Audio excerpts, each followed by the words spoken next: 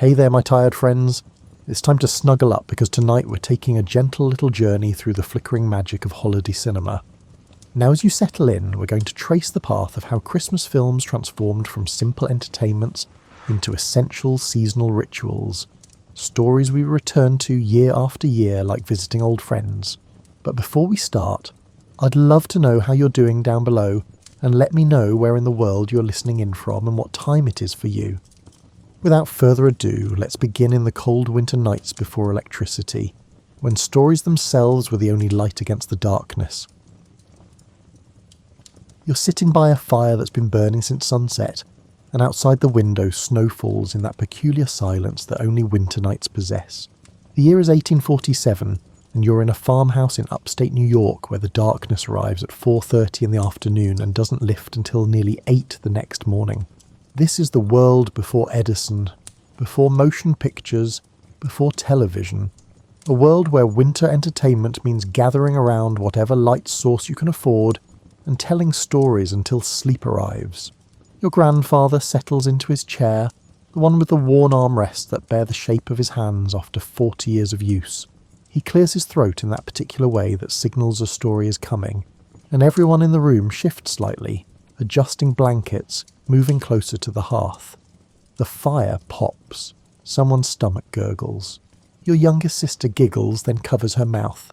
The year I turned 12, your grandfather begins, we had a winter so cold that the chickens refused to leave their coop for 6 straight weeks.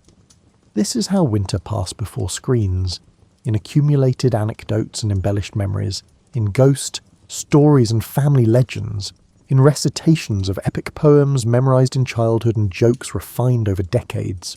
You've heard this particular story about the stubborn chickens at least 15 times, but somehow it never gets old. The details change slightly with each telling. This year, the temperature gets a little colder. The chicken coop grows a little smaller in the retelling. Winter storytelling wasn't just entertainment, it was survival equipment for the mind. When you're trapped indoors by weather that can kill you in 20 minutes, you need something to occupy the long, dark hours between supper and sleep. Books existed, certainly, but they were expensive, and reading by candlelight or oil lamp was hard on the eyes.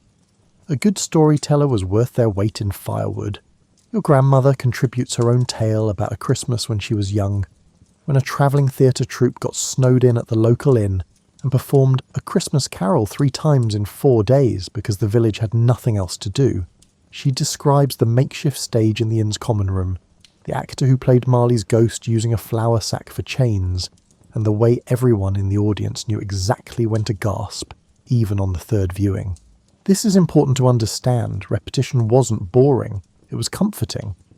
Knowing what came next didn't diminish the pleasure, it enhanced it. You could anticipate your favourite moments, prepare yourself for the scary parts, and notice new details you'd missed before. This was the original rewatch culture, centuries before anyone could rewind or stream on demand. The fire burns lower. Your mother adds another log, sending sparks spiralling up the chimney like tiny orange stars. Someone starts humming a carol, and soon everyone joins in, because singing is another way to fill the winter darkness. You're warm and full and surrounded by family, and tomorrow you'll probably hear the same stories again, maybe with slightly different details. You don't know it yet, but you're experiencing something that will echo through the centuries. The deep human need for repeated seasonal narratives, for familiar stories revisited at familiar times. The technology will change dramatically. The stories will evolve. But this fundamental craving for comforting repetition during the darkest time of year, that's hardwired into the species.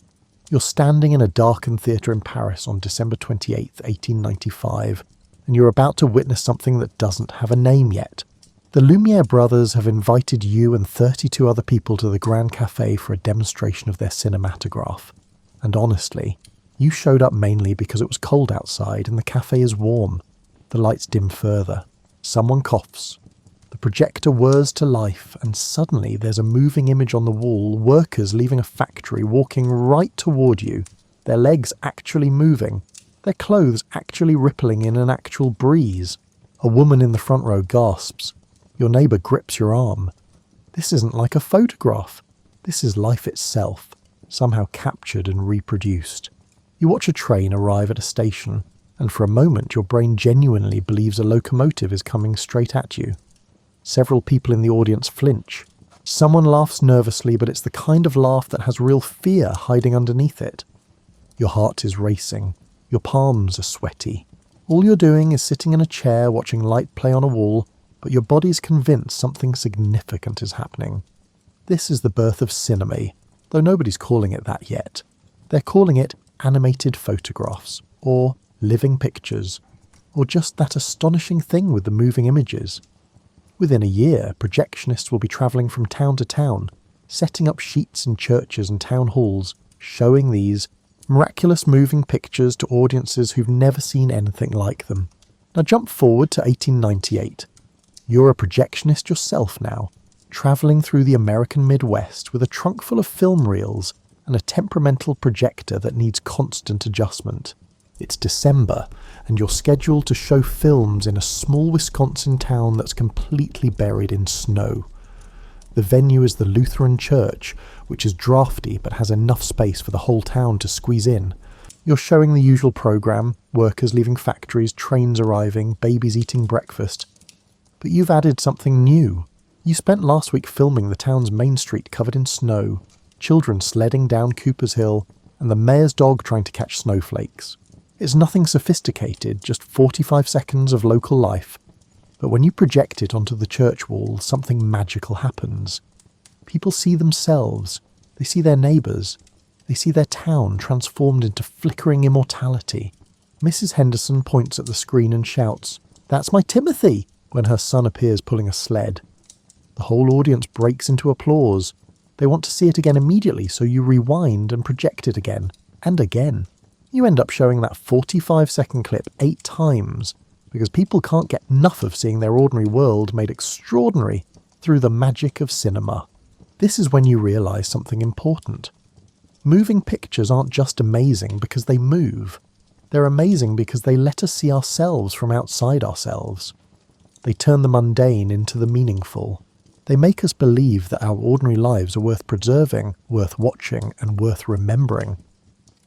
By 1905, permanent movie theatres are opening in cities. Small storefront operations called Nickelodeons because admission costs a nickel. They're dark and cramped and smell like unwashed humanity and stale popcorn. And they're absolutely packed every single evening. Workers stop by on their way home from factories. Families treat themselves on weekends. The programmes change constantly.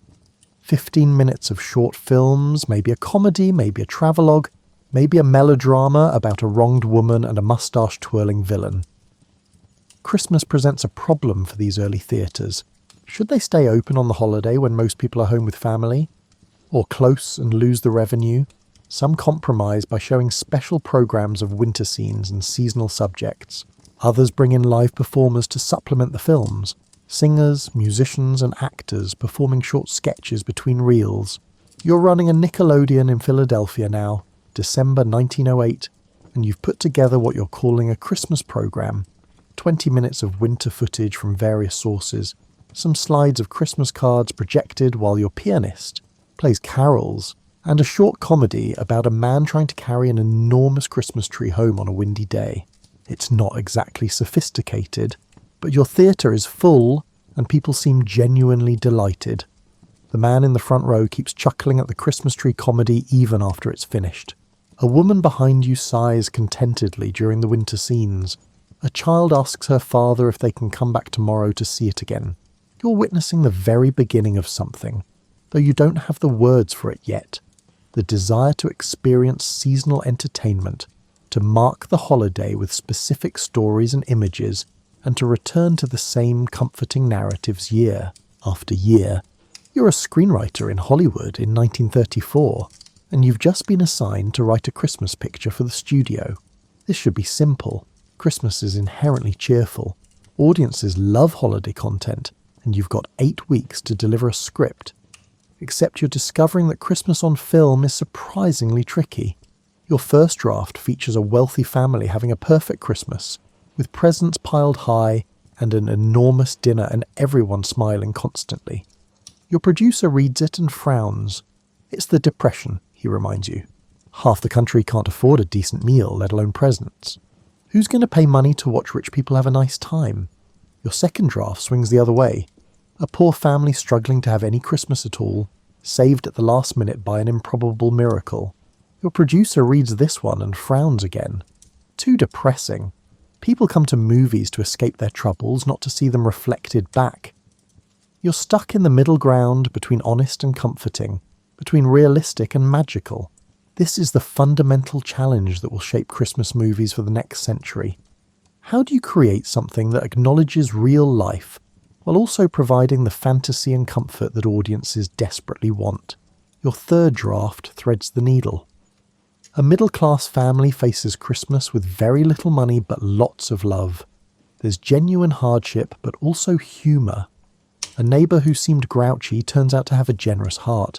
The youngest child learns that homemade gifts can be more meaningful than store-bought ones. The father, who lost his job, finds new employment through an unexpected connection on Christmas Eve. It's sentimental without being saccharine, hopeful without being dishonest. Your producer actually smiles. Now that's a Christmas picture. The film gets made, released, and performs moderately well. More importantly, it establishes a template that other studios notice and begin to copy. The Christmas movie becomes a recognisable genre with its own conventions. Ordinary people facing challenges, the magic of community and connection, darkness that gives way to light, lessons learned, relationships restored, and a general sense that Christmas itself has the power to transform circumstances, or at least to help people see their circumstances differently.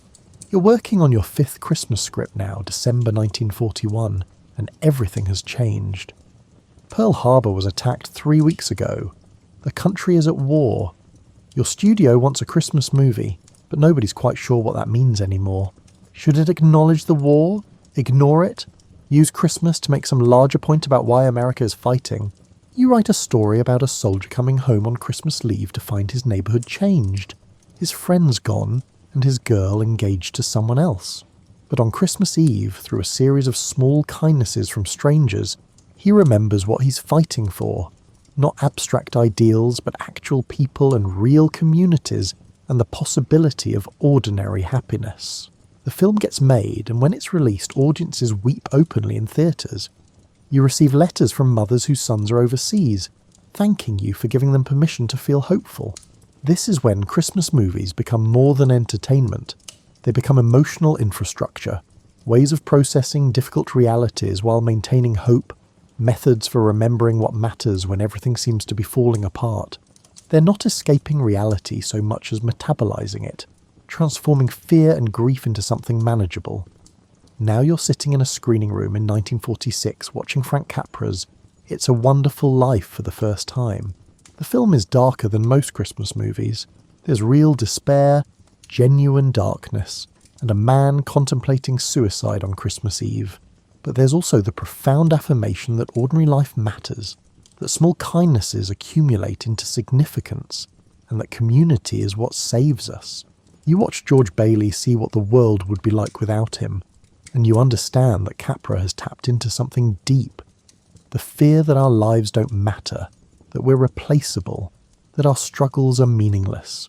And then the film answers that fear with the most comforting message possible. You matter enormously.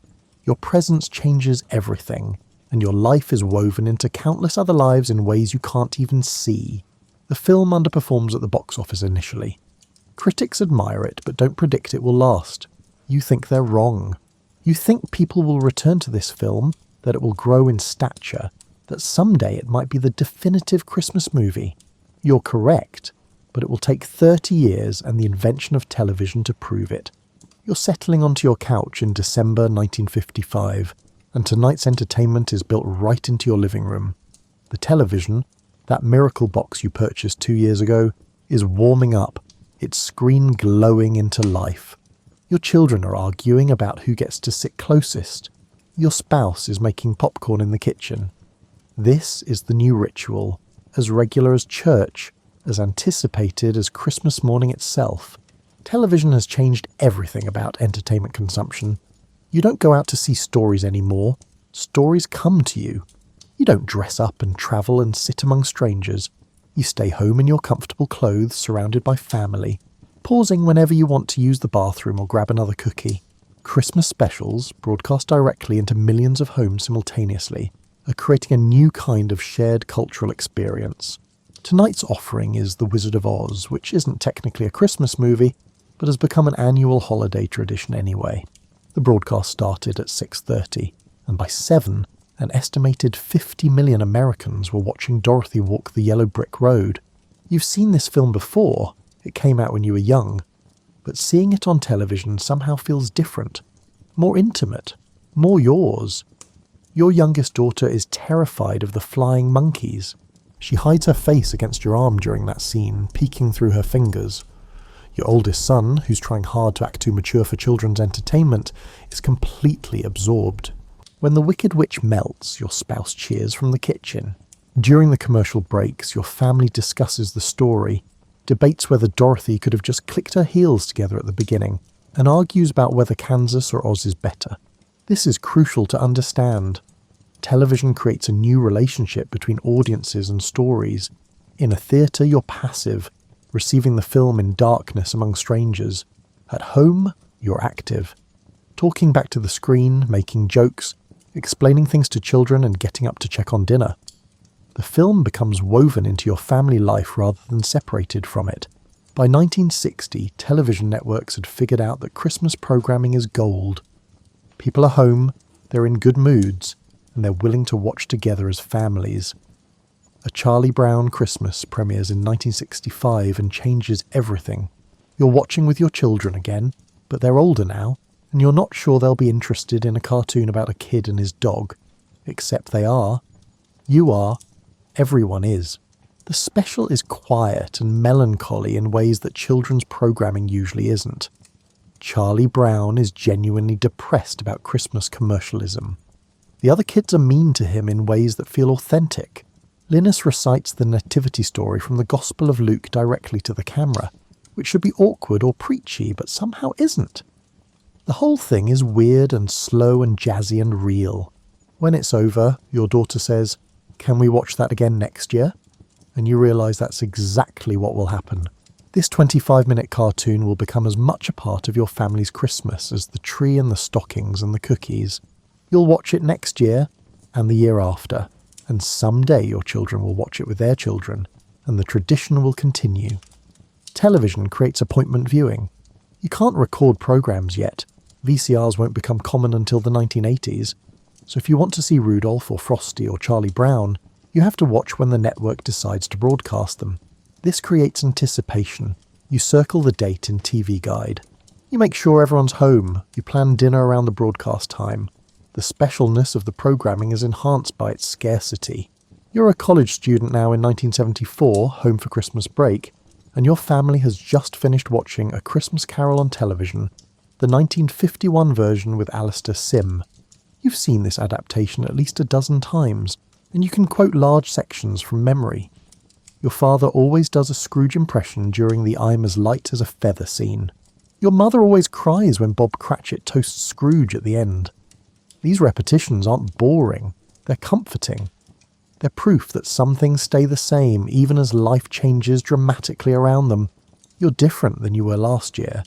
You're questioning beliefs, exploring new ideas, and becoming someone your teenage self wouldn't quite recognise. But this film is the same. Your family's reactions are the same. For 90 minutes you can pretend nothing has changed. You're in your 30s now, December 1983, and you've just purchased your first VCR. The machine cost more than you wanted to spend, and programming it requires consulting the manual multiple times. But the promise is extraordinary. You can watch movies whenever you want.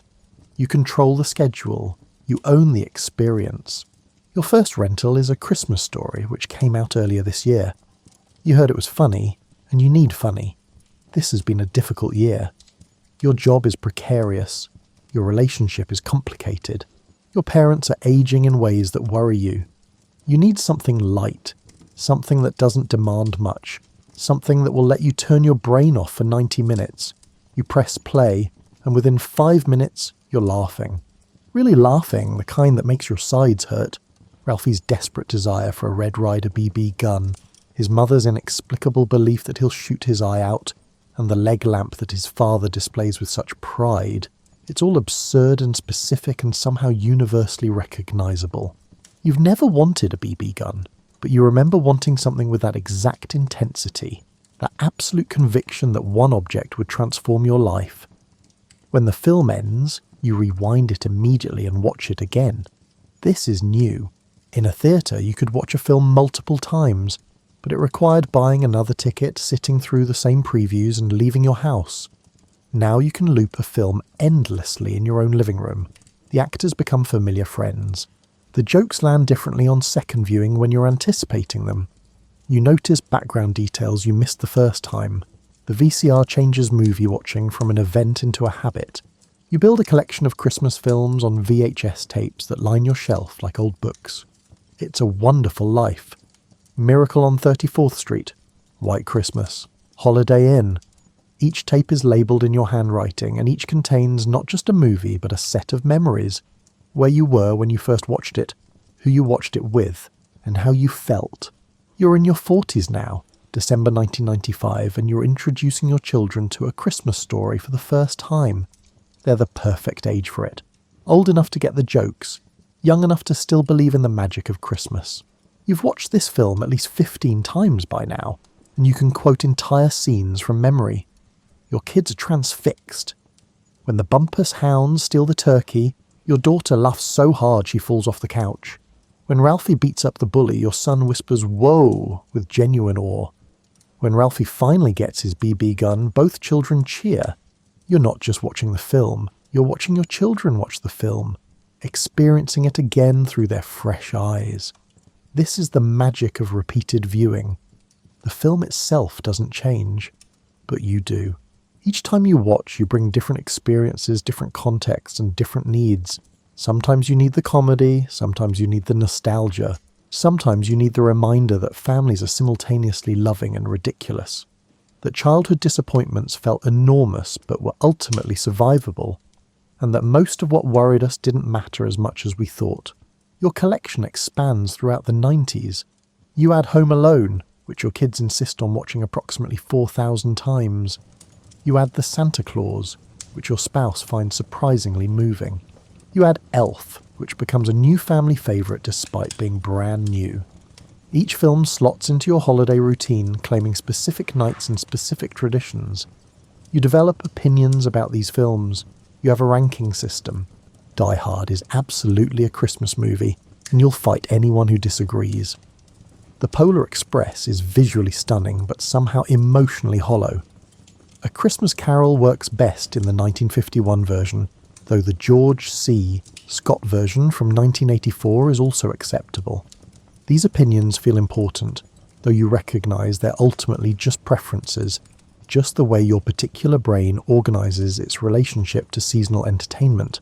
You're hosting Christmas at your house for the first time in December 1997, and you're stressed about everything: the dinner, the gifts, the cleaning, and the coordination. Your extended family's arriving tomorrow and you're worried the house isn't ready. The food won't be good enough and something will go wrong. At 9 o'clock at night, physically exhausted and emotionally frayed, you turn on the television to find that TNT is running a 24-hour marathon of A Christmas Story. The same film played on loop, starting on Christmas Eve and continuing through Christmas Day. This seems absurd. Who wants to watch the same movie 24 times? Except you discover that having it on in the background is incredibly comforting. You know this film so well that you don't need to actually watch it. You can listen while wrapping presents, glance up during your favourite scenes, and ignore it completely while doing other tasks. It's not demanding your attention so much as providing ambient comfort, like a fire crackling in the background, or familiar music playing while you work. Your family arrives the next day, and the marathon is still running. Your brother-in-law settles on the couch and watches for 20 minutes before heading to the kitchen. Your mother sits down during the Chinese restaurant scene and stays through the end, even though she's seen this film dozens of times. Your children run in and out, catching fragments of scenes, shouting favourite lines as they pass through. The marathon becomes a presence in your house throughout the day, something reliable that's always there when you want it, that doesn't require any decisions or attention, that simply exists as a pleasant constant. You catch it at different points throughout Christmas Day. Each time you sit down, you're entering at a different spot in the story, creating new rhythms and new perspectives. Starting from the middle makes the familiar strange. Watching only the ending makes you notice things you've glossed over before. This is the marathon's innovation. It transforms a film from a discrete experience into an ambient environment. You're not watching so much as dwelling with the story, letting it become part of the texture of your day. The film loses its beginning and end, becoming instead a continuous loop, a permanent present tense. By the 2000s, marathons had become standard holiday programming. ABC Family runs the 25 Days of Christmas, playing holiday films constantly throughout December. Other networks compete with their own counter-programming. You can turn on your television any evening in December and find something seasonal playing somewhere. You develop new habits. You put on Elf while decorating the tree. You play the Santa Claus while wrapping presents. You background National Lampoon's Christmas Vacation while addressing cards. The films become less like entertainment and more like ambient environment, like seasonal music that creates mood without demanding focus.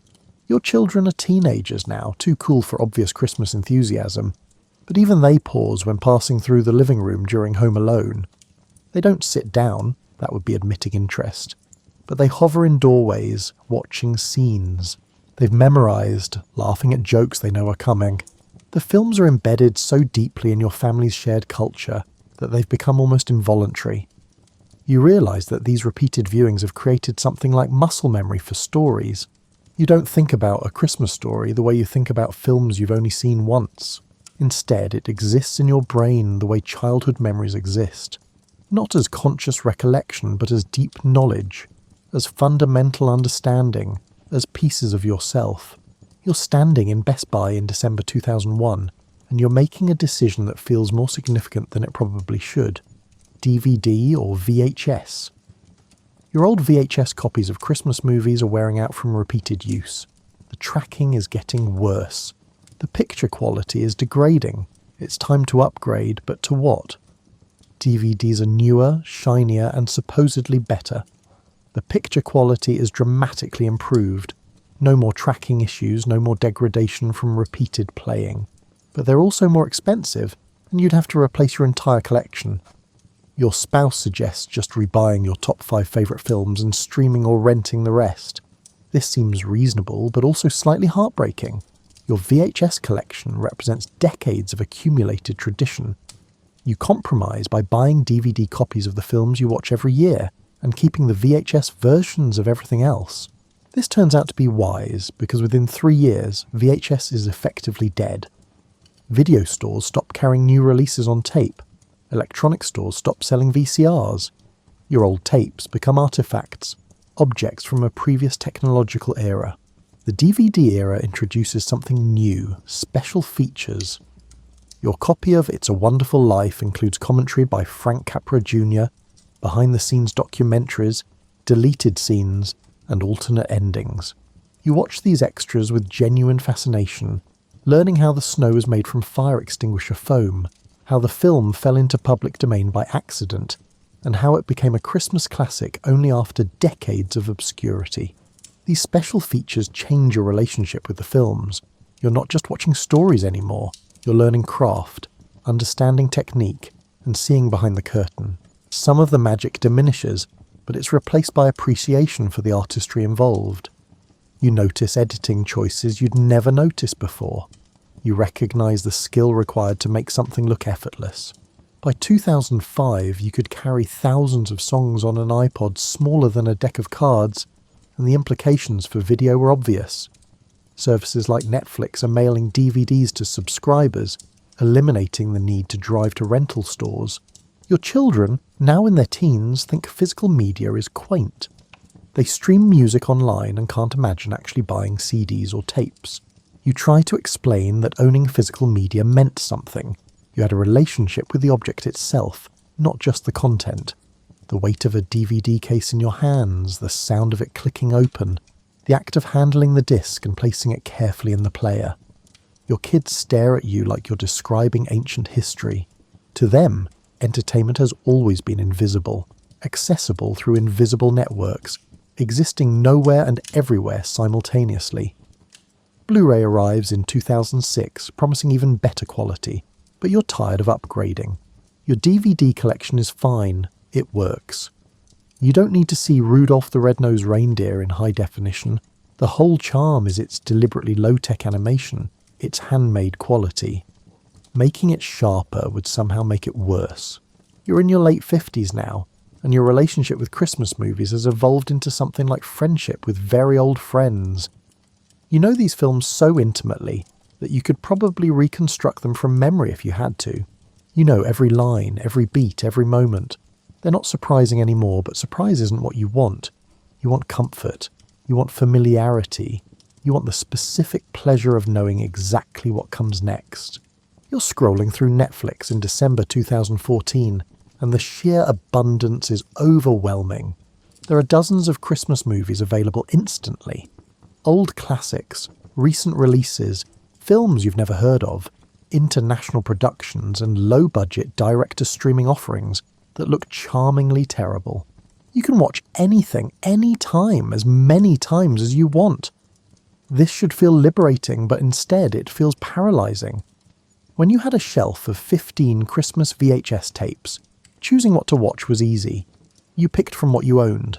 Now the options are functionally infinite, and making a choice requires sorting through dozens of possibilities, reading descriptions, checking ratings, and debating with family members who each have different preferences. You realise that limitations were actually helpful. Scarcity created value. When you could only watch A Christmas Story once a year during its television broadcast, that viewing felt special. Now you can watch it whenever you want, and while that's convenient, it's somehow less meaningful. The anticipation is gone. The specialness has been replaced by availability. Still, streaming has undeniable advantages. Your daughter, home from college, wants to watch The Holiday because it reminds her of studying abroad. Your son wants Scrooged because he's in a Bill Murray phase. Your spouse wants Love Actually because they're feeling nostalgic. On Netflix, you can watch all three across different evenings without driving to a store or waiting for mail delivery or checking broadcast schedules. The streaming era also introduces algorithm-driven recommendations. Netflix suggests Christmas movies based on what you've watched before. Some recommendations are spot on. You enjoy Klaus immensely and wouldn't have found it otherwise. Some are baffling. Why does Netflix think you want to watch a Christmas movie about a prince swapping places with a commoner? You watch it anyway, and it's exactly as formulaic and comforting as you expect. You notice that streaming services are producing their own Christmas movies, churning them out at an industrial scale. Netflix releases something like 40 new Christmas films in 2022 alone. Most are formulaic. A successful woman returns to a small town, reunites with her high school sweetheart, and rediscovers the meaning of Christmas. The acting is adequate. The production values are decent. They're designed to be pleasant background noise, mildly engaging but not demanding, and comforting in their predictability. You watch several of these new films and realise they're deliberately engineered to be forgettable. They're not trying to become classics. They're trying to fill programming hours, to give subscribers something seasonal to stream, and to keep people subscribed through the holidays. Some are charming despite themselves. Happier Season deals with coming out during the holidays with unexpected sensitivity. Most disappear from your memory within hours of watching them. Your relationship with Christmas movies fragments across platforms. It's a Wonderful Life is on Amazon Prime. Elf is on HBO Max. Home Alone migrates between services depending on licensing agreements. You maintain subscriptions to multiple platforms, partly just to ensure you can access your traditional Christmas films when you want them. This seems absurd. You're paying monthly fees to watch the same movies you used to own outright on DVD, but the convenience outweighs the absurdity. You're in your late 60s now, Christmas 2024, and you're watching A Christmas Story for perhaps the 100th time. You've seen this film so many times that you're not really watching the screen. You're watching the memories that accompany each scene. You remember watching this with your young children. their faces lit by television glow. You remember watching it with your elderly parents before they passed. You remember watching it alone during difficult Christmases when you needed something reliable. The film hasn't changed, but everything else has. Your children are middle-aged with their own children. Your spouse moves more slowly and complains about arthritis during cold weather. Your house feels too big for just the two of you. But for 90 minutes, you're back in every previous viewing, experiencing all the Christmases simultaneously. The past layered onto the present like translucent sheets of film. This is what Christmas movies have become for you. Time machines that transport you not to the story's periods, but to your own history. When Ralphie gets his BB gun, you're simultaneously seeing the film and remembering your own childhood Christmases and your children's Christmases, and the first time you watch this film and the 50th time and all the times in between.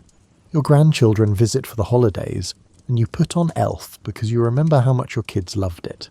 Your grandchildren are barely interested.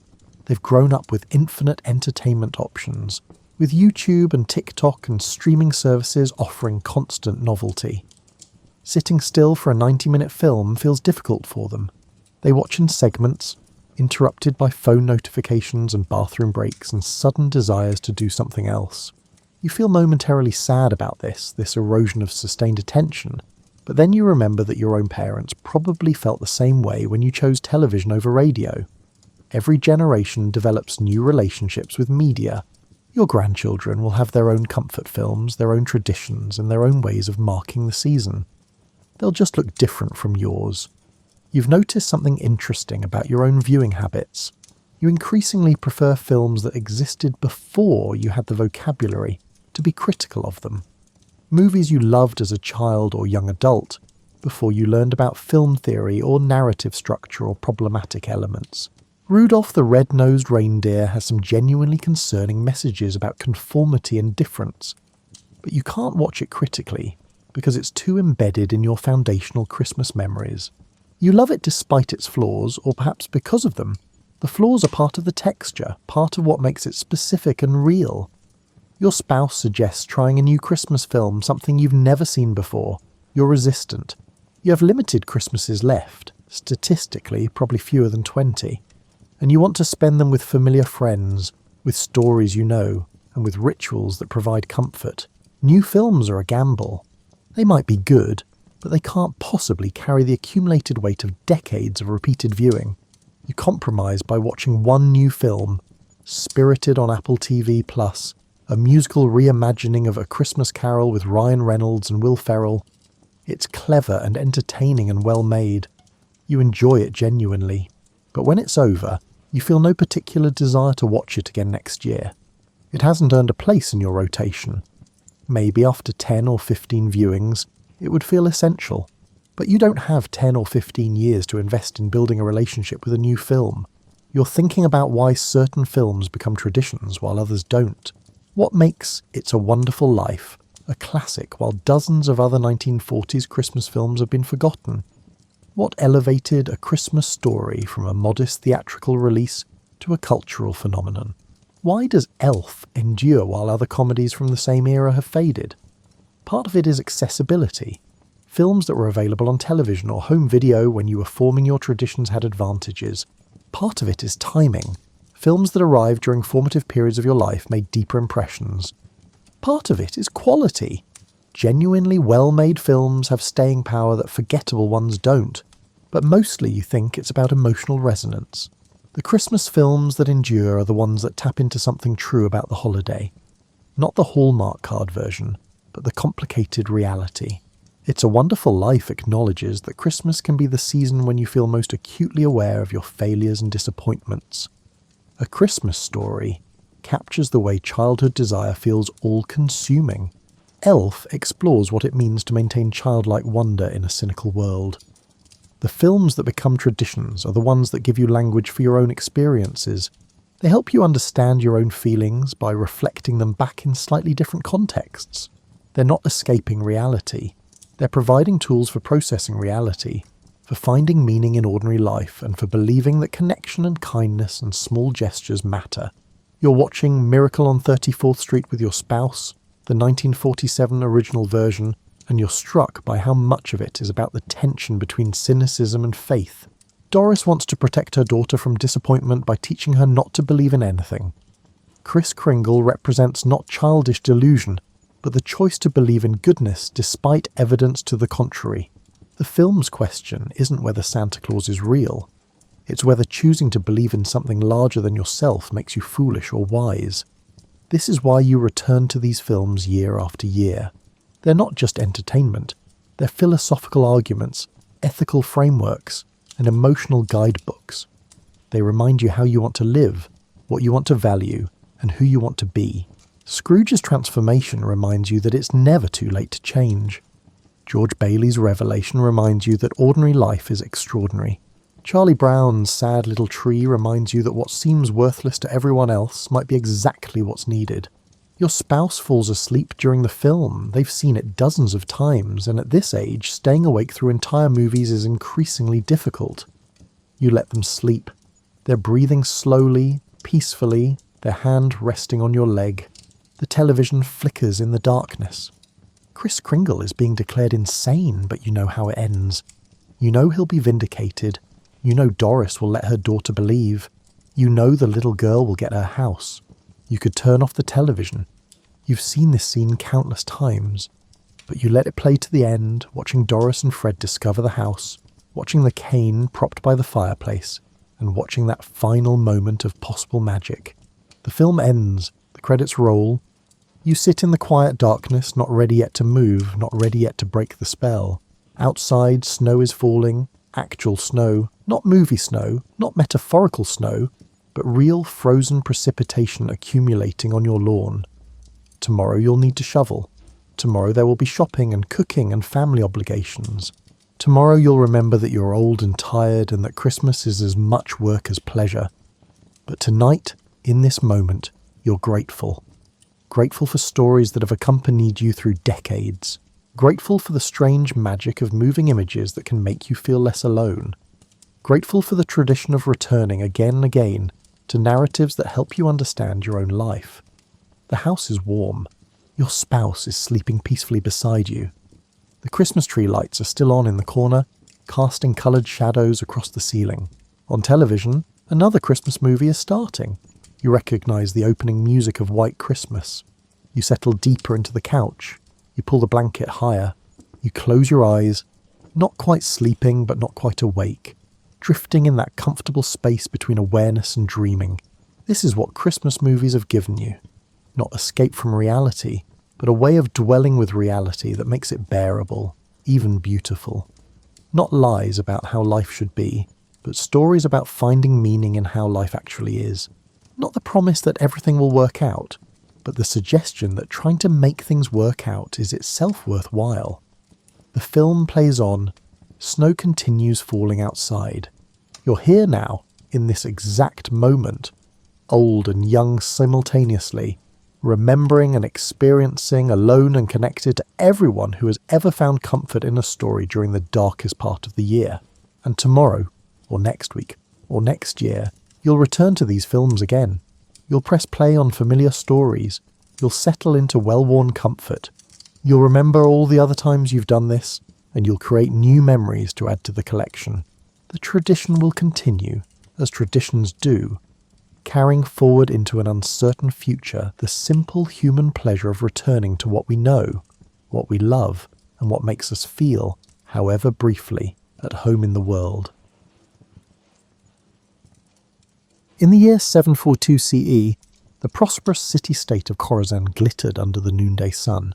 A nexus for caravan routes feeding distant empires, Khorasan thrived on the exchange of saffron, silk, star charts, and rumours whispered behind curtained alcoves.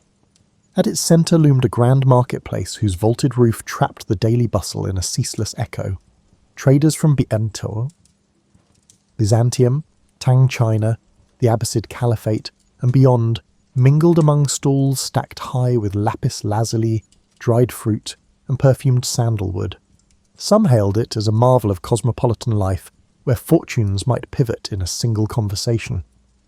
Among the people navigating the throng was Karia bint Yazd, a travelling scholar whose lineage traced back to the once-renowned Zoroastrian priests of Persia. Her face betrayed concentration as she studied hieroglyphic notations in a weathered scroll. Unmarried and unconcerned with the expectations placed upon a woman of her station, she had roamed from one end of the Silk Road to the other, piecing together knowledge that seldom found its way into the official annals. The swirl of Khorasan's commerce did not distract her. She focused on a lead suggesting that rare manuscripts had surfaced in a private collection near the city's eastern quarter. This rumour, if proven true, could illuminate corners of history barely glimpsed by modern scholars.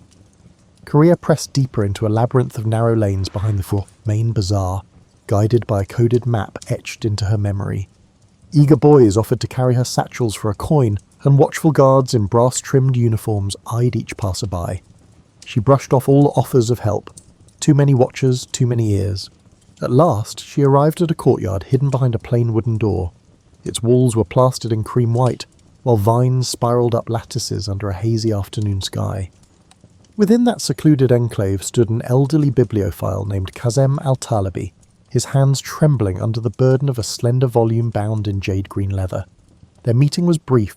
Korea offered him carefully wrapped objects, fragments of ancient mathematics tablets uncovered near Samarkand, and, in exchange, Kazem relinquished the jade-bound text. He warned her that certain circles would stop at nothing to keep these pages hidden, for they revealed knowledge rumoured to disrupt any empire reliant on controlling scholarship. She nodded gravely, accustomed to the shadows that dogged rare manuscripts. Across the years, she had learned that truth took many forms, each requiring a subtle approach to keep it from vanishing under official censure. Emerging once again into the main bazaar, Korea carefully hid the new acquisition beneath her travelling cloak. She knew better than to linger. Khorasan's seeming tolerance of foreign ideas could transform abruptly if power shifted. Memories of burned scrolls and harassed scribes in other dominions haunted her, fueling her determination to preserve the text at any cost. She arranged with a local caravan heading eastward, its leader a woman named Afsoon, who had a reputation for outmanoeuvring desert bandits. Without illusions, Carrier recognised that partnering with such a skilled merchant would cost her, yet safety for the jade-bound book was paramount. Before the caravan departed, Korea paid her respects at a small shrine dedicated to wise men of antiquity. A single candle flickered by the altar, illuminating offerings left by travellers praying for clear roads and fair weather. She exhaled a silent oath that she would not let ignorance devour the precious knowledge in her care.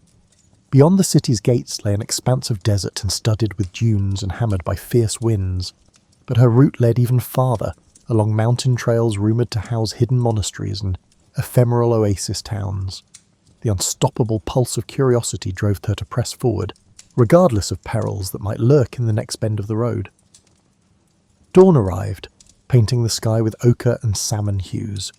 Carrier joined Afsoon and the other travellers at the designated meeting point, where camels brayed and donkey drivers prepared loads of barley and dried fruit. The caravan's synergy was immediately evident. Each person had a distinct task, ensuring that by the time the sun fully breached the horizon, they were on the move. Korea walked near Afsoon, who shared glimpses of the terrain ahead and introduced Korea to the caravan's unspoken rules: trust the signals, ration water meticulously, and never question the necessity of midnight halts. In these borderless regions, vigilance was currency. With the sun mounting, the caravan snaked through a parched plain dotted by twisted shrubs. A hush fell over them, broken only by the soft shuffling of hooves and the gentle clink of metal fastenings. Korea's thoughts drifted to the codex inside her bag. She had only glimpsed a few pages thus far. Intricate diagrams of planetary movement, cryptic references to an ancient empire that preceded the Achaemenids, and footnotes scrawled in an unfamiliar script. If accurate, these writings expanded the known timeline of advanced astronomy by centuries. She resolved to study every page once the caravan reached a safe haven. Afsoon signalled a halt near a cluster of sun-scorched boulders, granting the group respite from the crushing midday heat. While some dozed in makeshift shade, Korea took cautious sips from her water skin, feeling the dryness cling to her throat. A restlessness stirred within her, equal parts excitement and anxiety. She replayed Kazem al-Talibi's warning. Powerful figures had an interest in ensuring no one deciphered the text. For them, knowledge was a finite resource, best kept under strict watch. As a swirl of wind kicked sand across her path, Carrier gripped her satchel, silently vowing she would not be silenced. By twilight, the caravan approached a modest oasis, lined with date palms that cast long shadows across still water. Afsoon guided her camels into a semicircle, forming a protective barrier against stray wanderers. Several travellers set about erecting tents, while others gathered wood for small fires that would ward off the chill of desert night. Korea found herself drawn to the water's edge, where subdued conversation rose among weary merchants. Some speculated about the political tensions brewing in distant courts, others lamented the rising cost of salt. As darkness settled, the oasis took on an otherworldly hush. A crescent moon glimmered overhead, illuminating faint outlines of crumbling stone pillars, suggesting an abandoned settlement from a forgotten era. Under that quiet vault of stars, Korea couldn't resist scanning a few more pages of the jade-bound manuscript. Its text merged empirical observations with philosophical notes referencing the grand wheel of time. She recognized oblique references to astronomical systems older than the widely recognized Ptolemaic model. If deciphered fully, such knowledge might challenge many assumptions cherished by esteemed academies. Meanwhile, Afsoon stepped away from the main group, beckoning Korea to join her near a withered acacia. "You stand out among our company," the merchant remarked in a measured tone. "Your eyes never rest, and you guard that bag as if it carries the soul of a king." Korea, wary of revealing too much, offered that she was merely a scholar entrusted with a rare item. Afsoon nodded, but warned Korea that roving spies seeking advantage for rival factions often infiltrated caravans. She suggested Korea remain vigilant, especially given the extraordinary bustle in Khorasan, where rumour travelled like wildfire. Unable to sleep, Korea lingered by the embers of the fire after most travellers had dozed off. She studied the swirling patterns of the night sky, mindful of the coded star charts in the manuscript.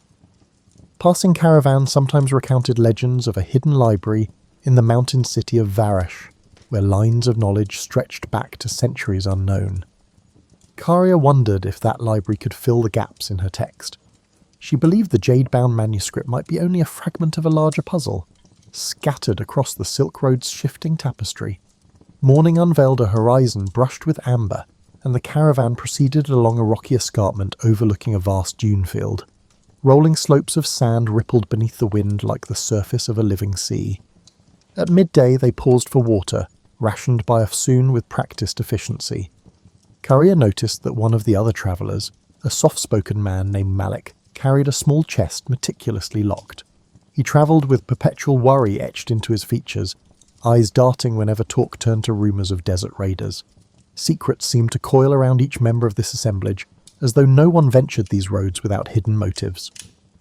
Late in the afternoon, the caravan encountered a party of horsemen flying the banner of a minor warlord rumoured to be in league with the region's most feared bandit clans. Tension crackled through the group as Afsoon halted the caravan, waiting for the riders to approach. After a terse greeting, the horsemen rode on, apparently uninterested in conflict, but the encounter rattled everyone. Korea noticed Afsoon's posture remained rigid with caution long after the riders vanished in a plume of dust. The merchant murmured about changing their route, seeking narrower trails less patrolled by predatory chieftains. That evening brought them to a narrow gorge, its walls towering on either side in jagged ridges. Afsoon insisted they make camp in a sheltered alcove half hidden behind weathered boulders. By the flicker of firelight, Korea finally delved into the central chapter of the manuscript. Strange symbols, part cuneiform, part unknown script, decorated the margins, each sign accompanied by cryptic commentary. The text recounted a civilization that mapped constellations in ways contrasting with every known chart. Diagrammatic lines implied an advanced geometry, far exceeding the standard calculations of her time. Just as Korea's pulse quickened at the revelation, a cry rang out near the edge of camp. She rushed toward the commotion, heart pounding. Malik stood trembling by his small chest, which now lay open, its contents missing. Anguish coloured his voice as he pleaded for help, insisting that something vital had been stolen, a crucial letter from the governor of Basra, hidden within that chest. Afsoon assembled the caravan members, demanding an explanation. Tempers flared, suspicion circled, and whispered accusations rippled through the group. Searching for footprints beneath lantern light, they discovered evidence of at least 2 intruders who had come and gone without a trace. No sign indicated who among them might be an accomplice. The theft underscored Afsoon's earlier warning. In these transitory worlds, secrets attract cunning opportunists. Courier gripped her manuscript more tightly, wishing to vanish inside the labyrinth of lines and symbols that promised an era unbounded by petty intrigue. Yet she remained anchored in the caravan's tense reality. The road ahead felt increasingly perilous, and the cost of preserving knowledge seemed set to rise. The following sunrise found the caravan subdued, each member wary of neighbours who might conceal hidden agendas. Afsoon led them out of the gorge at a brisk pace, aiming to put distance between their group and whoever had orchestrated the nighttime theft. A pale wind carried the scent of flint and dust, stinging eyes and chapping lips. Their route descended along a dry riverbed flanked by stunted tamarisk shrubs, offering scant protection from the intensifying sun. Courier trudged in Stolzen silence, mindful that trust could be a luxury. As midday drew near, they spotted the remnants of a caravanserai built against the side of a bluff. Its once sturdy walls had caved in and battered archways led into courtyards strewn with fallen timber. Afsoon signalled a cautious approach, uncertain whether travellers or outlaws might be occupying the ruins. The group explored in pairs, stepping over cracked tiles littered with scorpion husks. No living presence emerged, though evidence of a hasty departure. Scattered coals, torn blankets, suggested someone had sheltered there not long before. Since water was available from a half-collapsed cistern, Afsoon decided they would rest under what remained of the caravanserai's roof. Malik hovered by his broken chest, sifting through remnants of cloth as though searching for any clue. Courier drifted away from the group, drawn to an overgrown courtyard where a dried fountain stood. Vines draped its cracked basin, trailing over carved motifs of intertwined serpents. Time and neglect had worn away the finer details, yet a mysterious energy lingered, as though the place once echoed with conversation about cosmic truths beyond mortal comprehension. She pulled out the jade-bound book to scrutinize a passage describing the 4 points beyond the boundary of earthly measure. The text postulated that certain alignment patterns, stars in specific conjunctions, allowed glimpses into knowledge unattainable through ordinary means. This notion was not entirely foreign, given that many mystical traditions in Persia and India spoke of cosmic gates. Still, the clarity of these instructions startled her. The manuscript seemed less a mere curiosity, and more a carefully constructed key. She wondered if others who sought it might comprehend its significance. Meanwhile, Afsoon prepared spiced lentils and shared them among the group, her gestures calm yet determined to maintain unity. Tension still hovered like a low cloud, with suspicions that the thieves might be part of a larger plot. Over a sparse meal, Courier gleaned fragments of each traveller's story.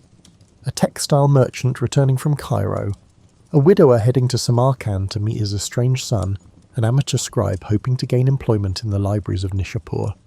Layer by layer, she sensed each person guarded secrets born of loss, ambition, or desperation. As dusk fell, moonlight filtered through the caravanserai's gaps, accentuating outlines of shattered pillars. The group huddled around small fires.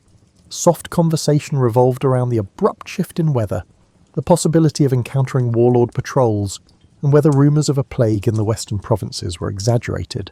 Though the chatter seemed ordinary, Courier felt a current of urgency running beneath it. Everyone understood the precariousness of travelling these routes. At any moment, violent storms or human treachery could obliterate the careful calculations of even the most disciplined merchant. Restless, Courier ventured into the courtyard once more. She ran her fingertips over the carved serpents, musing that knowledge itself often took the shape of something fearsome and winding, capable of enlightenment but also of destruction, depending on who wielded it. Before she could lose herself in speculation, a subtle motion in the archway drew her attention. She turned to see Malik, shadowed in moonlight. His face still wore traces of anguish. He approached and, in hushed tones, apologized if his panic had disrupted the caravan's stability. Then he posed a startling question. "Is your book truly worth risking your life?" Courier hesitated, contemplating her answer. She confessed that its pages might safeguard insights from an older civilization, knowledge that could enrich the world if studied openly. Yet she recognized the hazards. No single text was worth a life, unless it also contained the means to prevent greater harm. Malik nodded, revealing that his lost letter held the potential to end a trade blockade strangling his hometown. Without it, he feared entire families would starve. They shared a poignant silence, realizing each bore a heavy burden for reasons that extended beyond self-interest. Their exchange was interrupted by a faint shout from Afsoon, who was patrolling the perimeter.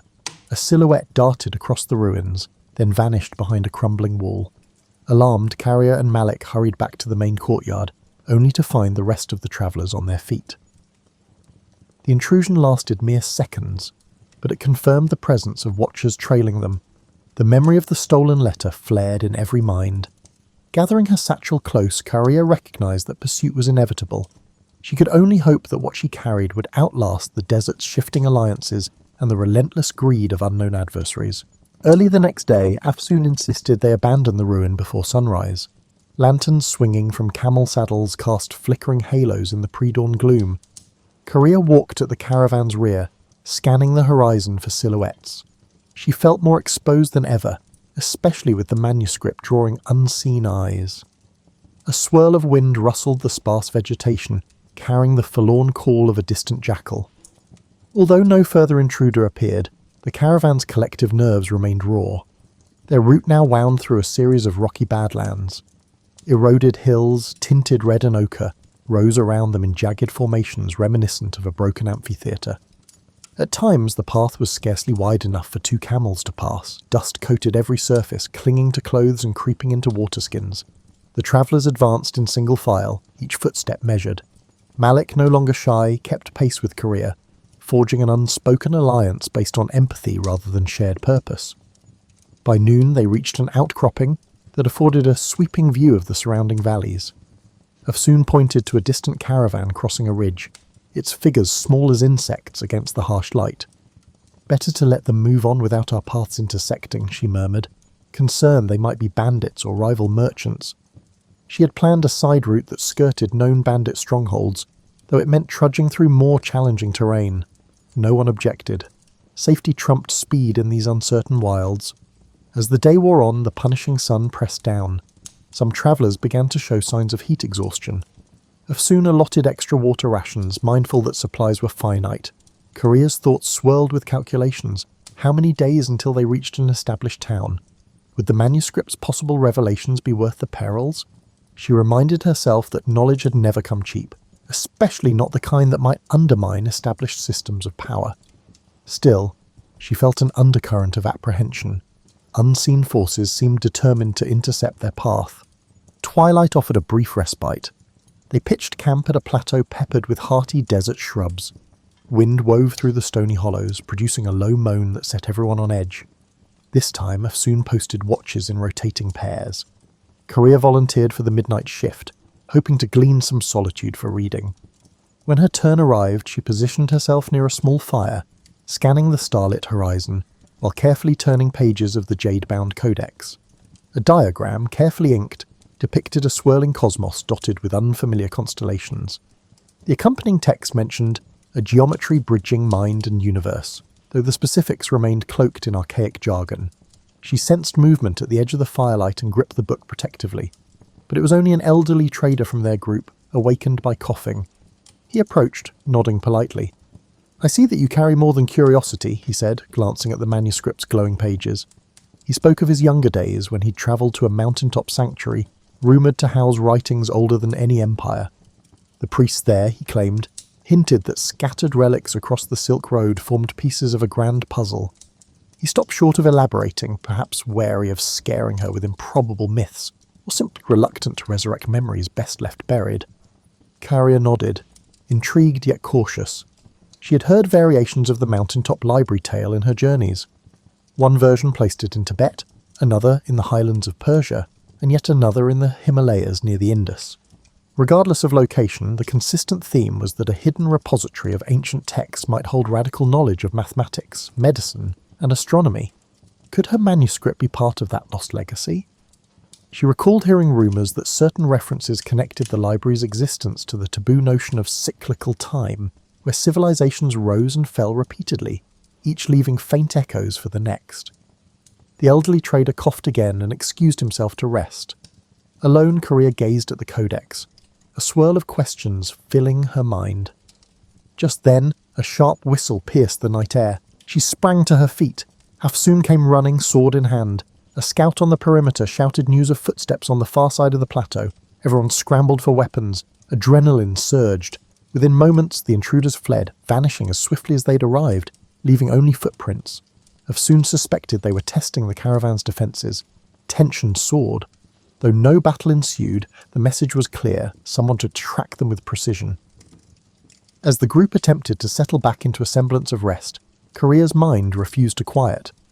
She wondered if the vanished intruders belonged to a clandestine order or were simply bandits with a knack for intimidation. Either way, the manuscript's significance seemed amplified. In that uneasy darkness, she cradled her precious book, feeling the weight of unspoken centuries pressed between its covers. The next day would bring new confrontations, but for now she could only watch the flickering embers and await the uncertain dawn. Dawn arrived with a brittle clarity that rendered every stone, shrub and wary expression in sharp focus. Afsoon wasted no time ordering a quick departure. The caravan assembled under a sky streaked with lavender and rose, a fleeting beauty overshadowed by a need for vigilance.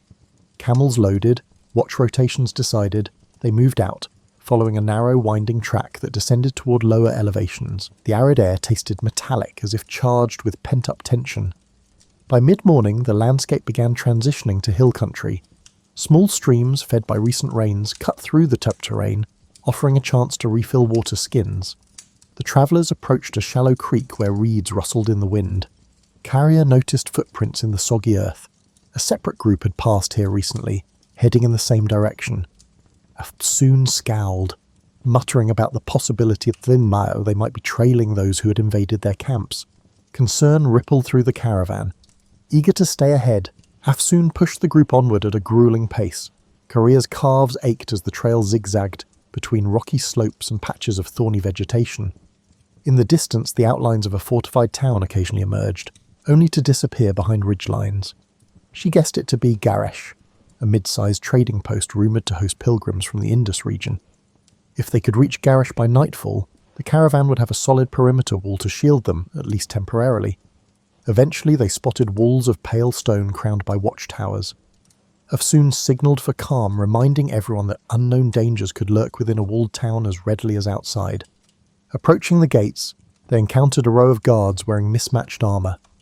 After examining Afsoon's travel permits, the guards allowed them entry in exchange for a modest toll. Inside, the streets were cramped with stalls selling earthenware, dyed cloth and hammered bronze jewellery. The aromas of grilled meat and fresh bread teased weary travellers, but an undercurrent of wariness ran through the crowd. Afsoon found a secure compound where the caravan could rest. Stone walls enclosed a courtyard that provided storage for the camels and a small stable for donkeys. Carrier, anxious to glean any insight into who might be pursuing them, ventured into the town's winding lanes. She discovered a public square where men played strategy games on carved wooden boards. Nearby, a cluster of pilgrims chanted verses in a language unfamiliar to her. Amid these scenes, rumours floated. A band of masked riders had passed through a day earlier, asking about a certain travelling scholar. The mention chilled her. She hurried back to the compound, only to find Malik pacing by the gate, fidgeting with a leather pouch. He had overheard similar chatter, strangers seeking news of a woman carrying forbidden documents.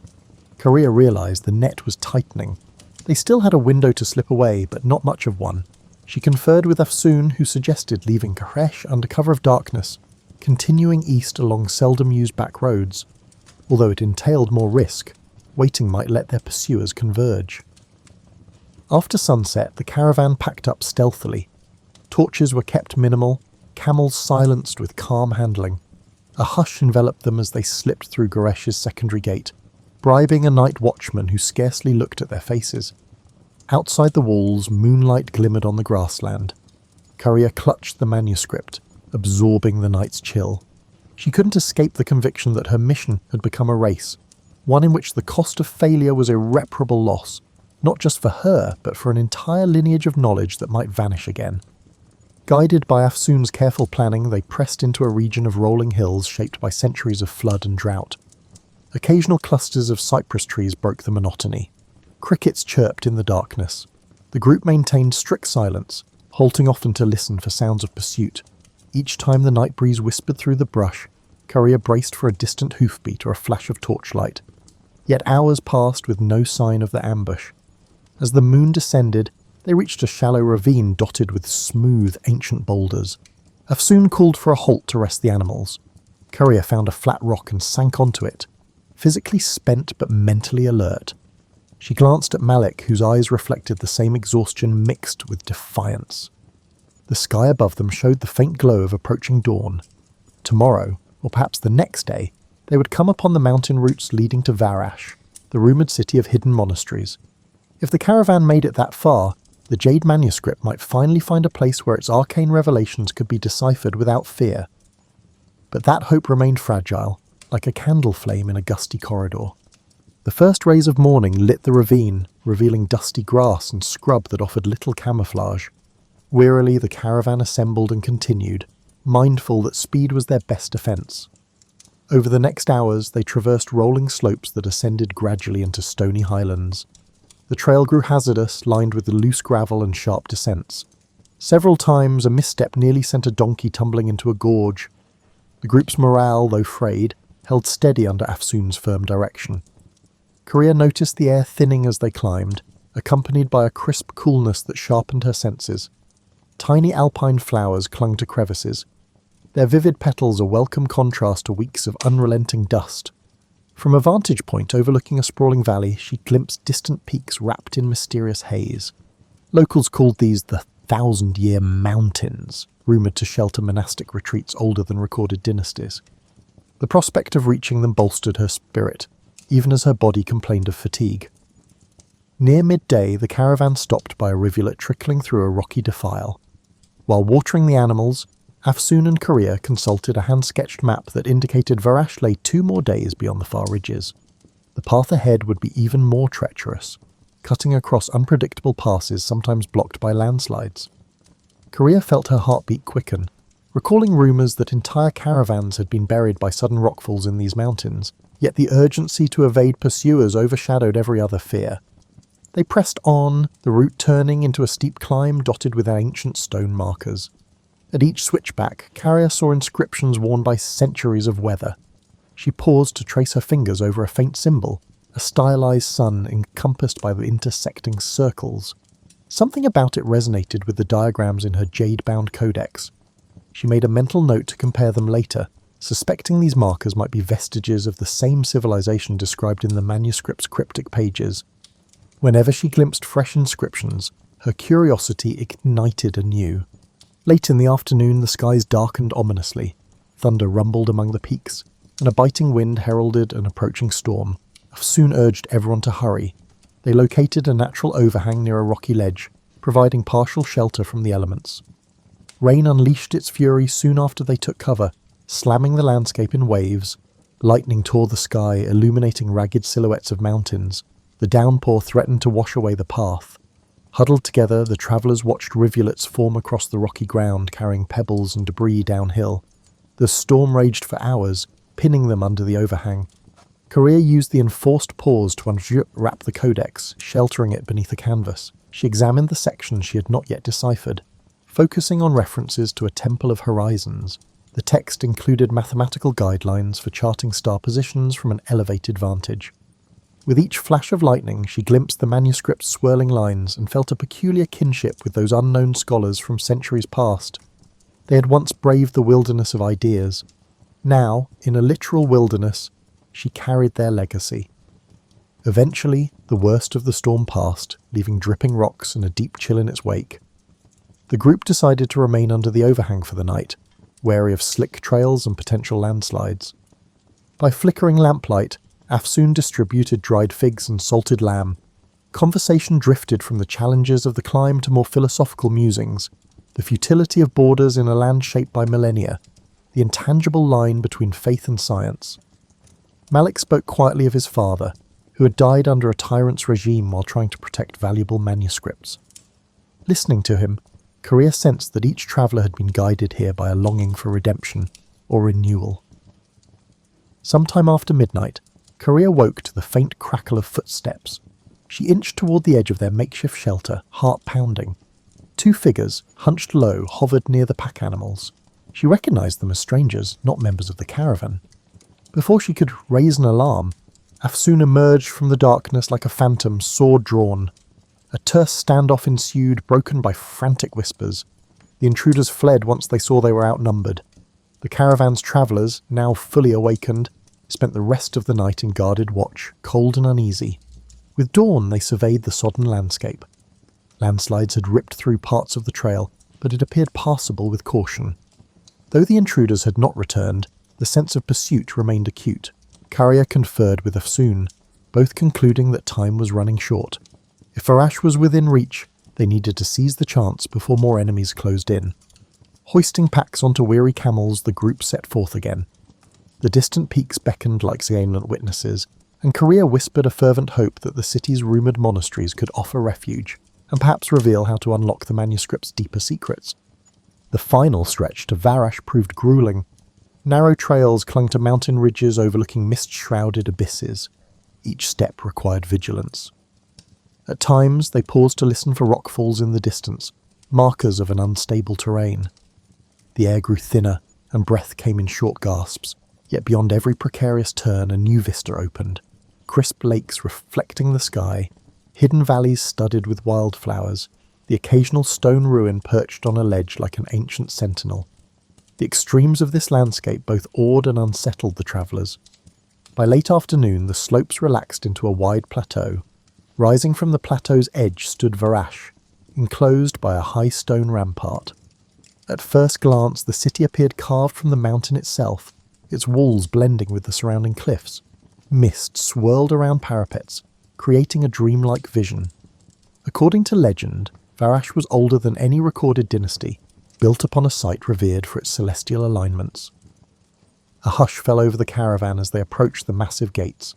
Inside, the city's winding streets ascended in tiers. Houses with slate roofs leaned against sturdy ramparts, while cobblestone lanes converged on a central square. Steam rose from communal baths that tapped into natural hot springs. Monks in dark robes shuffled along the corridors, carrying scrolls tucked beneath their arms. Carrier's senses ignited at the first glimpse of this environment. She could feel an undercurrent of scholarship humming through the city like a subterranean river, a potent contrast to the chaotic markets of Khorasan. Afsoon guided the caravan to a spacious courtyard inn used by trade emissaries. Soon after settling, Carrier excused herself and ventured into the city's upper levels, following directions gleaned from a scribe at the inn. She was searching for a specific monastery library, rumoured to house ancient manuscripts paralleling her jade-bound text. Crossing a series of stone bridges that arched over narrow gulches, she noticed the architecture displayed recurring motifs, spiral carvings, geometric borders reminiscent of the Codex's marginal designs.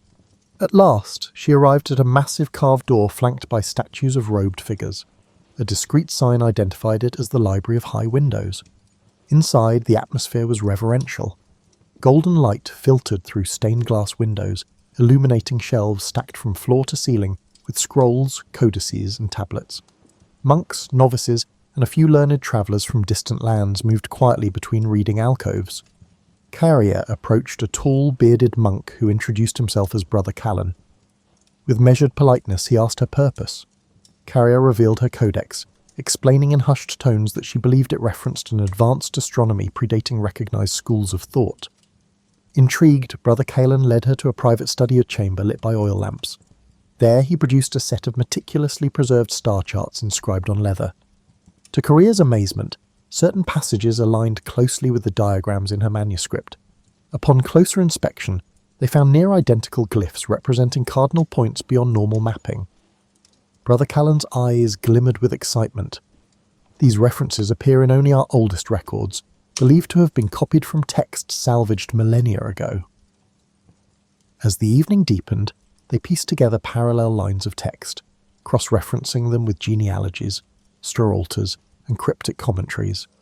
The synergy suggested that the jade-bound book might indeed be part of a nearly lost tradition. However, a vital section remained missing. It was rumoured that a sister manuscript lay in a monastery farther east, high in a remote range where few ventured. Carrier's heart sank, knowing the road ahead might hold even greater dangers. Yet she also felt invigorated. The puzzle had grown more intricate, weaving her fate with ancient legacies that demanded guardianship. Upon returning to the inn, she found Afsoon and Malik in heated discussion with the rest of the caravan. News had arrived that unidentified riders were poking around Varash's gates, questioning travellers about a woman scholar and her prized artefact. Their arrival here was no secret. For the moment, the city's laws prevented open aggression, but no one believed that protection would last indefinitely. Afsoon proposed they break the caravan into smaller groups for anonymity. Malik pledged to stand by Korea, recognizing that her success might ripple far beyond personal gain. Under the inn's lantern glow, Korea shared what she and Brother Callan had uncovered. The group listened in solemn silence, understanding the gravity of her discovery. Perhaps it offered a new perspective on the cosmos, or perhaps it threatened structures built on carefully managed knowledge. Either way, their pursuers would not relent. Still, Korea felt a renewed determination. The tapestry of centuries had woven her path into this moment. With the city of Varish as an unlikely refuge, she now held a clearer vision of the manuscript's purpose. Dawn would bring decisions, whether to remain, to search for the sister text, or to brave unknown dangers. In that flickering moment of possibility, each traveller realised they had become part of a tale larger than themselves, a saga carried along by caravans, forged in hidden libraries, and destined to echo across the shifting dunes and precarious peaks of time. Now, imagine yourself sitting in your favourite armchair in 1939, perhaps with a lukewarm cup of tea on the side table, as the world prepares to undergo unprecedented transformations. But the people who were about to change it had no idea they were writing the most expensive recipe ever.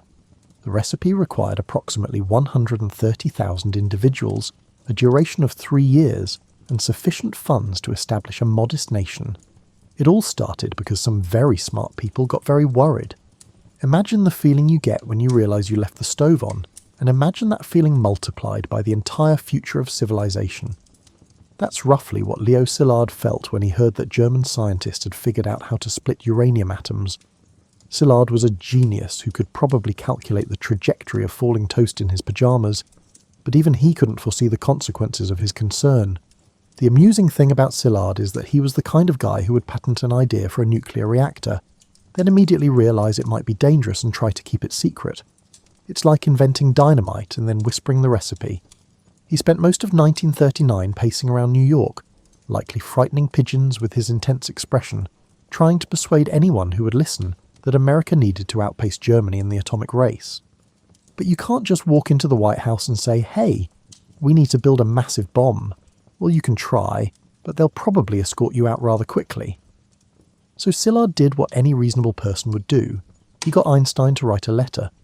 Apparently, even in 1939, name recognition held significant importance. Einstein, who probably just wanted to work on his theories in peace, found himself accidentally becoming the godfather of the atomic age. He later recognised the irony, given that he was a pacifist who had previously expressed a preference for being a lighthouse keeper over a physicist.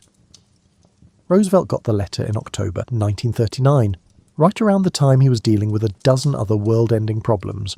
You have to admire the man's ability to prioritise. Most of us get overwhelmed choosing what to watch on streaming services, but FDR was juggling potential nuclear weapons, a world war, and probably wondering if his morning coffee was strong enough for any of this. The initial response was about as enthusiastic as you'd expect from a government bureaucracy. They formed a committee. Nothing conveys the urgency of a world-changing scientific breakthrough more effectively than the formation of a committee. The Uranium Committee, as they called it, met a few times, allocated a whopping $6,000 for research, and probably spent more on coffee than uranium. It was the governmental equivalent of putting a band-aid on a volcano. But here's where the story gets intriguing, in that uniquely American way. While the committee was busy being committee-like, Pearl Harbor happened. Suddenly, the abstract concept of maybe we should look into this atomic thing became, we need this atomic thing yesterday, and we'll build it bigger than anyone has ever built anything. Enter General Leslie Groves, a man who had just finished building the Pentagon and was probably looking forward to a comfortable, quiet desk job. Instead, he got handed the Manhattan Project, which was like being asked to organise the world's most dangerous science fair with unlimited funding and a deadline that could determine the fate of democracy. Groves was the kind of military mind who could look at an impossible task and immediately start figuring out how to make it slightly less impossible, one spreadsheet at a time. The beautiful absurdity of the Manhattan Project was already becoming clear. You had theoretical physicists who could barely balance their checkbooks being asked to create the most practical and devastating weapon in history, while military men who understood logistics had to wrap their heads around concepts that sounded like they belonged in comic books. And so began the most improbable collaboration in human history, where the marriage of pure science and applied paranoia would reshape everything. Now, you might think that assembling the world's greatest scientific minds would be like organising a really intellectual dinner party. You'd be wrong. It was more like trying to herd cats, if the cats were Nobel Prize winners with strong opinions about quantum mechanics and an alarming tendency to argue about theoretical physics at inappropriate volumes. General Groves, bless his practical heart, approached this challenge the way any good military man would. He made lists. Lots of lists. Lists of scientists, lists of locations, lists of things they'd need, and probably a list of reasons why this was either the best or worst assignment of his career. He realised pretty quickly that managing brilliant people was like managing regular people, except they could prove you wrong with math. The first real breakthrough came when someone suggested they recruit Robert Oppenheimer to lead the scientific effort. Now, Oppenheimer was an interesting choice. He was brilliant, absolutely, but he was also the kind of guy who quoted Sanskrit at cocktail parties and had a habit of making everyone around him feel slightly undereducated. He was like that friend who can discuss wine, literature and nuclear physics with equal fluency, except instead of being annoying at dinner parties, he was about to become the most famous scientist in America. What made Oppenheimer perfect for the job wasn't just his scientific credentials, though those were impressive enough. It was his ability to translate between the language of pure science and the language of "we need results now, please." He could talk to a theoretical physicist about quantum mechanics in the morning and explain to a general why they needed more funding in the afternoon, all while maintaining the kind of cool demeanour that suggested he found the whole thing intellectually fascinating rather than terrifying. But you can't run a massive scientific project from university offices and borrowed laboratories. They needed space, and not just any space. They needed secret space. Really secret space. The kind of secret space where you could accidentally change the world without anyone noticing until it was too late. Enter Los Alamos, New Mexico, a location so remote that it made the middle of nowhere look like downtown Manhattan. It was perfect in the way that only truly imperfect places can be perfect. The site was isolated enough that any accidental explosions would mostly just bother the local wildlife, but accessible enough that they could actually transport equipment and people without requiring pack mules. The original plan was to house maybe 30 scientists there. This was a bit like planning a small dinner party and having it turn into a wedding reception for 500 people. By the end of the project, Los Alamos had grown from a sleepy ranch school into a secret city with its own post office, school system, and probably the highest concentration of advanced degrees per square mile in human history. But Los Alamos was just one piece of the puzzle. The Manhattan Project ended up requiring an entire secret infrastructure spread across the country. They built massive facilities in Oak Ridge, Tennessee, where they would separate uranium isotopes using methods that were equal parts brilliant and brute force.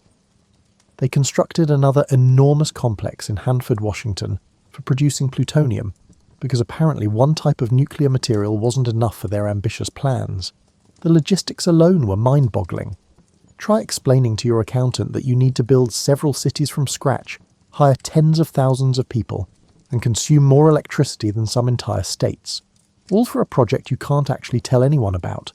The Tennessee Valley Authority suddenly found itself powering what looked like the industrial equivalent of a small alien invasion, and they just had to trust that someone, somewhere, knew what they were doing. The security measures were so elaborate they bordered on comedy.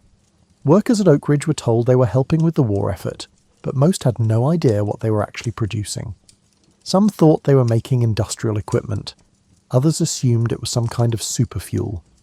A few probably suspected they were involved in something important, but the compartmentalization was so thorough that you could work on the Manhattan Project for 3 years and still have only the vaguest idea what you'd actually accomplished.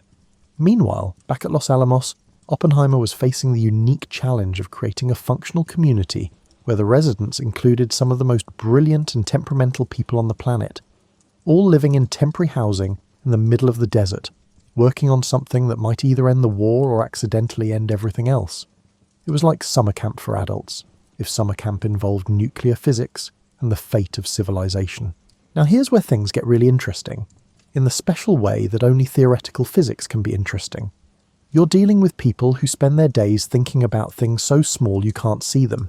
Even with the most powerful microscopes, Yet these invisible things contain enough energy to level cities. It's like discovering that dust bunnies under your couch could power your entire neighbourhood, if only you could figure out how to convince them to cooperate. The basic concept of nuclear fission sounds almost simple when you say it quickly. You take a uranium atom, you split it, and it releases energy. But saying that is like saying baking a cake when you're actually trying to construct a 12-tier wedding cake while blindfolded, using ingredients you've never seen before, and following a recipe written in a language that was just invented yesterday. The first challenge was getting the right kind of uranium. Natural uranium is mostly uranium-238, which is about as useful for making bombs as a chocolate teapot. What they needed was uranium-235, which makes up less than 1% of natural uranium. It's like needing to separate red M&Ms from a swimming pool full of mixed M&Ms, except the M&Ms are invisible, they're trying to kill you, and you can only tell them apart using methods that hadn't been invented yet.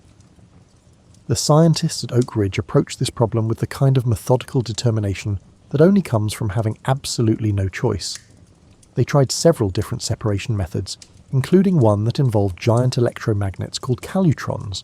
These machines were enormous and consumed so much electricity that they basically turned the separation of uranium isotopes into an industrial process that could be seen from space if satellites had existed then. However, uranium was not the sole option available.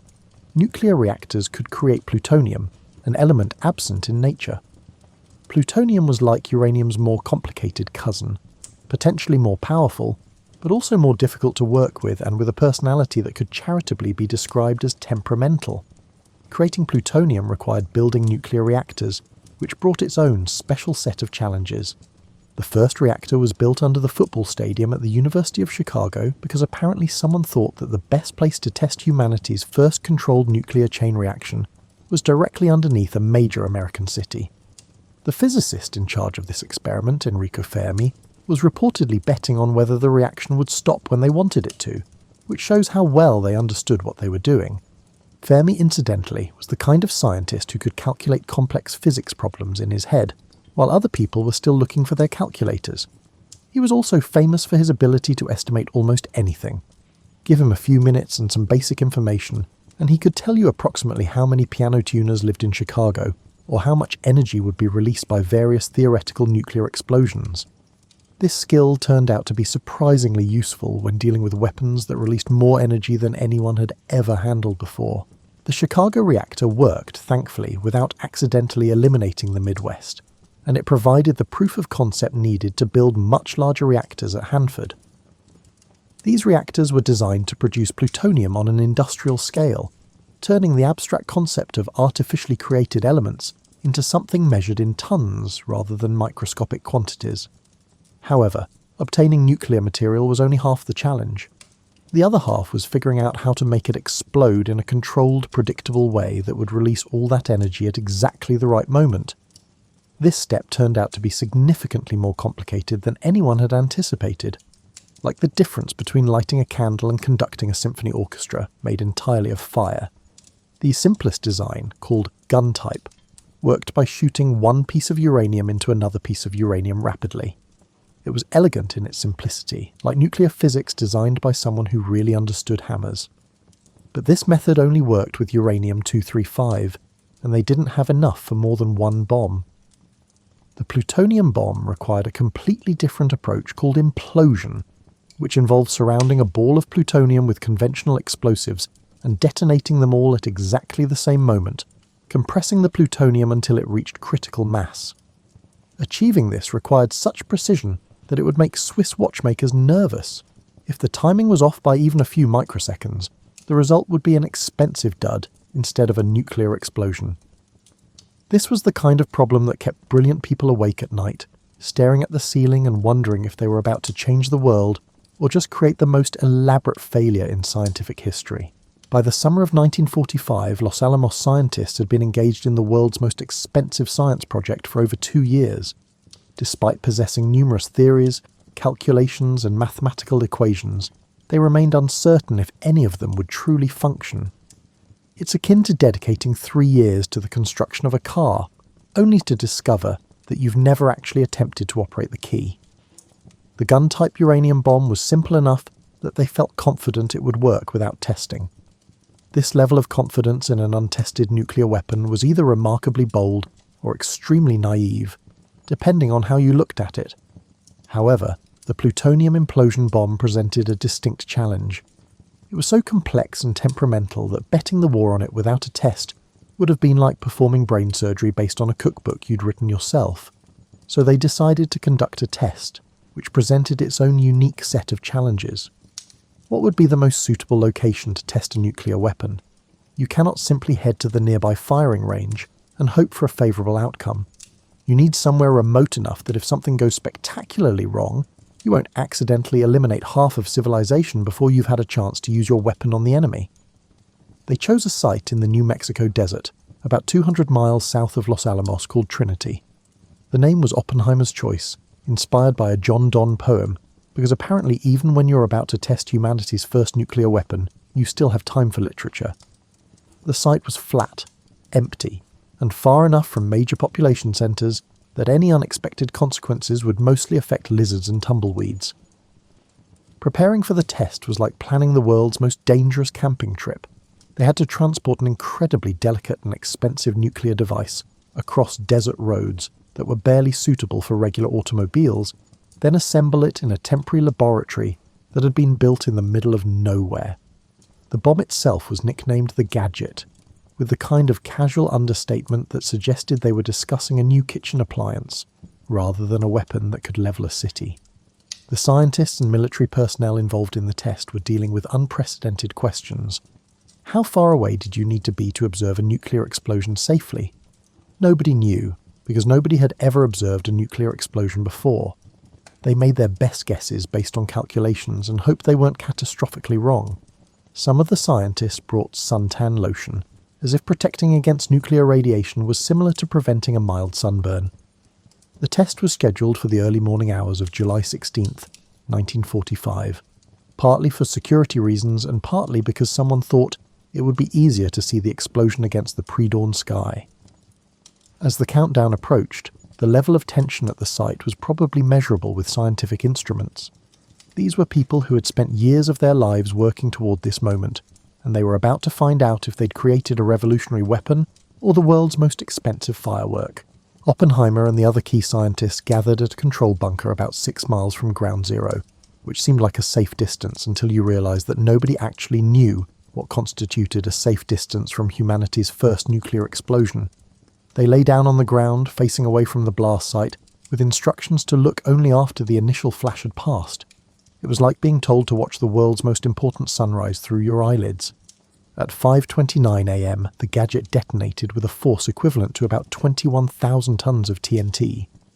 For a brief moment, the explosion created temperatures comparable to the surface of the sun and light brighter than the sun itself. The flash was visible from over 160 miles away, and the sound of the explosion was heard nearly 100 miles distant. Several observers reported that for a few seconds, it was as if there were 2 suns in the sky. The mushroom cloud rose to over 40,000 feet, and the heat from the explosion turned the desert sand into a greenish glass that they later called trinitite. The steel tower that held the bomb vaporized, along with everything else within a substantial radius of Ground Zero. In the space of a few seconds, the theoretical had become devastatingly real. Oppenheimer later said that as he watched the explosion, a line from the Bhagavad Gita came to mind. "Now I am become death, destroyer of worlds." It was the kind of literary reference that seemed almost absurdly intellectual given the circumstances, but it captured the magnitude of what they had just witnessed. They had successfully created a weapon that could destroy entire cities in an instant. The test was a complete success, which meant that the Manhattan Project had achieved its primary goal. They had beaten Germany to the atomic bomb. Of course, by this point Germany had already surrendered, so the original motivation for the project was somewhat moot. But there was still Japan to consider, and the war in the Pacific was far from over. As the mushroom cloud dissipated over the New Mexico desert, the scientists and military personnel at Trinity began grappling with the implications of what they had just accomplished. They had unlocked a portal that would never reopen. Now comes the part of the story where things get complicated in ways that make quantum physics look straightforward. You have this incredibly powerful weapon that works exactly as advertised, a war that's still raging in the Pacific, and a bunch of very smart people suddenly realizing that creating the thing was actually the easy part. The real challenge lay in deciding what to do with it. President Truman, who had inherited both the presidency and the Manhattan Project from Roosevelt, found himself in the position of having to make decisions about weapons he barely understood. Imagine being given the keys to a weapon that could destroy cities and being told to learn how to use it in a few weeks. Truman was a practical man who preferred straightforward problems with straightforward solutions, but there was nothing straightforward about atomic weapons. The military estimates for the invasion of Japan were extremely sobering. Operation Downfall, as it was known, had the potential to cause over 1 million American casualties and several million Japanese deaths. These weren't abstract numbers on a strategic planning document. They represented real people, families, and entire communities. The alternative was using atomic weapons against Japanese cities, which would also kill enormous numbers of civilians, but might end the war quickly enough to prevent an even larger catastrophe. It's the kind of decision that would keep anyone awake at night, the kind of moral calculation that has no clearly right answer. Do you choose the option that kills fewer people overall, but involves using weapons of unprecedented destructive power? Or do you choose the conventional invasion that might ultimately cost more lives but doesn't cross the threshold into nuclear warfare? Some of the scientists involved in the Manhattan Project were seriously reconsidering their involvement in its creation. Leo Szilard, who had started the whole thing with his worries about German atomic research, now found himself trying to stop the use of the weapons he had helped create. He and several other scientists petitioned Truman to demonstrate the bomb's power without using it against populated areas, perhaps by detonating it over an uninhabited area where Japanese leaders could witness its destructive potential. But military planners argued that a demonstration might not be convincing enough to force Japanese surrender, especially if the bomb failed to detonate properly. They had exactly 2 operational atomic weapons, Little Boy, the uranium bomb, and Fat Man, the plutonium bomb, and using one for a demonstration would leave them with only 1 weapon for actual combat use. It was like having 2 bullets and wondering whether to fire one into the air as a warning shot. The decision-making process was complicated by the fact that many of the people involved still didn't fully understand what they were dealing with. The long-term effects of radiation exposure weren't well understood. The political implications of introducing nuclear weapons to warfare hadn't been fully considered. They were making decisions about the future of human conflict with incomplete information and under enormous time pressure. Japanese resistance was fierce and showed no signs of diminishing. The Battle of Okinawa had demonstrated the terrible cost of invading fortified Japanese positions, and intelligence suggested that the Japanese were preparing to defend their home islands with even greater determination.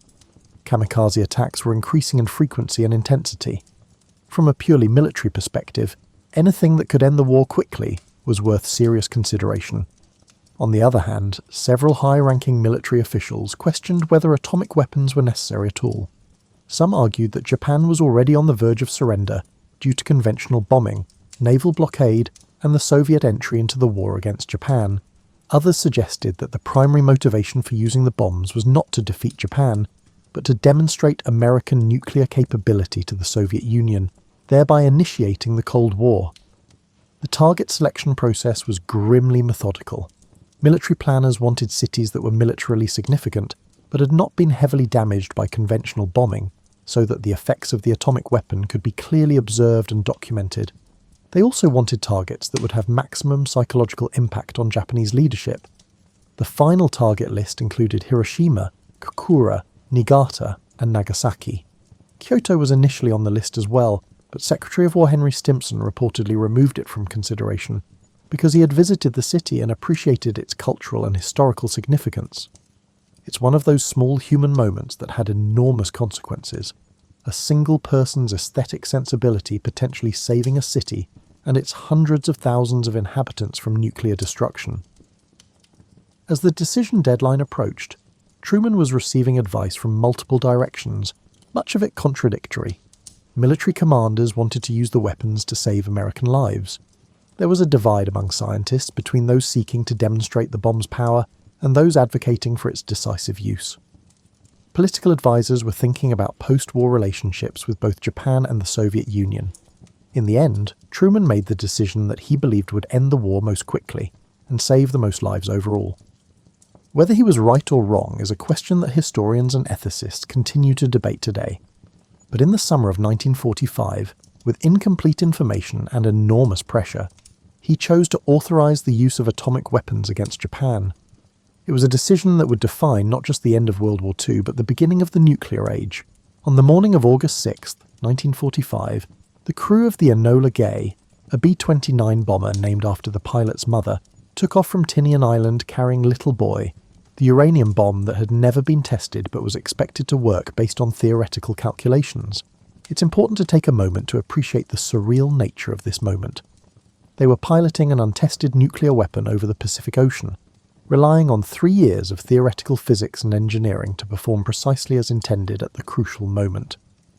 Colonel Paul Tibbets, the pilot, probably had the strangest job description in military history that morning. He was essentially a delivery driver, except his package could destroy an entire city, and his route included flying over enemy territory while carrying the most expensive and dangerous cargo in human history.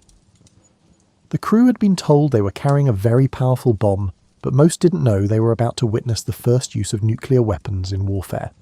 Hiroshima was chosen as the primary target, partly because it was an important military centre, and partly because it had been largely spared from conventional bombing, making it ideal for observing the effects of atomic weapons. The city had about 350,000 people going about their morning routines, unaware that they were about to witness a historic moment. At 8:15 a.m. local time, Little Boy detonated about 1,900 feet above the city centre. The explosion created a fireball with temperatures exceeding those at the centre of the sun, followed by a shockwave that destroyed virtually everything within a 1-mile radius. The mushroom cloud rose to over 60,000 feet, and the flash of light was visible for miles. Suddenly, a bustling metropolis transformed into the epicentre of the nuclear era. The immediate destruction was almost incomprehensible. Buildings simply vanished. People who were close to the hypercentre were vaporized so quickly that their shadows were burned into concrete and stone surfaces. The intense heat, the crushing force of the shockwave, or the collapse of buildings killed others. Tens of thousands died immediately, and tens of thousands more would die in the following days and weeks from radiation sickness, burns, and injuries.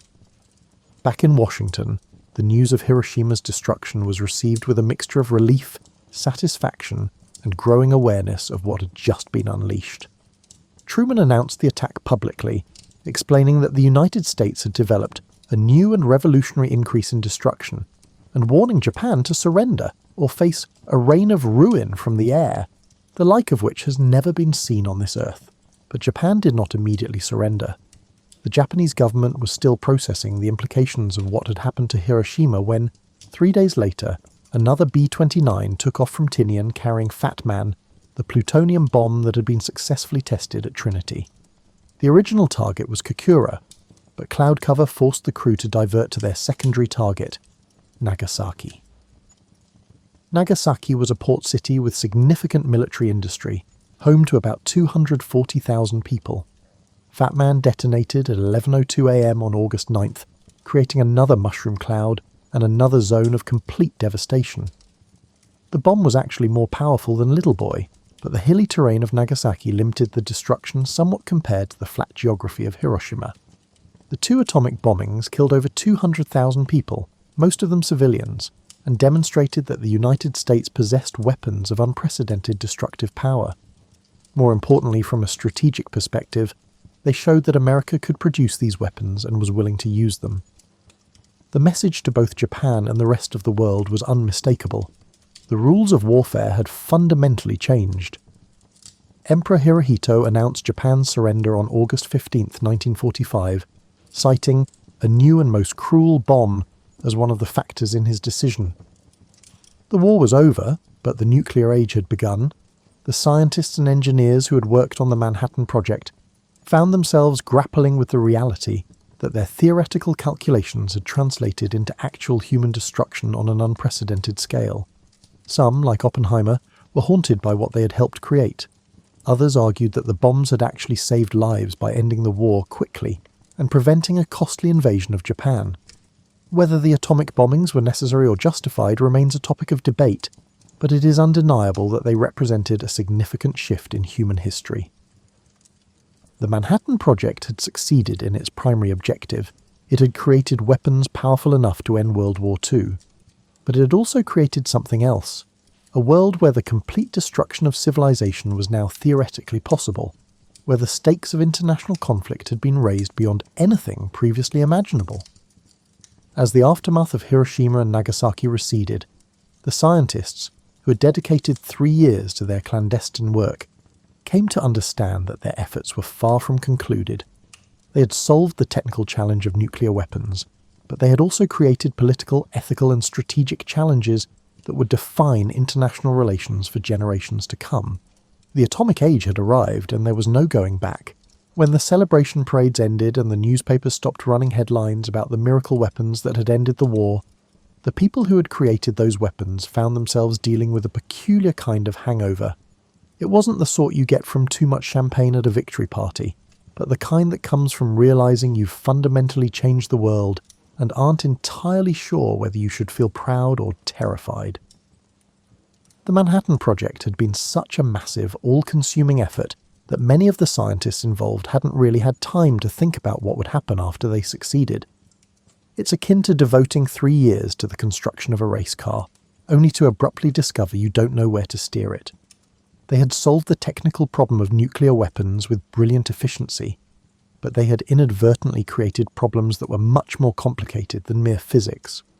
Oppenheimer, who had led the scientific effort at Los Alamos, found himself in the strange position of being simultaneously celebrated as a hero and viewed with suspicion as a potential security risk.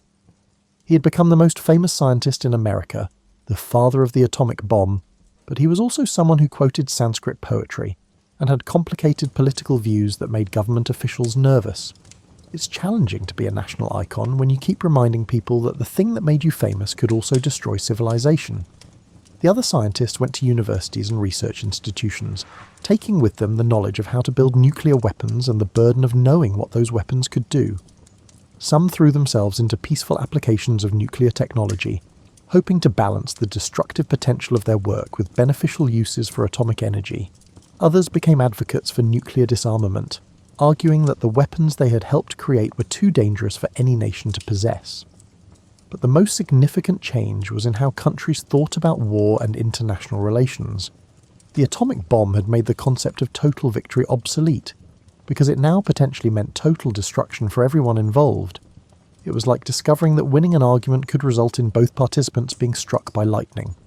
The traditional logic of warfare, where you could defeat your enemies without destroying yourself, no longer applied when nuclear weapons were involved.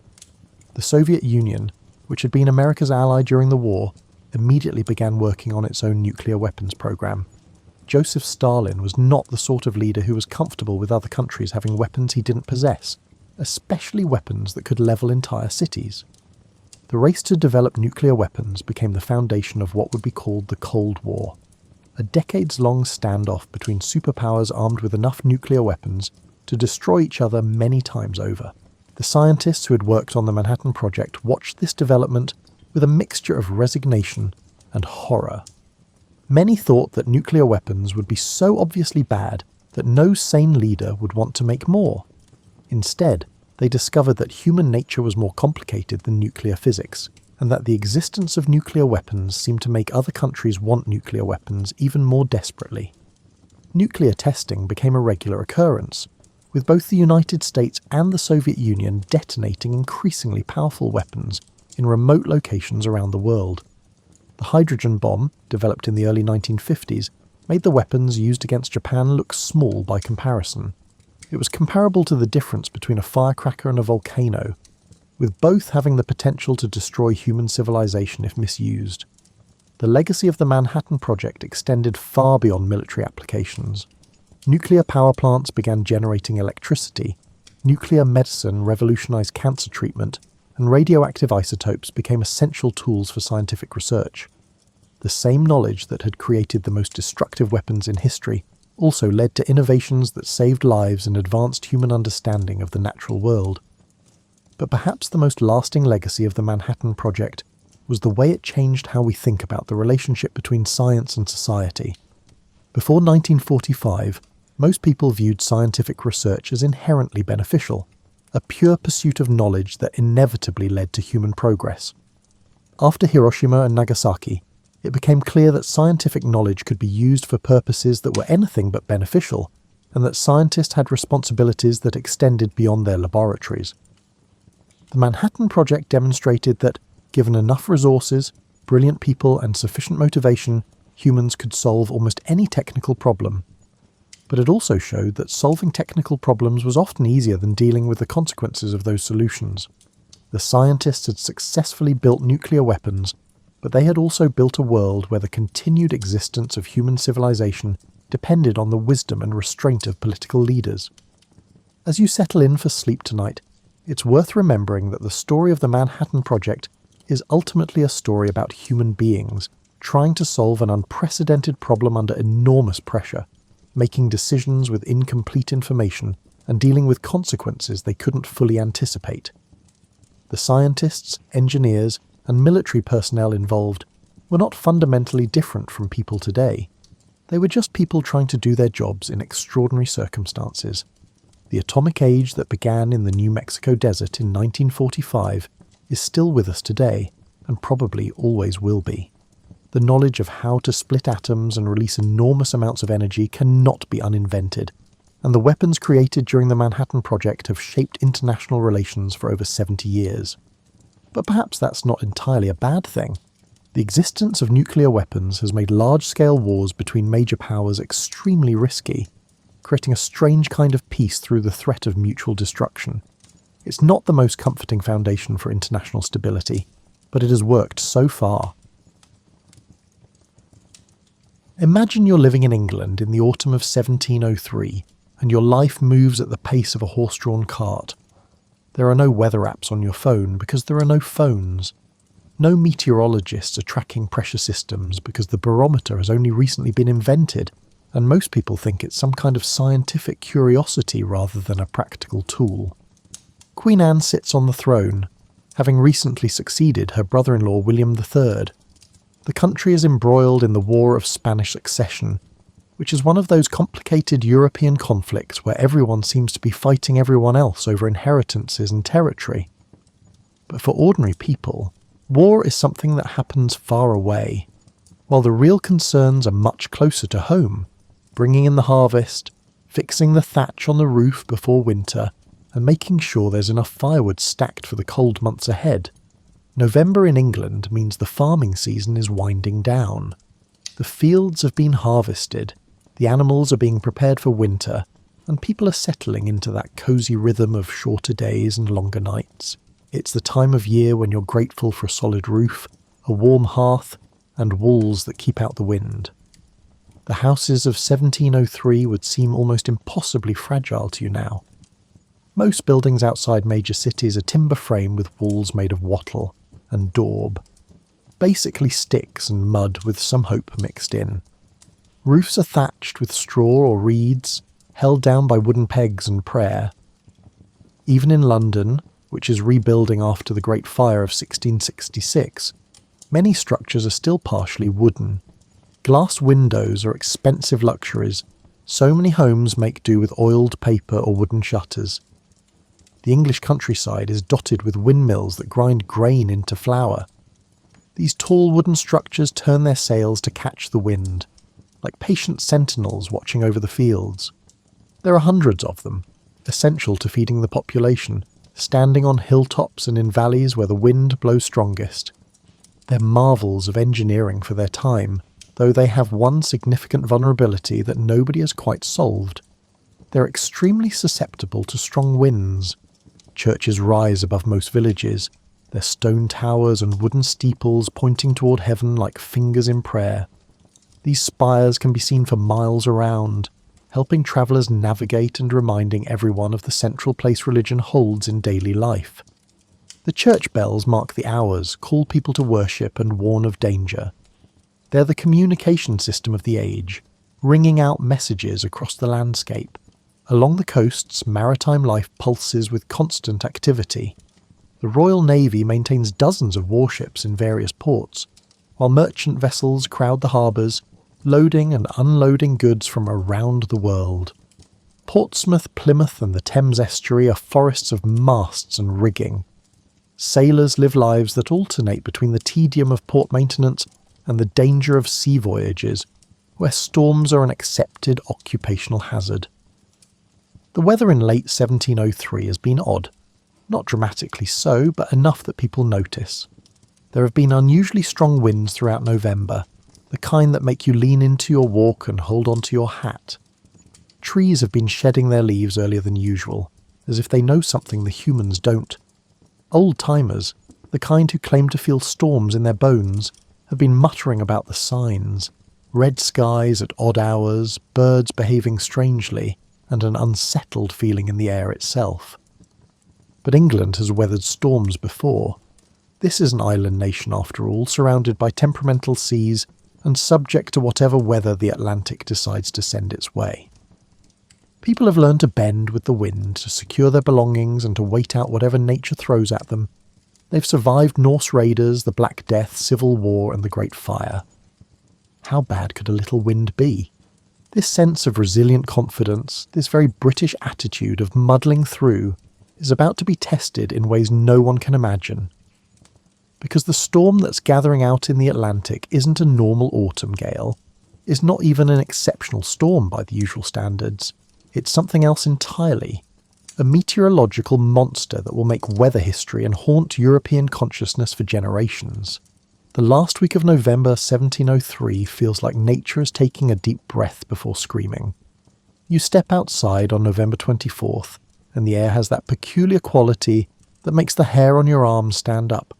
It's not just cold, it's charged, electric, as if the atmosphere itself is holding tension like a drawn bowstring. The sky takes on colours that don't appear in normal weather. There are brassy yellows near the horizon, deep purples in the clouds, and that particular shade of green that experienced sailors know means trouble. The clouds themselves seem to be moving in several directions at once.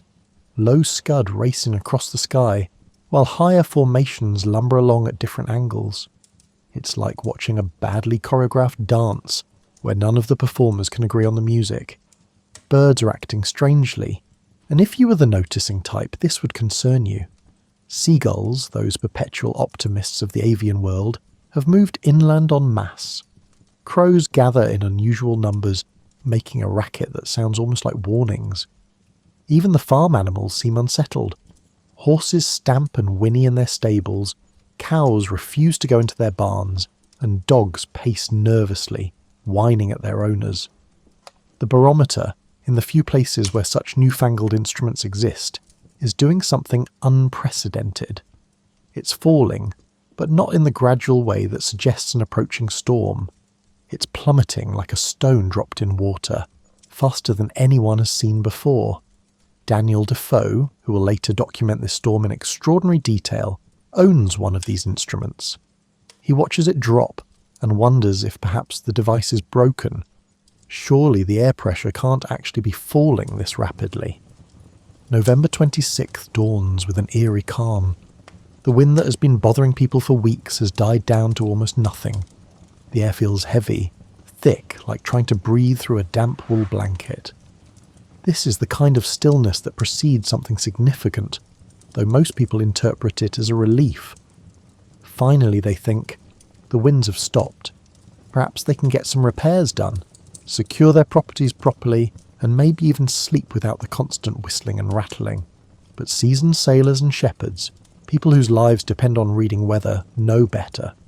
This isn't peaceful calm. This is nature pausing for effect, like a storyteller taking a breath before the climax. The old maritime saying comes to mind, calm before the storm, though in this case, storm is going to prove a grossly inadequate word for what's approaching. By the evening of November 26th, the wind returns, but it's different now. It's no longer the blustery autumn breeze people have grown accustomed to.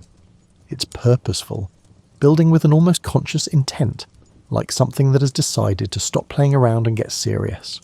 The sound changes too, from the familiar whistle and moan to a deeper, more ominous roar that seems to come from everywhere at once. People begin their evening preparations with growing uneasiness. You secure your shutters, bring in anything from the yard that might blow away, and double-check that the animals are safely housed. In coastal towns, sailors look at their moored vessels with worried expressions, wondering if the ropes and chains will hold. Ship captains who can put out additional anchors and say prayers to whatever saints specialise in maritime protection. As darkness falls on November 26th, the wind continues to build.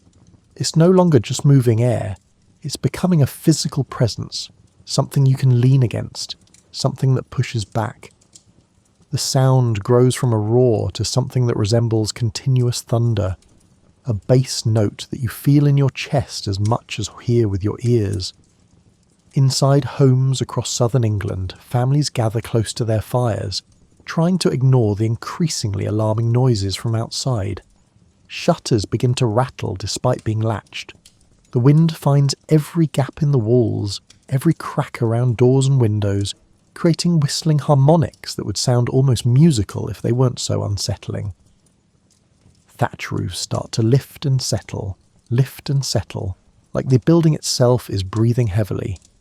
Around midnight, the storm stops building and simply arrives in its full fury.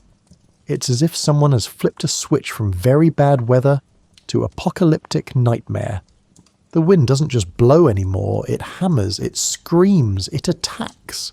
The sound becomes so overwhelming that it's almost impossible to think clearly. Imagine standing next to a jet engine and you're getting close to the volume and intensity of what people are experiencing. And here's the thing that makes this storm so strange, so different from normal tempests. It's not coming from a single direction. The wind seems to swirl and eddy, attacking from multiple angles simultaneously. This isn't a weather pattern people understand. Storms have directions, they have fronts, and they move in predictable ways. This storm seems to be everywhere at once, a circular fury that defies normal meteorological behaviour. What nobody realises yet, because the science doesn't exist to understand it, is that they're experiencing something exceptionally rare. A bomb cyclone, what modern meteorologists call explosive cyclogenesis. The atmospheric pressure is dropping so rapidly that the storm is intensifying at a rate that occurs perhaps once or twice a century. The rotating winds are reaching speeds that won't be scientifically measured for another 150 years, when someone invents proper instruments for such things. As the night of November 26th deepens into the early hours of November 27th, everyone in southern England is about to experience the longest, most terrifying night of their lives. And the truly horrifying part, the storm is still intensifying. Picture yourself huddled in a stone cottage somewhere in Kent as the clock approaches 2 a.m. on November 27th. The fire in your hearth is being sucked up the chimney by the incredible draught, sending sparks and smoke into the room. Every few seconds, the entire building shudders as if being struck by a giant's fist. The noise is beyond description. Imagine a freight train, a waterfall, and continuous thunder all happening at once, and you're still not quite there.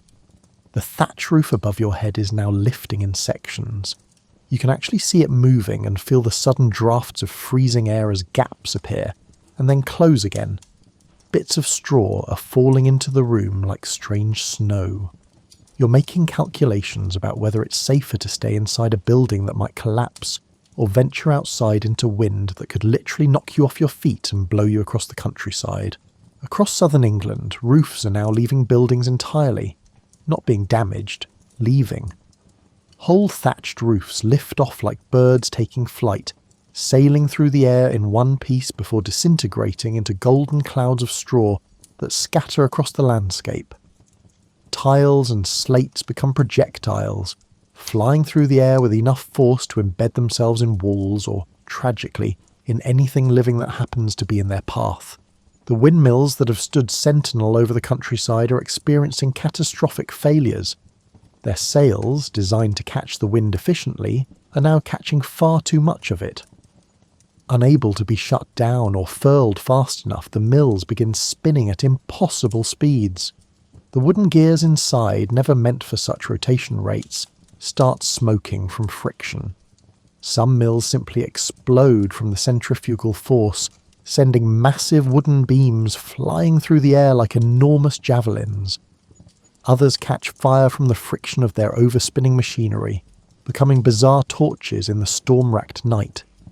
Church steeples, those proud fingers pointing to heaven, are toppling.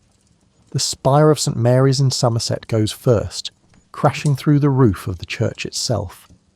Then dozens more across the south follow suit, their lead-covered wooden frames no match for winds that are essentially trying to tear England apart. Each falling steeple makes a sound like a forest tree being felled, a groaning crack followed by an enormous crash. For deeply religious people, seeing churches destroyed feels especially ominous. If God's houses aren't safe, what hope do ordinary buildings have? In London, the scene is apocalyptic. The city, still recovering from the Great Fire of 1666, is being battered by winds that are methodically undoing decades of reconstruction. Roof tiles fly through the streets like deadly frisbees. Chimneys topple, sending bricks raining down onto cobblestones below. Anyone foolish or desperate enough to be outside quickly realises their mistake, as the wind shoves them against walls, or literally lifts them off their feet. The Thames is behaving in ways nobody has seen before. The wind is so powerful that it's actually pushing water upstream, reversing the river's flow. Waves are forming on the river's surface. Waves on a river in central London. Barges and small boats moored at the docks are being tossed like bath toys, breaking their moorings and crashing into each other or smashing against the embankments. Daniel Defoe, future author of Robinson Crusoe but currently a somewhat controversial political writer, is in his London home watching what he describes as tiles flying past his windows like autumn leaves. He's making mental notes for what will become the world's first real investigative journalism piece about a natural disaster. Between flinching at each new crash and bang, he's already planning how to document this night for posterity. But the truly catastrophic scenes are playing out along the coast and at sea. At the Eddystone Lighthouse, perched on rocks 14 miles off the coast of Plymouth, the situation is beyond desperate. This is the first lighthouse ever built on these treacherous rocks, completed just 5 years earlier. It's a wooden structure, which seems insane now, but was considered reasonable engineering at the time. The lighthouse keeper, Henry Winstanley, is actually at the lighthouse, having gone out to perform repairs just days before. The lighthouse is flexing and swaying in ways that wooden structures should never flex and sway. Around 2 a.m, a wave larger than any in recorded memory hits the lighthouse. When dawn eventually comes, the lighthouse is simply gone, vanished as completely as if it never existed. Henry Winstanley, his crew, and the entire structure have been erased from the ocean. Not a single piece of wreckage will ever be found. In Portsmouth Harbour, the Royal Navy is experiencing its worst peacetime disaster in history. Dozens of warships are moored here, and as the storm intensifies, their anchors begin to drag. These aren't small boats. Some are 3-decked ships of the line, massive wooden castles that carry hundreds of men and dozens of cannon. But in this wind, they're as helpless as children's toys. Ships begin colliding with each other in the darkness. The sound of wooden hulls grinding together is audible even over the storm. Masts snap with cracks like cannon fire. Rigging tangles between ships, creating a chaos of rope and canvas that makes it impossible to separate vessels even if anyone could work on deck, which they can't. The wind is strong enough to blow men off their feet and over the railings into the churning water below. Some ships are being driven onto the shore despite their anchors. The HMS Association, a 90-gun ship of the line, drags her anchors and grounds near the Isle of Wight. The HMS Restoration snaps her anchor cables and is driven onto the mudflats where she'll eventually sink. All across the southern coast from Bristol to Kent, ships are meeting similar fates. Merchant vessels, fishing boats, and naval ships are all equally helpless before the storm's fury. The human cost at sea is staggering. Sailors who have survived battles, storms, and years of hard service are drowning within sight of their home ports. Some are trapped below decks in ships that are flooding. Others are washed overboard into water so violent that rescue is impossible, even if anyone could mount an attempt, which they can't. The Navy alone will lose over 1,000 men this night, more than most naval battles of the era. Inland, trees that have stood for centuries are falling by the thousands. Ancient oaks that were already old when Shakespeare was born topple like dominoes. Entire forests are being flattened, creating lunar landscapes of fallen timber that will take decades to clear. The new forest loses an estimated 4,000 ancient trees in a single night. Deer, foxes, badgers, and birds that depend on these trees are being crushed or left homeless. Agricultural damage is catastrophic. Barns and storage buildings collapse, crushing livestock and destroying the winter food supplies that farming families depend on.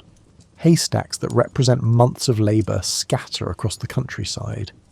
Sheep and cattle, terrified by the noise and unable to find shelter, huddle in fields where some are actually blown over and killed by the force of the wind. A detail so bizarre that people will initially refuse to believe the reports. As the storm rages through the early hours of November 27th, people huddle in whatever shelter they can find, listening to their world being torn apart. Every crash, every splintering sound, every moment when the wind seems to increase impossibly beyond what it already was, it all contributes to a growing certainty that this isn't a normal storm. This is something unprecedented. Something that's revealing just how fragile human civilization really is when nature decides to stop being cooperative. And still, remarkably, the storm continues to intensify.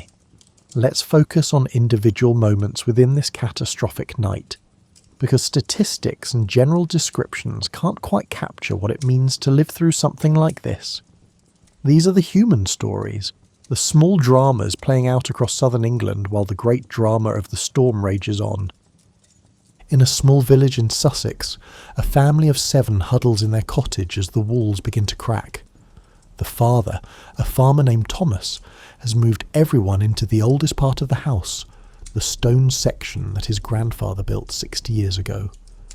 The newer timber-framed rooms are already showing alarming signs of stress, with beams visibly shifting and walls leaning. Around 3 a.m. the decision makes itself. With a sound like 1,000 trees breaking at once, the timber section of their home simply disintegrates. One moment it's there, the next it's gone, scattered across the countryside in 1,000,000 pieces. The family packed into the stone room survives because of a building decision made 2 generations earlier by a careful craftsman who mixed his mortar properly and chose good stone. In the morning they'll walk out to find that everything they owned except what's in this one room is gone, spread across 3 counties. Meanwhile, in Bristol, a midwife named Eleanor is facing an impossible decision. A woman has gone into labour and complications mean Eleanor needs to reach her quickly. But going outside in this storm is madness. The streets are rivers of flying debris and the wind is strong enough to make walking nearly impossible. Eleanor looks at the storm, looks at her bag of instruments and herbs, thinks about the woman and unborn child and makes the choice. She wraps herself in every piece of heavy clothing she owns and sets out into the tempest. Her journey of less than half a mile takes over an hour. She crawls part of the way, holding onto walls and fences, moving between buildings when the wind briefly lessens. A roof tile strikes her shoulder, leaving a bruise but fortunately not breaking a bone. At one point, a gust simply lifts her off her feet and deposits her 10 feet away. But Eleanor keeps going, driven by professional duty and sheer stubbornness, until she reaches her patient.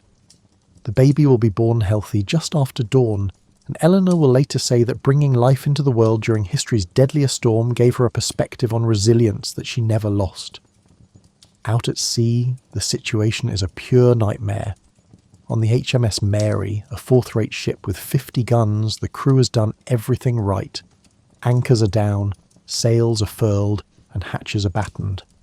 But the wind is so strong that the ship is dragging her anchors anyway, moving slowly but inexorably toward the rocky shore of the Isle of Wight. The captain knows what's coming. He can feel it through the ship's timbers, that subtle change in motion that tells an experienced seaman that his vessel is doomed. He can't save the ship, but perhaps he can save the crew. He orders everyone into the rigging, counterintuitive, but it gets them high above the deck before the ship grounds. When the Mary finally strikes the rocks around 4 a.m, the impact is so violent that it tears the bottom out of the hull. The ship floods in minutes, but most of the crew, clinging to the masts and yards, survive until dawn, when rescuers can reach them. Not everyone is so fortunate. The HMS Northumberland, a large merchant vessel pressed into Navy service, breaks free of her moorings in Portsmouth and is driven directly into the path of the HMS Mary. The two ships collide in the darkness with a grinding, splintering crash that can be heard on shore over the wind. The Northumberland's masts fall like trees, crushing men who have no time to escape. The ship begins taking on water immediately, and in the chaos and darkness, rescue is impossible. Of her crew of 200, fewer than 20 will see the dawn. In Kent, a shepherd named William has been caught away from home when the storm truly hit. He's taken shelter in a small stone hut used for storing tools, basically 4 walls and a solid roof, no windows and 1 door. It's cramped and cold, but it's stone and it's holding. William settles in to wait out the storm, listening to the unbelievable fury outside and probably thinking about every poor decision that led to him being here instead of home in his own bed. Around midnight, William hears something over the storm, an odd bleating sound. Opening the door slightly, he finds a ewe from his flock terrified and pressed against the wall. He pulls her inside. Within an hour, 3 more sheep have found his shelter. Then a fox appears, and William's first instinct is to drive it away. But something about the absolute terror in the animal's eyes makes him hesitate. The fox slinks into a corner as far from the sheep as possible and lies there shaking. They'll all survive the night together in that tiny stone hut. Predator and prey united by fear of something worse than each other. Back in London, Westminster Abbey is suffering devastating damage. This isn't some wooden structure, but a massive stone building that has stood for centuries. Yet the wind is finding weaknesses that nobody knew existed. Lead sheets on the roof are peeling back like paper. Flying debris has broken several ancient stained glass windows. Most dramatically, the Abbey's roof, which weighs several tons, actually lifts and shifts, dropping back down at a slight angle. The architectural damage will take years to properly repair. The Tower of London, that ancient fortress that has withstood sieges, fires and political upheavals, is experiencing something new. The wind is so strong that it's actually pushing in the leaded windows. The famous ravens that live in the tower, who according to legend protect England by their presence, have all taken shelter in the deepest, most protected corners of the fortress. Even birds that are essentially carrion eaters, built to handle harsh conditions, know when to admit defeat. In Portsmouth, a naval officer named Samuel Pepys, not the diarist but a distant relative, is trapped aboard his ship making impossible decisions. His vessel has dragged anchor and is heading toward the rocks, but the storm is so violent that he can't order men on deck without essentially sending them to their deaths. He watches 3 ships collide nearby, sees masts fall, and hears the screams of men going into the water. There's nothing he can do. Command in this storm is meaningless. Nature is in charge now, and all human authority is temporarily suspended. Around 4 a.m, something shifts in the storm's character. It doesn't weaken, if anything, this is the peak of its fury. But the wind begins to change direction, swinging around from the southwest to the west and then northwest. This rotation means that places that had been somewhat protected by geography now get hit with full force, while areas that had borne the brunt for hours get brief, relative respites. This wind shift causes a new wave of destruction. Buildings that had survived by facing away from the wind now have it hitting them from unexpected angles. Ships that had positioned themselves carefully for southwest winds find themselves broadside to northwest gales. The wind shift feels almost malicious, as if the storm is making sure nothing escapes its attention. On the coast of Hampshire, a small fishing village experiences what locals will later describe as the most terrifying hour of the night. The wind had been bad but survivable, Then the shift happens, and suddenly the wind is coming straight off the ocean with nothing to block it.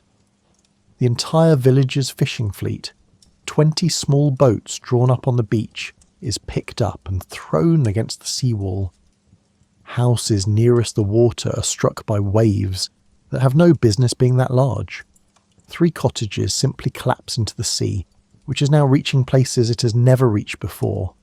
The village church, which sits on a slight rise and has been a landmark for 200 years, loses its entire roof in one piece. The roof simply lifts off, sails several hundred yards inland, and lands in a field where it will remain largely intact. The church bell falls from the tower and rolls down into the village square, where it will stay for weeks because it's too heavy to move easily, and there are far more pressing concerns. As the first hints of grey light begin to appear in the eastern sky, though light is a generous term for the murky dimness that passes for dawn on November 27th, people begin to realise that they might actually survive this. The storm is still raging, but there's a subtle lessening of intensity, a sense that perhaps the worst has passed. Of course, nobody can be sure. The storm has already defied every expectation and broken every rule. Who's to say it won't suddenly intensify again? But slowly, gradually, the wind does begin to decrease. Not quickly, this isn't like a switch being flipped off, but measurably.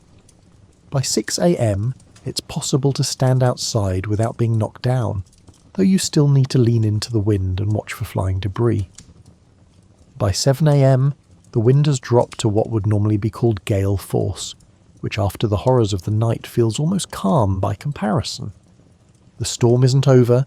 It will continue to batter parts of England and move on to ravage sections of Europe for another day. But the absolute peak, that nightmare period between midnight and dawn, is finally ending. People begin to emerge from whatever shelter they found, stepping out into a world that has been fundamentally transformed. Imagine stepping out of your shelter as the grey light of November 27th grows strong enough to actually see by. The wind is still blowing hard, but compared to the night's fury, it feels almost gentle. The first thing that strikes you is the smell. Fresh wood from thousands of broken trees, salt spray carried miles inland from the sea, disturbed earth from buildings that have collapsed, and smoke from fires that have broken out in the chaos. The second thing you notice is the sound. After hours of continuous roaring wind, the relative quiet is almost disorienting. Your ears are ringing from the sustained volume. But there are new sounds now. The crash of delayed structural collapses as buildings that were weakened during the night finally give up. The calls of people searching for family members and neighbours, and the creaking of damaged structures that are still partially standing. Then you look around and your mind struggles to process what you're seeing. The landscape has been transformed so completely that it takes a moment to orient yourself. Trees that were landmarks, that you've used your entire life to navigate, are gone. Buildings that define the skyline have vanished or are now unrecognisable ruins. The village or town you've lived in your whole life has become a foreign country overnight. In the countryside, the devastation is staggering, but at least it's spread out. Entire forests are flattened, yes, but forests were going to be cut down eventually anyway for timber. It's shocking, but it's not as immediately heartbreaking as what's happening in population centres. In towns and cities, the destruction is intimate and immediate. This pile of rubble was the Baker family's house, where Mrs. Baker made the best bread in the village. That scattered timber was the smithy where horses were shod and tools were mended. The church where you were baptised, where your parents were married, and where your grandparents are buried. It's now missing half its roof and its entire steeple. The community's physical memory has been partially erased overnight. People are emerging slowly and cautiously, many of them in shock.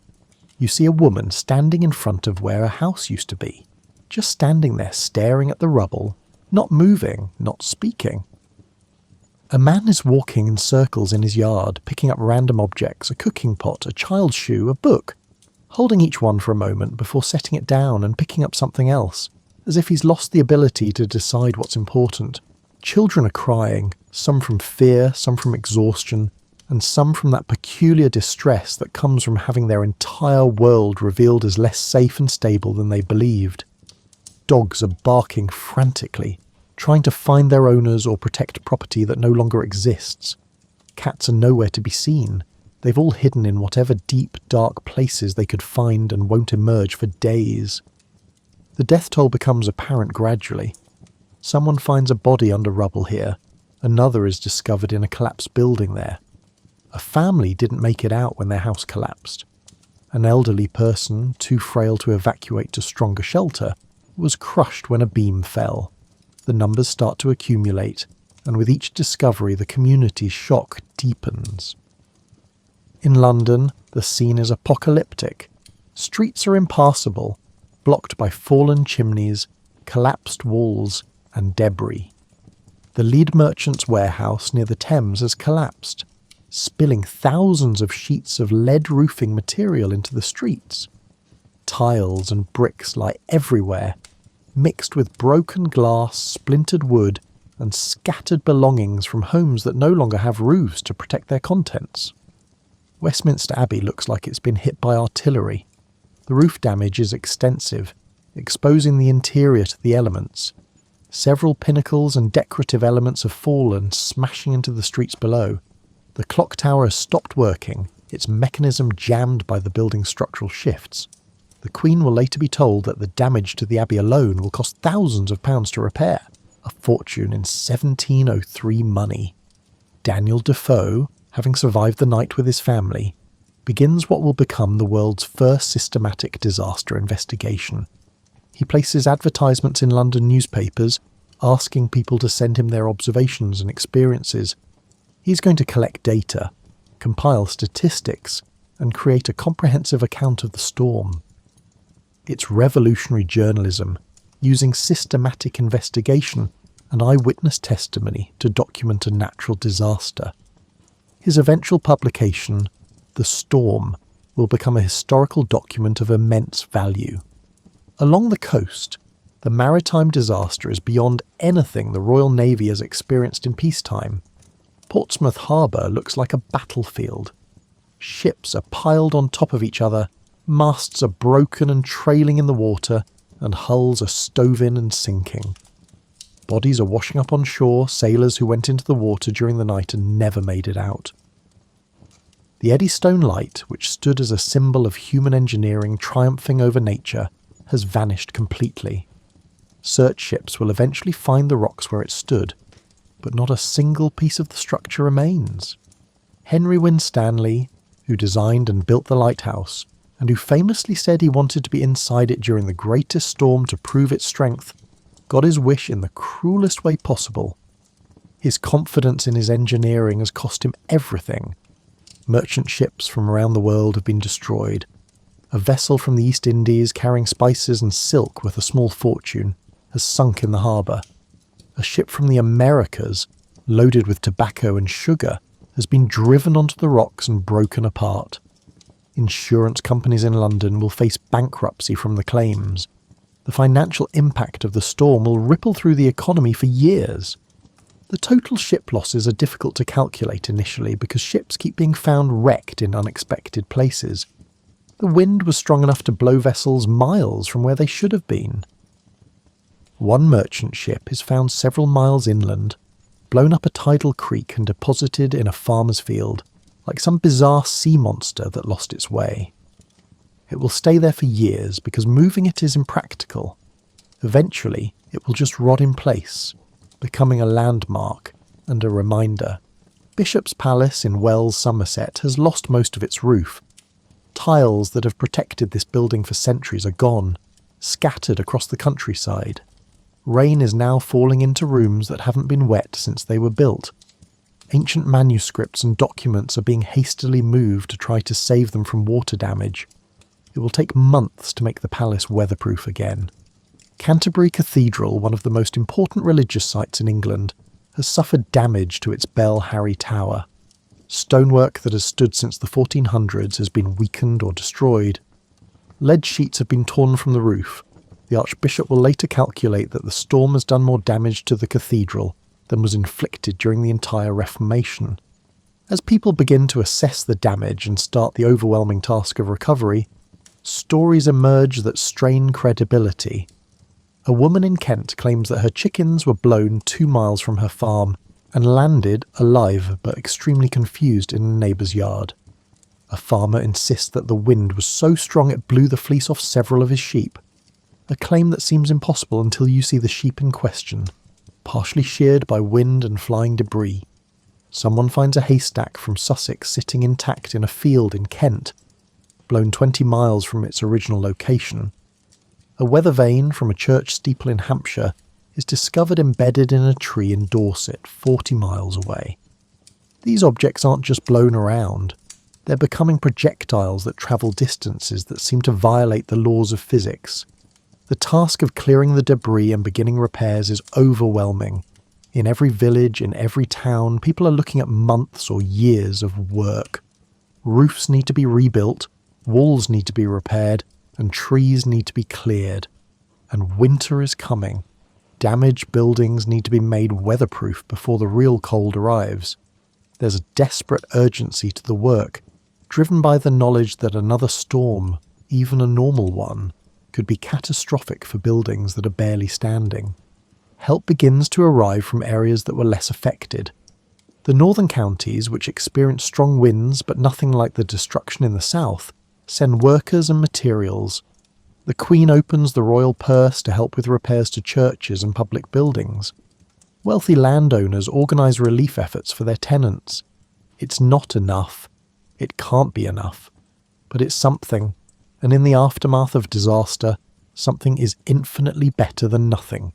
As the day progresses and the wind continues to die down, people start trying to understand what happened. This is the beginning of a collective attempt to make sense of something that defies comprehension.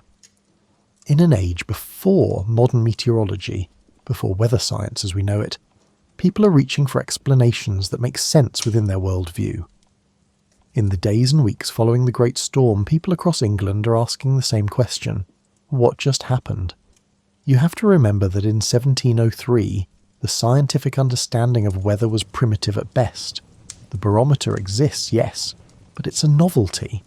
The concept of air pressure is understood in abstract terms by a few scientists, but the connection between pressure systems and weather is still being debated in academic circles. Most people's understanding of weather comes from centuries of folk wisdom and religious interpretation. Storms are sent by God, either as punishment for sin or as tests of faith. Weather patterns are influenced by the moon, by the stars, and by various signs and omens that experienced people learn to read. It's not scientific, but it's the framework people have for understanding their world. So when a storm of unprecedented violence strikes without warning and causes unimaginable destruction, the search for meaning becomes urgent. Religious leaders, who serve as the primary interpreters of major events, immediately frame the storm in theological terms. Sermons across the country describe it as divine judgment, though what exactly England is being judged for varies depending on the preacher's particular theological emphasis. Some ministers point to the ongoing war with France, suggesting that God is displeased with the bloodshed. Others focus on moral decay in London, claiming that the storm is punishment for the theatre, gambling, and other vices flourishing in the capital. Still others take a more political angle, suggesting that religious divisions between Anglicans and dissenters have angered the Almighty. These explanations provide comfort in their way. If the storm is divine judgment, then it's not random, it has meaning, purpose, and cause. And if it has a cause, then perhaps it can be prevented next time by improving moral behaviour, reforming religious practices. It's a way of restoring a sense of control in a situation that revealed how little control anyone actually has. Queen Anne, who is deeply religious, orders a national day of fasting and prayer to be held in January. It's both a religious observance and a political statement, acknowledging the disaster while demonstrating royal concern for the nation's welfare. Churches across England will hold special services, and people will pray for the souls of the dead and for protection from future disasters. But not everyone is satisfied with purely religious explanations. A small but growing number of natural philosophers, the term scientist won't be coined for another century, are approaching the storm from a more analytical perspective. They want to understand the physical mechanisms that could produce such extraordinary winds. Daniel Defoe's investigation represents this new way of thinking. He's collecting data systematically, comparing accounts from different locations, and trying to map the storm's path and intensity. He's asking questions like, how fast were the winds? Nobody knows, because instruments to measure wind speed won't be invented until the 1800s. What was the air pressure? The few people with barometers report unprecedented lows, but there's no standard measurement system. Did the storm follow a predictable path? The accounts suggest something strange, a rotating storm system that moved across southern England, but the concept of cyclonic rotation won't be understood for over a century. Robert Hooke, the brilliant but often overlooked scientist who serves as curator of experiments for the Royal Society, has been keeping detailed weather records for years. He reviews his observations from late November and notes the unusual barometric pressure readings. He suspects there's a connection between the rapid pressure drop and the storm's intensity, but he lacks the theoretical framework to explain it properly. The Royal Society, England's premier scientific institution, holds several meetings dedicated to discussing the storm. Members present observations, theories, and speculations. Some of their ideas are surprisingly close to modern understanding. They correctly identify that the storm involved rotating winds and moved from west to east. Other ideas are completely wrong, including suggestions that earthquakes under the Atlantic somehow caused the storm or that unusual planetary alignments influenced atmospheric conditions. What makes the discussion interesting is that they're trying to apply empirical observation and logical reasoning to a natural phenomenon, rather than simply accepting supernatural explanations. This represents an important moment in the development of meteorological science, even if the actual understanding is still primitive. One observation that particularly puzzles natural philosophers is the storm's extraordinary wind speed. Several people report seeing objects blown at velocities that seem impossible. Tiles flying like birds, pieces of roof travelling for miles, people actually being lifted off their feet. These accounts suggest wind speeds far beyond what anyone has measured or documented before. Modern meteorological analysis, conducted centuries later using Defoe's collected accounts and other historical records, suggests that wind speeds during the storm's peak may have reached 120 to 130 miles per hour, possibly higher in gusts. That's Category 3 hurricane strength, but occurring in a latitude where such storms essentially never happen. It's the equivalent of a major Caribbean hurricane somehow appearing in the English Channel, meteorologically bizarre and historically unprecedented. The storm's path is also unusual. Most Atlantic storms that reach England come from the southwest and weaken as they approach land. This storm seems to have intensified as it approached, which violates normal storm behaviour. It also maintained its strength far longer than normal, battering southern England for over 12 hours at peak intensity. Everything about it is exceptional, anomalous, and wrong according to the typical patterns that experienced observers recognise. Agricultural communities are particularly concerned with understanding what happened, because they need to know if it could happen again. If this was a one-time divine judgment, that's one thing, but if it's a weather pattern that might recur, then building practices need to change, farming strategies need to adapt, and communities need to prepare differently for winter storms. The answer, frustratingly, is that nobody knows. This could be a once-in-a-millennium event that won't recur for centuries, or it could be the first of a new pattern. Maybe the climate is changing. Maybe some fundamental shift in atmospheric conditions has occurred. Without historical records going back more than a generation or two, and without scientific instruments to measure conditions properly, it's impossible to put the storm in proper context. What people do know is that their understanding of what weather can do has been fundamentally revised. Before the storm, people thought they knew the limits of wind strength, the maximum height of waves, and the worst that nature could throw at England. The storm has demonstrated that those limits were imaginary. that nature is capable of violence far beyond what anyone considered possible. This realization is both terrifying and, in an odd way, liberating. If the old certainties about weather are wrong, then perhaps other certainties are also questionable. Maybe the world is more dynamic, more changeable, and more surprising than traditional wisdom suggests. It's an uncomfortable thought, but it's also the kind of thinking that drives scientific progress. Insurance companies are also trying to understand the storm, but for purely practical reasons. They need to calculate risks and set premiums, which requires some ability to predict the likelihood of future disasters. The losses from this storm are bankrupting several insurance firms, and the survivors need to figure out how to price policies in a world where apparently impossible disasters can actually occur. This leads to some of the first attempts at actuarial science applied to weather, trying to use historical records and mathematical probability to estimate storm frequency and intensity. It's crude by modern standards, but it represents the beginning of treating weather disasters as calculable risks rather than simply unpredictable acts of God. As weeks turn to months and England slowly recovers from the Great Storm, the ways it has changed the country begin to emerge. Some changes are obvious and immediate. Thousands of buildings have been rebuilt with stronger construction methods, for instance. Other changes are more subtle, working their way through culture and consciousness in ways that will influence British society for generations. The most immediate legacy is architectural. The storm has provided a brutal lesson in what works and what doesn't when it comes to withstanding extreme winds. Thatched roofs, while traditional and relatively inexpensive, have proven catastrophically vulnerable. In the reconstruction that follows, you can see a shift toward tiles and slates, toward heavier roofing materials that won't simply blow away. Building techniques change too. Timber framing gets reinforced, buildings are anchored more securely to their foundations, and walls are built thicker.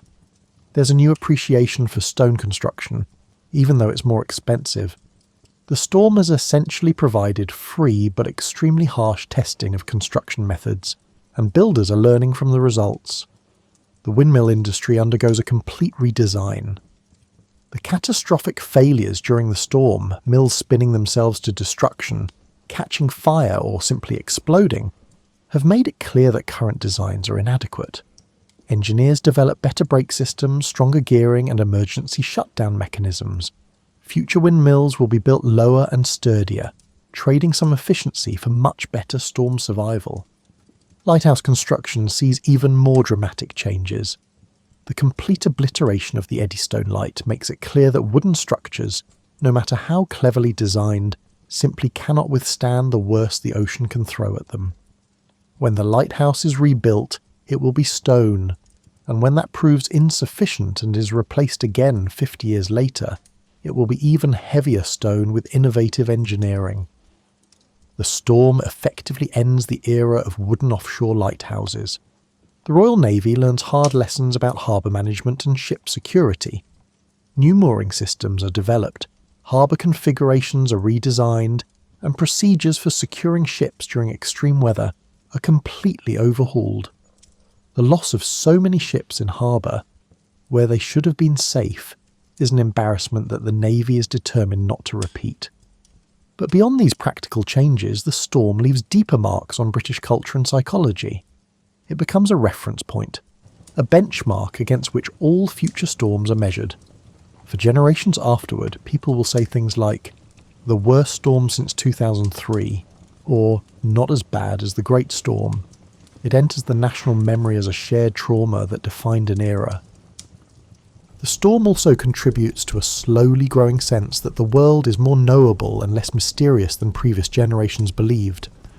The fact that someone like Defoe could systematically investigate a natural disaster, collect data, and produce a comprehensive account.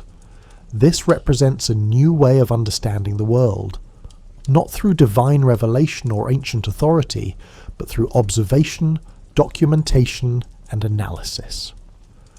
Defoe's The Storm, published in 1704, becomes a bestseller and remains in print for decades. It's part disaster account, part investigation, and part meditation on human vulnerability in the face of nature. But more importantly, it's proof that complex natural phenomena can be studied systematically and understood rationally. This approach will influence everything from how future disasters are documented to how scientific investigation is conducted. The insurance industry, forced to reinvent itself after the storm's financial devastation, becomes more sophisticated and more mathematical in its approach. The disaster accelerates the development of actuarial science and risk assessment.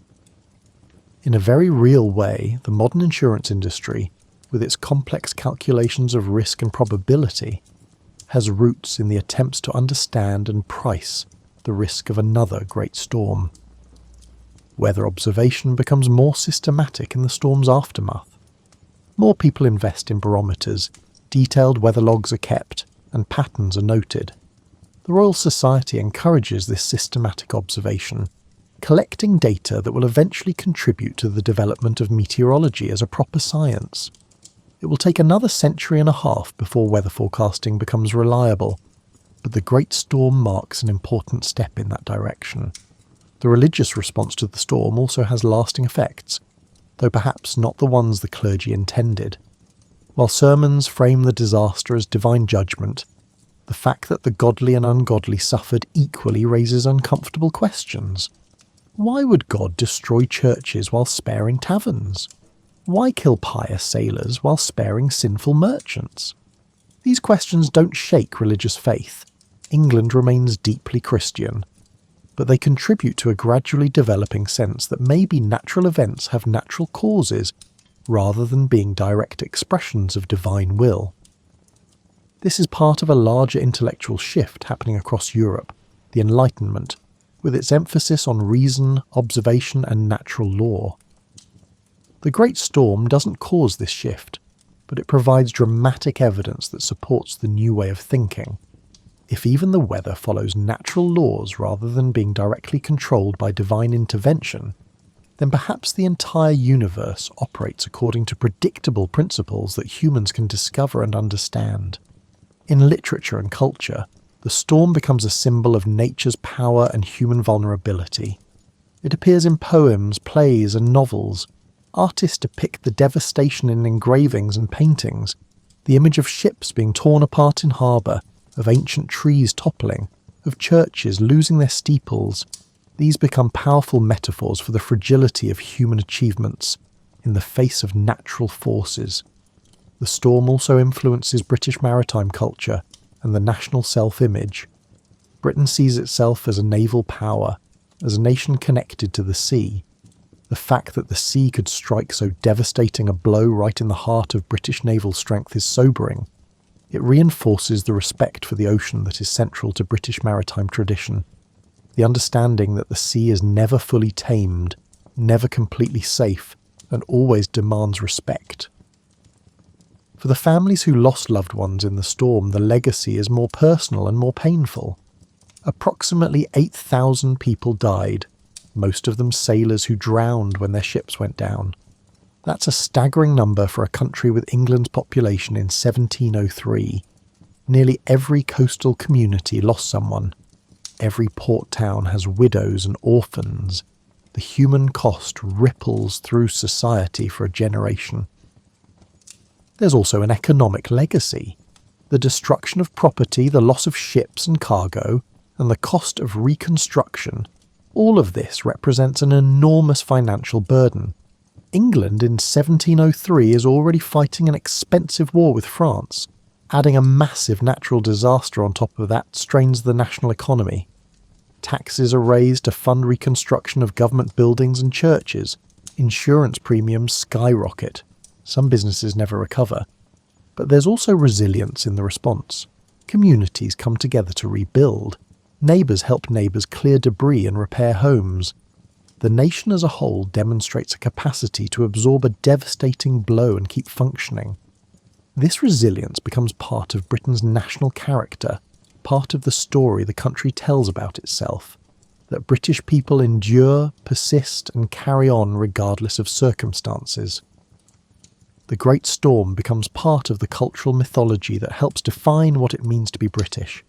It's invoked during World War II when the Blitz is compared to natural disasters of the past. it's referenced during subsequent hurricanes and floods. It becomes one of those foundational stories that help a nation understand itself, a reminder that Britain has faced catastrophe before and survived. From a modern perspective, knowing what we now know about climate and weather systems, the Great Storm of 1703 remains meteorologically fascinating. Computer models attempting to recreate the storm based on historical accounts suggest it was essentially a bomb cyclone, an extratropical storm that underwent explosive intensification, with pressure dropping at unprecedented rates. These storms are rare but not impossible, and when they occur in the North Atlantic, they can produce conditions similar to major hurricanes. What makes the 1703 storm exceptional is that it struck at peak intensity, maintained that intensity for many hours, and hit the most populated and developed part of England directly. It was a perfect storm in the literal sense, the perfect combination of meteorological conditions, timing and geography to produce maximum devastation. Modern climate science can't say with certainty whether the storm was a pure anomaly or whether it reflected broader climate patterns. The early 1700s fall within what's called the Little Ice Age, a period of cooler than average temperatures in Europe.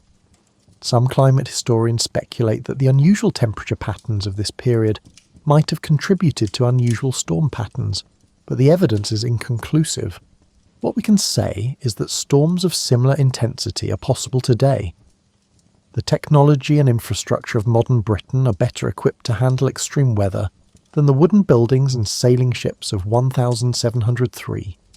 But a storm of truly equivalent intensity, sustained winds of 120 plus miles per hour striking southern England, would still cause catastrophic damage despite all our modern advantages.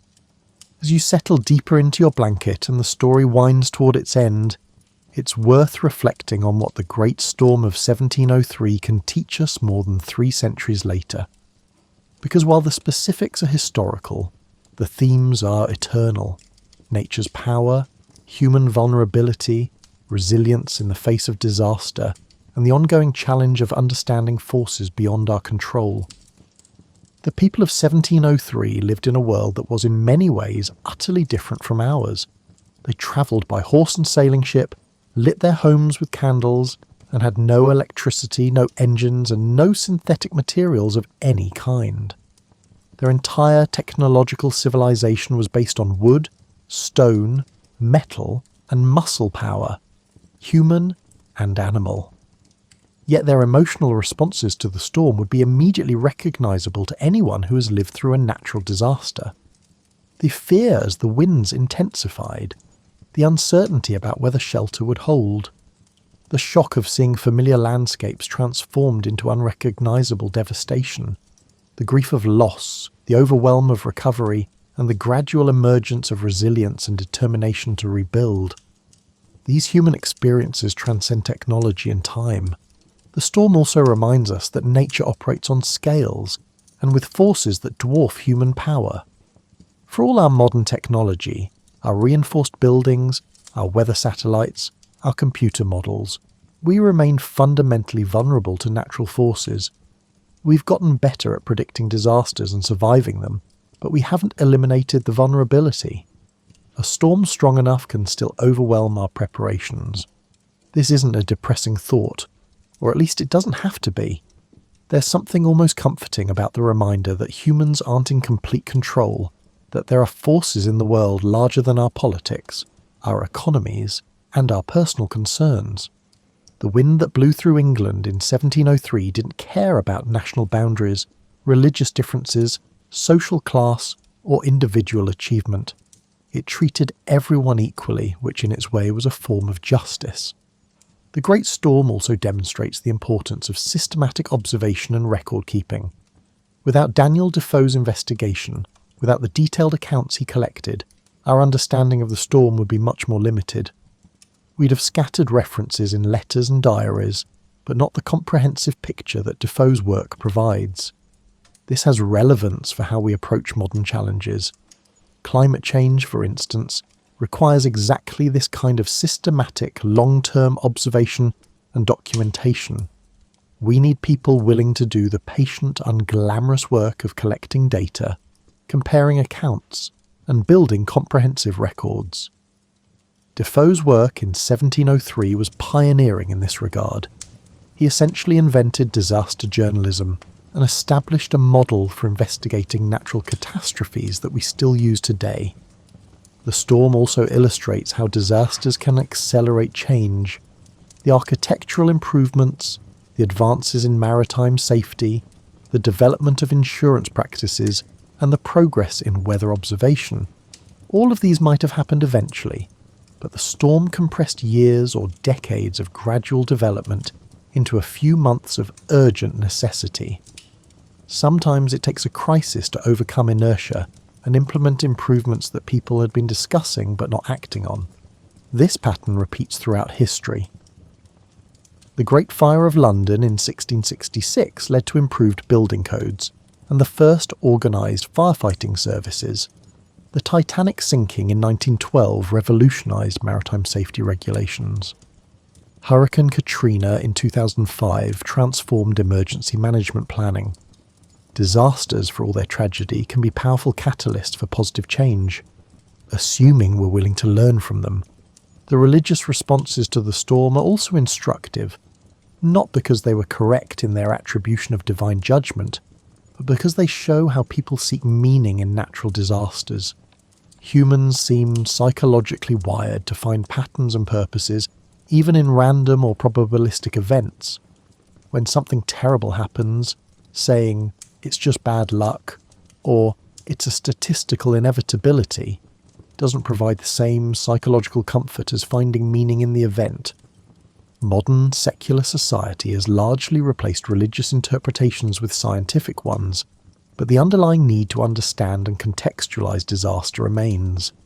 We explain hurricanes in terms of sea surface temperatures and atmospheric pressure gradients, which is more accurate than explaining them as divine judgment. But the psychological function is similar, to make the incomprehensible comprehensible, and to restore a sense of order and understanding to chaotic events. The storm also reminds us about the power of community in recovery. The immediate aftermath saw people helping each other, sharing resources, and working together to clear debris and repair damage.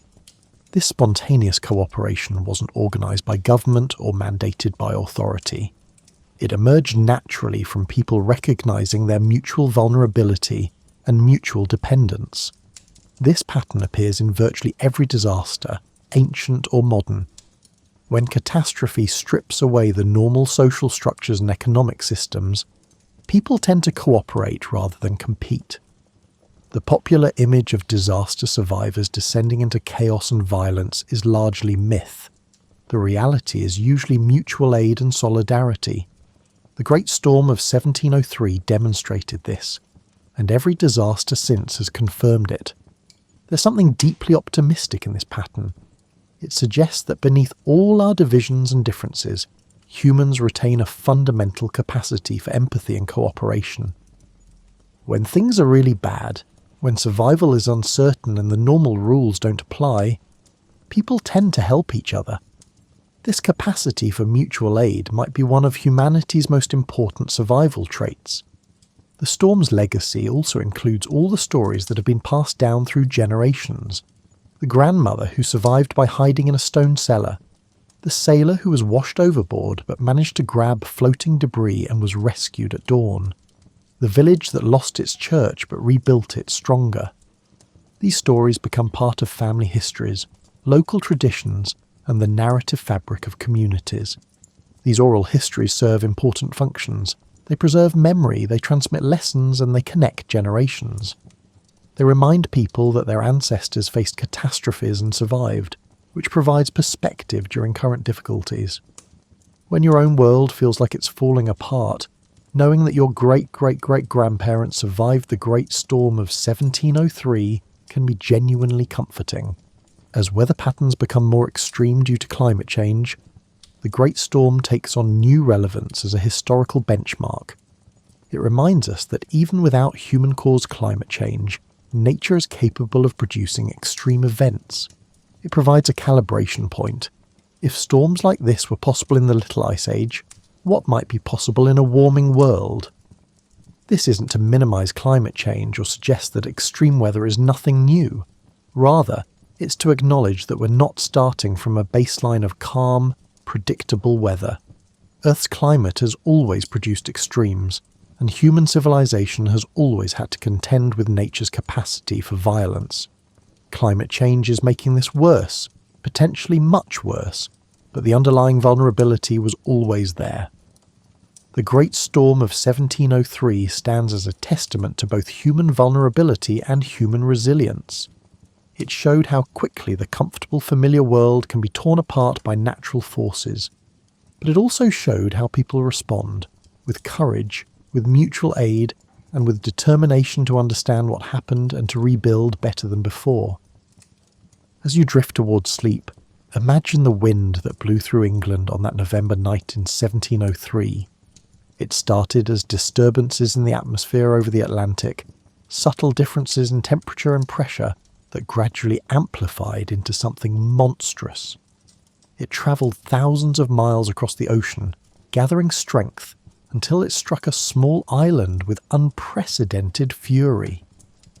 The wind itself was just air in motion, molecules responding to physical laws with no consciousness or intent. Yet the people who experienced it described it in almost personal terms, as if the wind had will, had purpose, had rage. This is how humans make sense of forces beyond our control, by anthropomorphizing them, by creating narratives that turn natural processes into stories we can understand. That wind is gone now, its energy long since dissipated, its molecules scattered across the atmosphere and cycled through countless other weather systems over the past 3 centuries. But its effects ripple forward through time. The buildings that were redesigned because of it still stand, incorporating lessons learned on that terrible night. The maritime safety procedures it inspired still protect sailors. The systematic approach to disaster investigation that Defoe pioneered still guides how we respond to catastrophes. The people who experienced the storm are gone too, of course. The last survivor died sometime in the late 1700s, and with them died the immediate memory of that night. But they left records, stories, and descriptions that allow us to reconstruct their experience. Daniel Defoe's investigation preserved hundreds of accounts that would otherwise have been lost. Parish records documented the deaths. Insurance claims recorded the property damage. Letters and diaries captured personal reactions. These records allow us to touch, across 3 centuries, the experience of people who face something overwhelming and terrifying. We can read their words, follow their logic, and share their fear and grief and eventual determination. History isn't just dates and facts. It's the accumulated experience of countless individuals, preserved in fragments that we can piece together into something like understanding.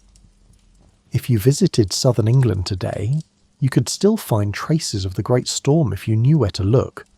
There are ancient trees whose trunks show damage from 1703 and limbs that were torn away and never quite grew back properly. There are buildings that incorporate salvaged timbers from structures destroyed in the storm. There are graveyards where unusual clusters of burials from November and December 1703 tell silent stories of loss.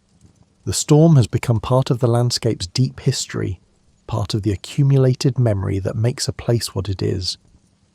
Every location has these layers, events that shaped the land and the people, that influenced how communities developed, that left marks both physical and cultural that persist long after the events themselves have faded from living memory.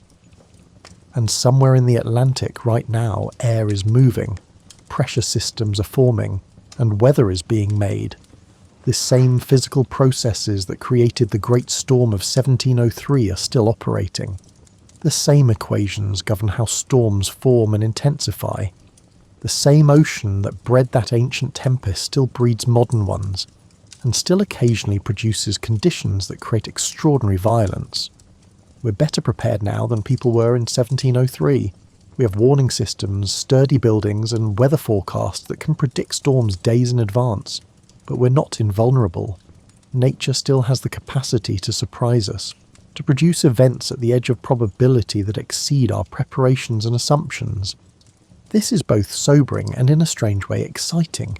It means the world retains its capacity to astonish us, to remind us that for all our knowledge and technology, we remain part of natural systems that operate on scales beyond our control.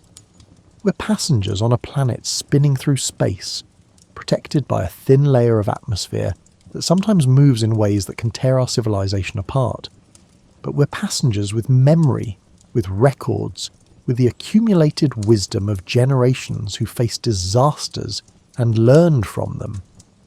The Great Storm of 1703 is part of that accumulated wisdom, a reminder of what's possible, a lesson in vulnerability and resilience, and a story that connects us to people long dead who faced their darkest night with whatever courage they could muster. As you sleep tonight, safe in a building that incorporates 3 centuries of improved understanding of wind resistance and structural engineering, you're benefiting from lessons that were purchased with great suffering in 1703. Every secure roof beam, every well-anchored foundation, every building code and safety regulation, they all rest on the accumulated experience of people who faced disasters and said, "Never again, or at least not like this." Sleep well, knowing that you're part of this ongoing human story of learning from catastrophe, of building better after disaster, of facing an indifferent universe with determination and ingenuity. The wind that blew in 1703 is gone, but the lessons it taught remain, woven into the fabric of how we build, how we prepare, and how we understand our place in the natural world. And tomorrow, when you check the weather forecast, a routine action that would have seemed like magic to someone in 1703, remember that you're benefiting from centuries of careful observation that began in part with people trying to understand the incomprehensible storm that struck on a November night 300 years ago. The Great Storm of 1703 is over, but its legacy continues. It lives in our buildings, our institutions, our scientific understanding, and our cultural memory. It reminds us that history isn't just about kings and wars and political events. It's also about ordinary people facing extraordinary circumstances, about human vulnerability and resilience, and about the ongoing conversation between human civilization and the natural forces that shaped the planet long before we arrived, and will continue long after we're gone. Sweet dreams, and may your sleep be as peaceful as that November night was violent. The storm has passed, the wind has settled, and morning always comes, even after the longest, darkest night. You've seen the paintings, haven't you? Those sweeping canvases where pirates stand heroically at the helm, their coats billowing in convenient winds, their ships cutting cleanly through cooperative seas. The sunset always seems to hit just right, casting everything in amber and gold. Even the cannons look polished. These images settled into popular imagination like sediment, building up layers of misconception over centuries. By the time Hollywood added its own mythology, the distance between perception and truth had become a chasm. Real pirate ships smelled nothing like the ocean spray and adventure your mind conjures.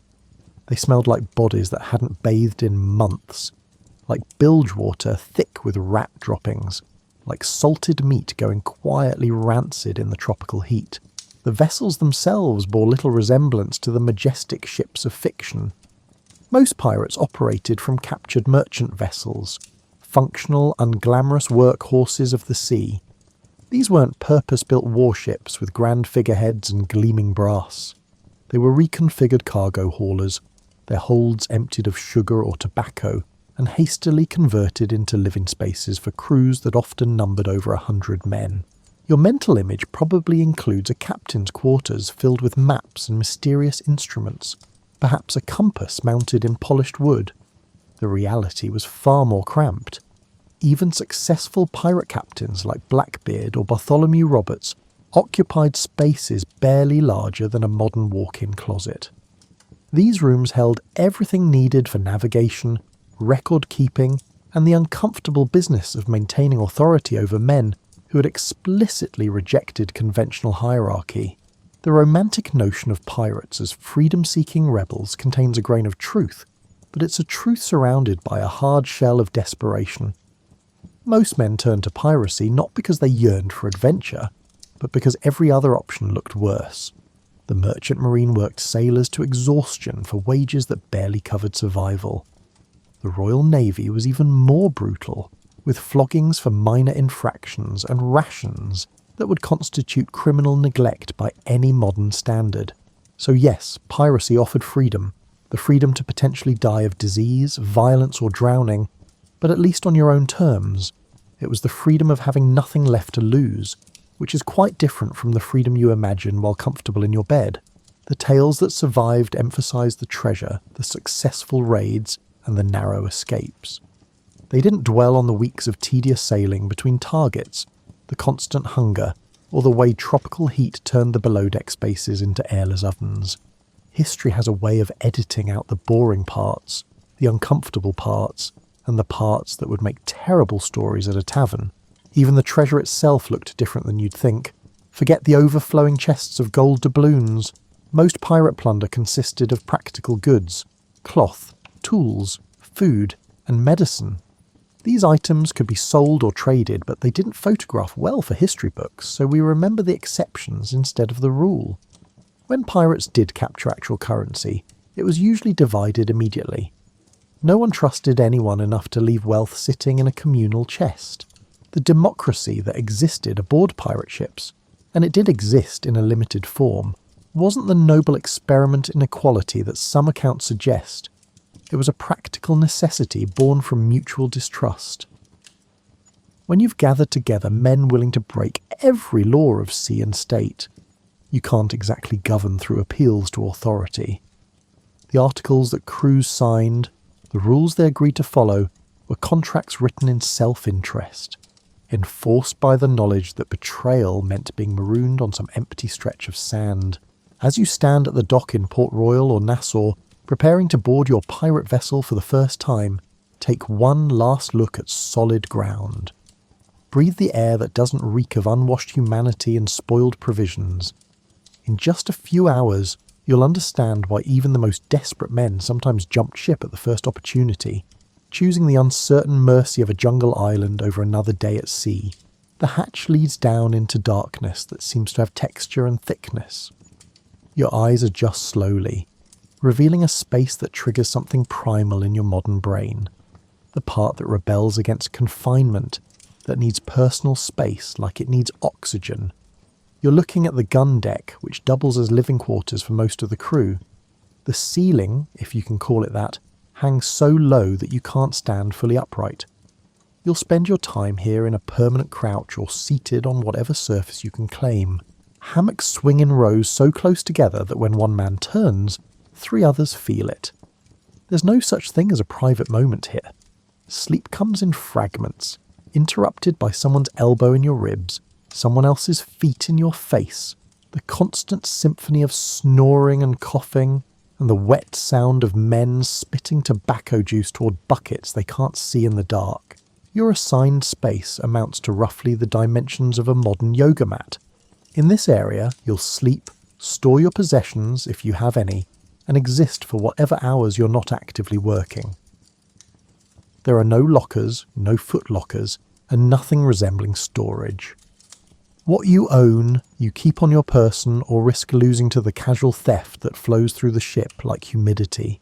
The air itself feels borrowed, recycled through too many lungs. In calm weather with the hatches open, you get some circulation. But when storms blow in and everything must be battened down, the atmosphere below deck transforms into something nearly solid. The smell of unwashed bodies mingles with the sweet rot stench of the bilge, where water too filthy to be called water sloshes with every movement of the ship.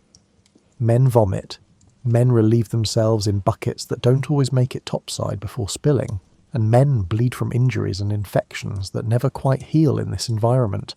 The darkness rarely lifts completely. Candles and lanterns pose fire hazards that terrify even the bravest pirates, so light below deck comes grudgingly, in small measures. You navigate mostly by feel and memory, learning the location of every beam that might crack your skull and every protrusion that might catch your shins. Your body becomes a map of bruises. The deck beneath you stays perpetually damp. Water seeps through the planking above, especially in heavy seas. The wood never fully dries, never stops sweating its moisture into the enclosed space. This wetness breeds mould that climbs the walls in abstract patterns, fuzzy colonies that spread across any surface that stays still long enough. The mould gets into your clothes, into your lungs, and into the bread that constitutes half your diet. Personal hygiene exists only as a concept, something remembered from life ashore. There's no fresh water for washing bodies or clothes. The saltwater alternative leaves your skin sticky and your garments stiff with dried brine. Men develop their own particular odours, signatures you learn to identify in the dark. Some smell of sweat and tobacco. Others carry the sweetish scent of infection, the rot of teeth gone bad, and the sour notes of digestive problems that plague anyone eating the ship's standard fare. Privacy dissolves into something quaint, a luxury from another life. You urinate over the side in full view of anyone who cares to look. Defecation happens in the heads, small platforms that extend from the bow, where you hang suspended over the ocean while waves splash up from below. In rough weather, using the heads requires genuine courage. Men have been washed overboard during these vulnerable moments, and the crew's laughter at such deaths carries a nervous edge, an acknowledgement that it could happen to anyone. The noises never stop. Wood creaks in conversation with the sea, a language of groans and shrieks as the ship flexes and bends. Ropes sing in the wind, sails crack like whips when they catch gusts wrong.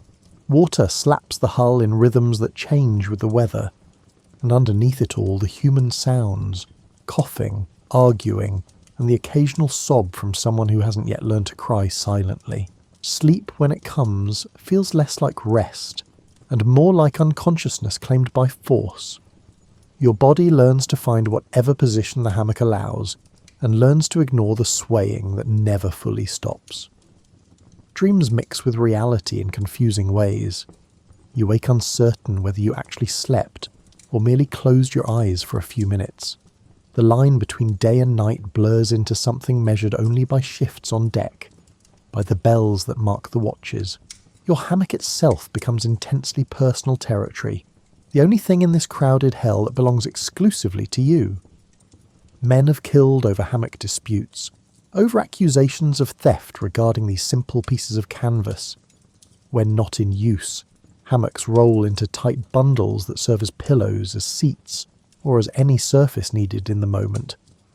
They smell like whoever last slept in them, like sweat and salt and the particular quality of dreams had in impossible circumstances. The ship's cook, a position usually given to someone too injured for harder labour, presides over a galley that wouldn't qualify as a kitchen in any modern sense. It's a fire contained in a brick-lined box, jealously guarded, never quite trusted.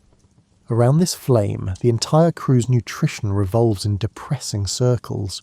Your breakfast, if you can call it that, consists of hardtack and whatever liquid might be available. The hardtack arrives as thick squares of baked flour and water, designed to last for months without spoiling. This longevity comes at a cost. The biscuits emerge from storage hard enough to crack teeth, permeated with weevils that add unexpected protein. You learn to tap them against the table first to dislodge the larger insects, but the eggs and larvae remain baked into the structure. Eventually you stop checking. The choice becomes simple: eat the weevils or go hungry. The technique for consuming hardtack evolves through necessity. Some men soak it in whatever beverage they possess. Beer when available, increasingly stale water as the voyage wears on. The soaking softens the biscuit into something chewable, but transforms the texture into a paste that is grey and uninviting.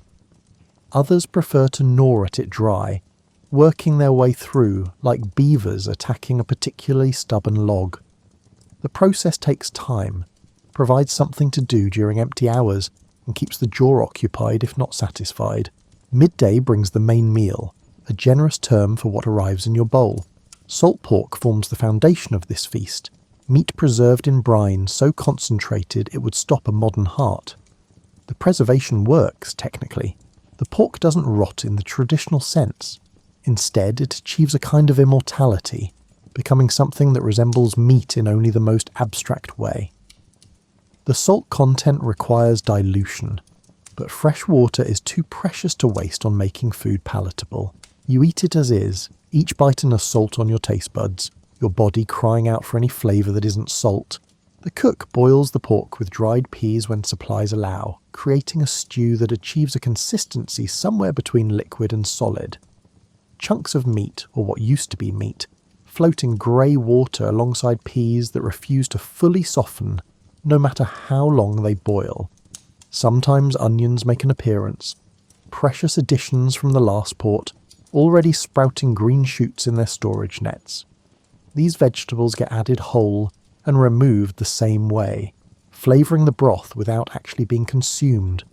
They'll be used again tomorrow and the day after, until they dissolve into the general nutritional sadness. Protein variety comes from whatever the sea provides. Flying fish sometimes land on deck overnight, gifts you collect at dawn and eat raw or barely cooked. They taste like anything other than salt pork, which makes them delicious by default. In tropical waters, larger catches occasionally supplement the diet, dorado, tuna and shark when desperate. But fishing requires time the crew rarely has, and storms can last for days without allowing anyone to cast a line. The drinking situation deteriorates faster than the food. Ships carry water in wooden barrels that leak and breed algae. Fresh water turns green within weeks, developing a taste that preparation can't eliminate. You drink it anyway, holding your breath, trying not to think about what you're swallowing. Beer lasts longer, the alcohol providing some protection against contamination, but beer requires space that could hold other cargo. Most crews run out within the first month at sea. When the beer vanishes and the water becomes truly undrinkable, you face choices that would horrify your modern self. Some men drink seawater, knowing it will kill them slowly, preferring slow death to the torture of thirst. Others catch rainwater in sails and buckets, drinking it tepid and tasting of canvas, grateful for anything that doesn't burn the throat going down. The lucky ships capture prizes that include fresh provisions, briefly interrupting the downward spiral into malnutrition. Scurvy arrives like a quiet passenger, boarding with the crew but making its presence known only gradually. Your gums begin to bleed when you bite the hardtack.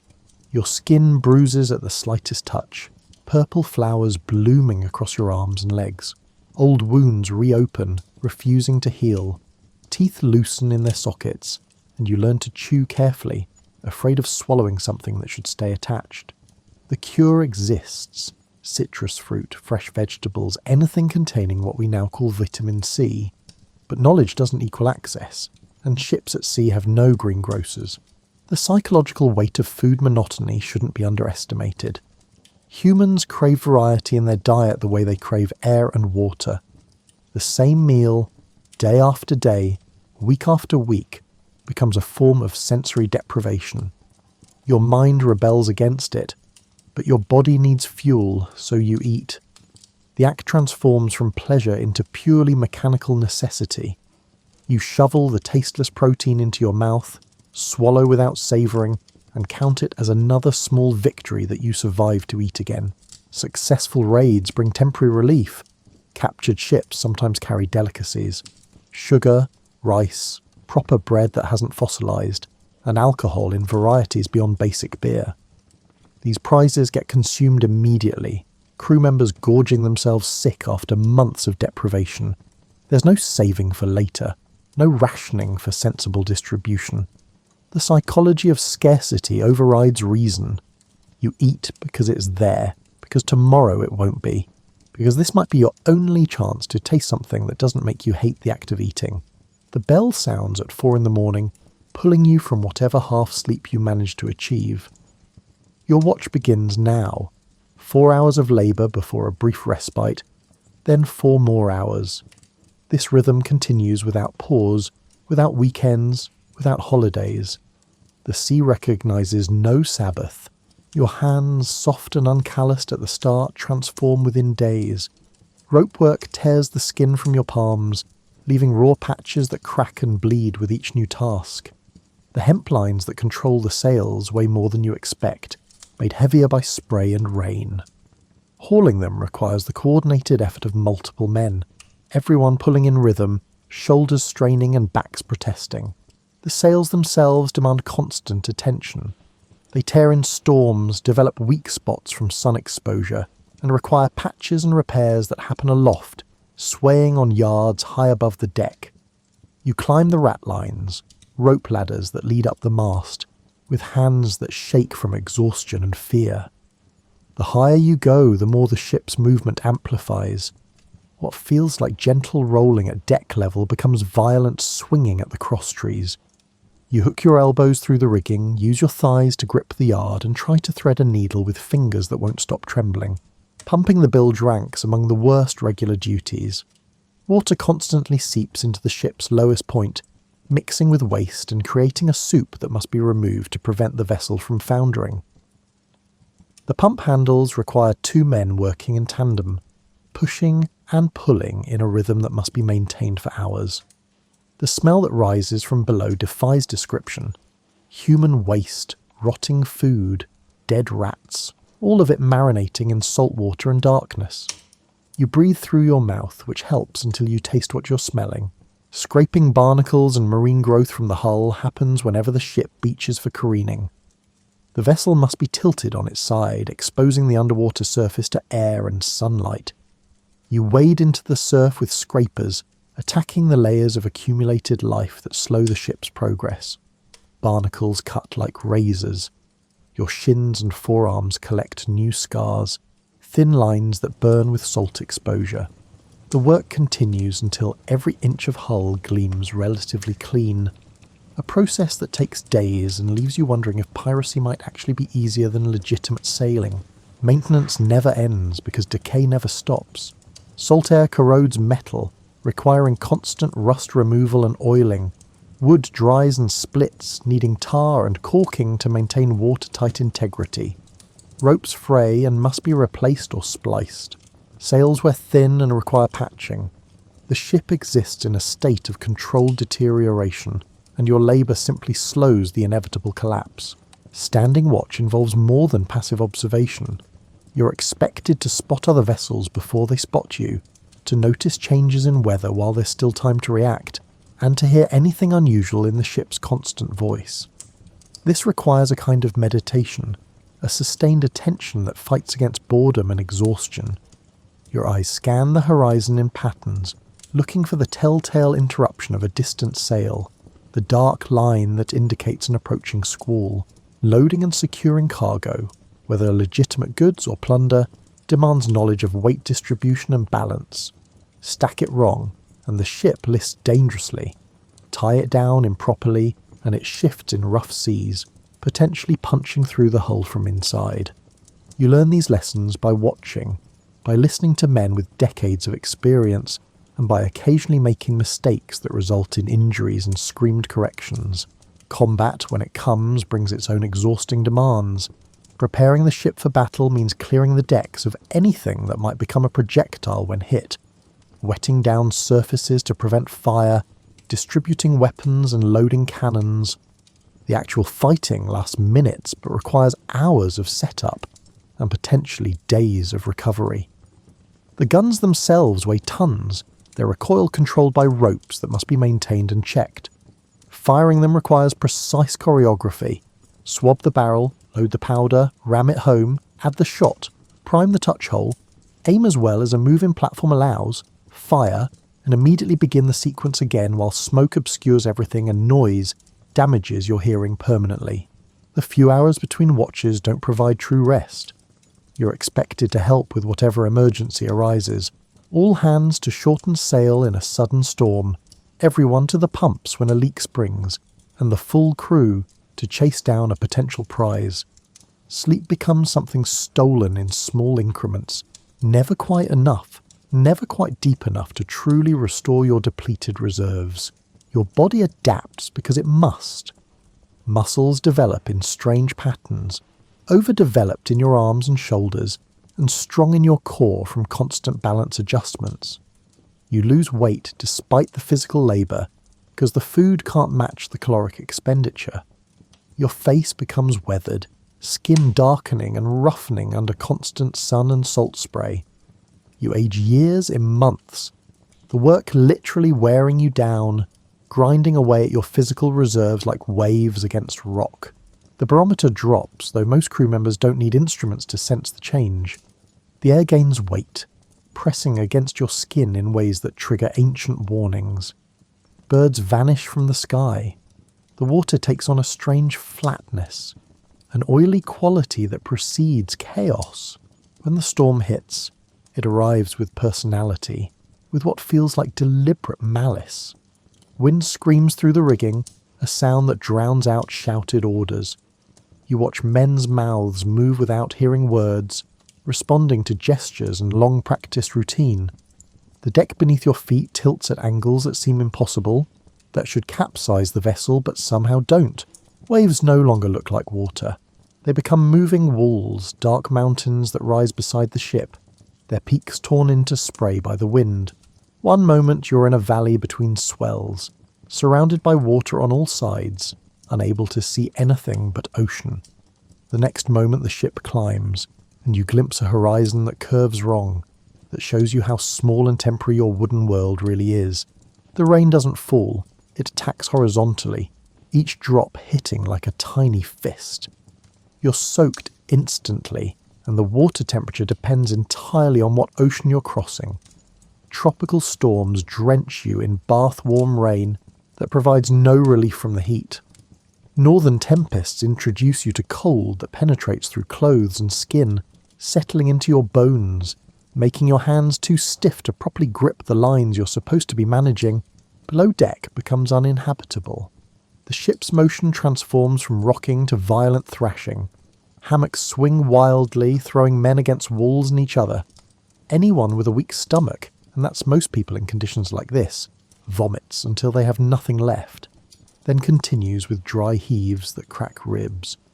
The smell of sick mixes with the general stench, adding another layer to an already unbearable atmosphere. You choose to stay topside despite the danger because at least there you can breathe. Securing yourself becomes paramount. Safety lines get rigged across the deck and you clip in with whatever you can find, a rope around your waist, a quick knot that you pray holds. Men who don't take this seriously disappear over the side, there one moment and gone the next, swallowed by the dark water without ceremony or chance of rescue. The sea doesn't return bodies in these conditions, it keeps what it takes. The sails must come down before they shred, or worse, before they drive the ship under. Furling canvas in a storm requires climbing into conditions that test sanity. The wind tries to pluck you from the rigging like fruit from a tree. The sail fabric whips and cracks, capable of breaking bones if it catches you wrong. You work with hands that have no feeling left, fingers moving on autopsy instincts, muscle memory executing tasks your conscious mind is too terrified to direct. Lightning turns night into day in stuttering intervals, each flash revealing the chaos in stark detail. Men struggling with ropes, officers pointing towards some new crisis, water washing across the deck in quantities that seem impossible to drain before the next wave arrives.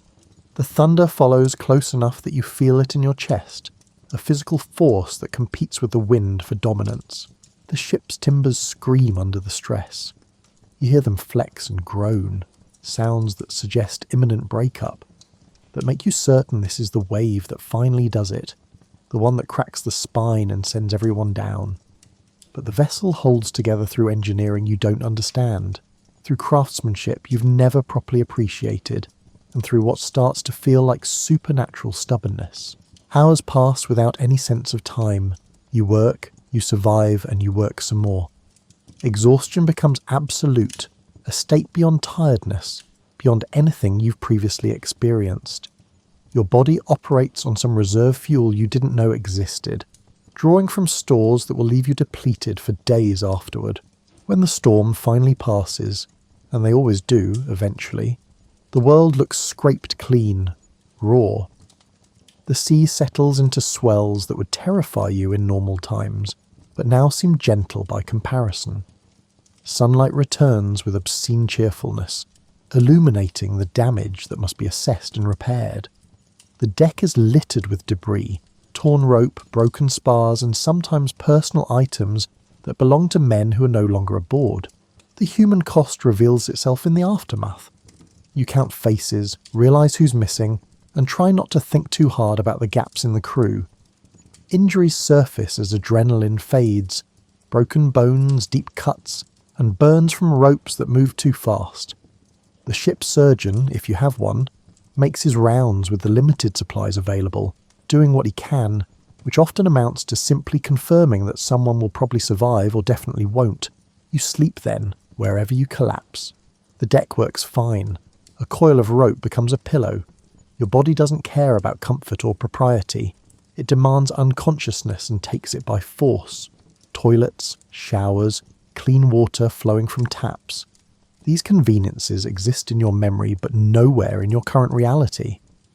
The morning routine you took for granted dissolves into crude approximations. You wake with a mouth that tastes like something died in it, teeth coated in film, and gums tender from the beginning stages of scurvy. There's no toothbrush, no toothpaste, and no mouthwash. Some men chew on frayed rope ends to clean their teeth, a practice that removes some debris while adding interesting splinters. Bathing happens in the ocean, if at all.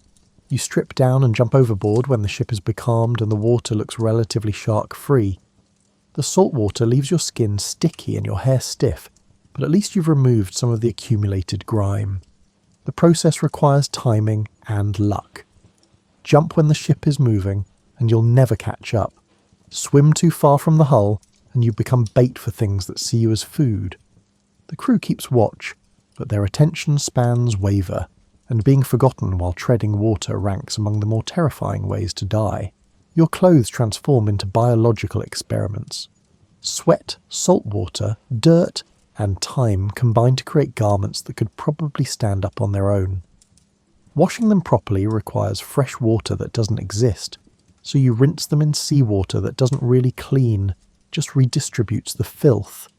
The fabric develops its own ecosystem, lice, fleas, and other parasites that treat your body as their personal territory. You scratch constantly, creating new wounds that don't heal cleanly, and that sometimes become infected. Privacy for bodily functions exists only in concept. Everyone knows when you're constipated because they've watched you struggle in the heads for 20 minutes. Everyone hears when you have diarrhea, that special misery intensified by having to hang your exposed rear end over the ocean while your intestines stage a revolt. Dignity gets left at port, along with every other civilized comfort. Medical care would be laughable if the consequences weren't so serious. The ship's surgeon learned his trade through apprenticeship and experience, not formal education. His toolkit includes saws for amputation, needles for stitching, and alcohol for sterilization, though more of the alcohol ends up consumed than used for cleaning wounds. Anesthesia means getting drunk enough to pass out or biting down on leather, while someone does something horrible to your body. Infections run rampant in these conditions. A small cut becomes a major crisis. The wound reddens, swells, and begins weeping pus. Fever sets in, and you shake under blankets that don't exist while your crewmates debate whether you'll survive. Some infections resolve on their own, the body's immune system winning battles without assistance. Others progress to gangrene, to sepsis, to death, that comes slowly and painfully while everyone watches and tries not to think about their own vulnerability. Climate control amounts to choosing whether to suffer below deck or above. In tropical heat, both options feel like punishments. Below deck, the air temperature rises until breathing becomes labour, until sweat pours from your body faster than you can replace the fluids. Above deck, the sun attacks from overhead while the deck reflects heat upward, cooking you from both directions. There's no escape, no air conditioning, and no fan beyond what the wind provides. Cold climates bring opposite miseries. The ship offers no heating beyond the galley's fire, which must be carefully managed to avoid burning down your only shelter. You layer what clothes you have, but the dampness defeats insulation. The cold settles into your bones, into your joints, making movement painful, making sleep impossible despite exhaustion. Men huddle together for warmth, past caring about personal space or dignity. Entertainment consists of whatever you can create from nothing. Some men carve scrimshaw, etching designs into whale teeth or bone when available. Others tell stories, the same tales recycled until everyone knows them by heart, but keeps listening because the alternative is silence. Card games happen with decks so worn the markings barely register. Dice made from bone rattle in corners during off-watch hours. Gambling provides distraction, even when you're betting things you don't actually own. The isolation from normal human society changes you in ways you don't notice until much later. Your social skills atrophy. Your ability to converse about anything beyond ships and sailing diminishes. You forget what it's like to speak with women, with children, with anyone who doesn't smell like bilge water and desperation. The ship becomes your entire world, and that world is brutally small, populated by the same faces, the same conversations, and the same complaints repeated until they lose meaning. News from land arrives months late, if at all. You have no idea what's happening in the wider world. Wars start and end without your knowledge. Family members die and you're not there. You won't even hear about it until some random encounter in port. The isolation is mental as much as physical, a cutting off from the flow of normal life that leaves you adrift in more than the oceanic sense. The articles get read aloud before you sign, a moment of unexpected formality on a vessel dedicated to lawlessness. The document outlines rules you're expected to follow, punishments for violations, and the system by which decisions get made. You listen carefully because this social contract is the only thing preventing absolute chaos. Every man gets a vote on major decisions, where to hunt for prizes, whether to attack a particular target, and how to divide plunder. This democracy emerges not from progressive political theory, but from practical necessity. When you've assembled a crew of men who've already rejected conventional authority, you can't exactly rule through aristocratic privilege. The captain holds power only as long as the crew believes he's effective. Fail too many times, and you're voted out, replaced by someone the men think might do better. The quartermaster serves as the crew's representative, the balance against the captain's authority. He distributes food, settles disputes, and generally ensures that the captain doesn't get too comfortable with power. This position requires diplomatic skills and the ability to fight, because sometimes disputes get settled with fists rather than words. You watch these dynamics play out and see how carefully the successful quartermasters navigate between crew concerns and operational necessities. Combat brings its own rules, explicitly stated in the articles. Cowardice in battle means death or marooning. Deserting your station gets you flogged if the crew feels merciful. These harsh punishments reflect the reality that everyone's survival depends on everyone else doing their job. One man running during a fight can cascade into total defeat and can get the entire crew killed or captured and hanged. The division of plunder follows predetermined formulas. The captain gets extra shares, as do the quartermaster, the surgeon, and the master gunner. Anyone with specialised skills that benefit the whole crew. But even the captain's portion rarely exceeds 2 or 3 shares, while common sailors get 1. This relative equality stands in stark contrast to merchant and naval vessels, where officers might earn 50 times what ordinary seamen make. Injuries sustained in battle qualify you for compensation, another aspect detailed in the articles. Lost an eye? Here's your payment. Lost a leg? Here's a larger sum. These amounts get paid before the general division of plunder, recognising that the crew owes something to men who sacrifice body parts for the common enterprise. The system acknowledges risk and tries to compensate accordingly, though no amount of money truly repays losing a limb in the 17th century. Punishment for violations happens swiftly and publicly. Steal from a crewmate, and you might receive Moses' law, 39 lashes administered by the person you stole from. The entire crew assembles to watch, partly to witness justice being done, and partly to remind themselves of the consequences of breaking the rules. The whip cuts deep, drawing blood, leaving scars that mark you as someone who couldn't be trusted. Marooning serves as the ultimate punishment, reserved for the worst offences. The condemned man gets left on a small island or beach with a pistol containing one shot, a small amount of water, and essentially no food. The single bullet carries symbolic weight. It's for ending your own suffering when starvation becomes unbearable, or for a very slim chance at hunting something edible. Either way, it's probably your last bullet. Most marooned men die slowly, alone, with plenty of time to contemplate their mistakes. The social structure flexes in ways that would confuse someone from conventional society. Men who might be deadly enemies in port work side by side at sea, united by common purpose and shared risk. Racial hierarchies matter less here than in the legitimate world. Black pirates serve alongside white ones with a rough equality that wouldn't exist elsewhere. This isn't enlightened tolerance so much as practical indifference. The sea doesn't care about skin colour, and neither do men focused on survival and profit. Women occasionally sailed with pirate crews, though they typically disguised themselves as men to avoid the complications their presence would create. The few who became known, Anne Bonny, Mary Read, achieved legendary status partly because they were so rare. Most crews maintained explicit rules against bringing women aboard, knowing that sexual tension could destroy the fragile cohesion that kept everyone alive.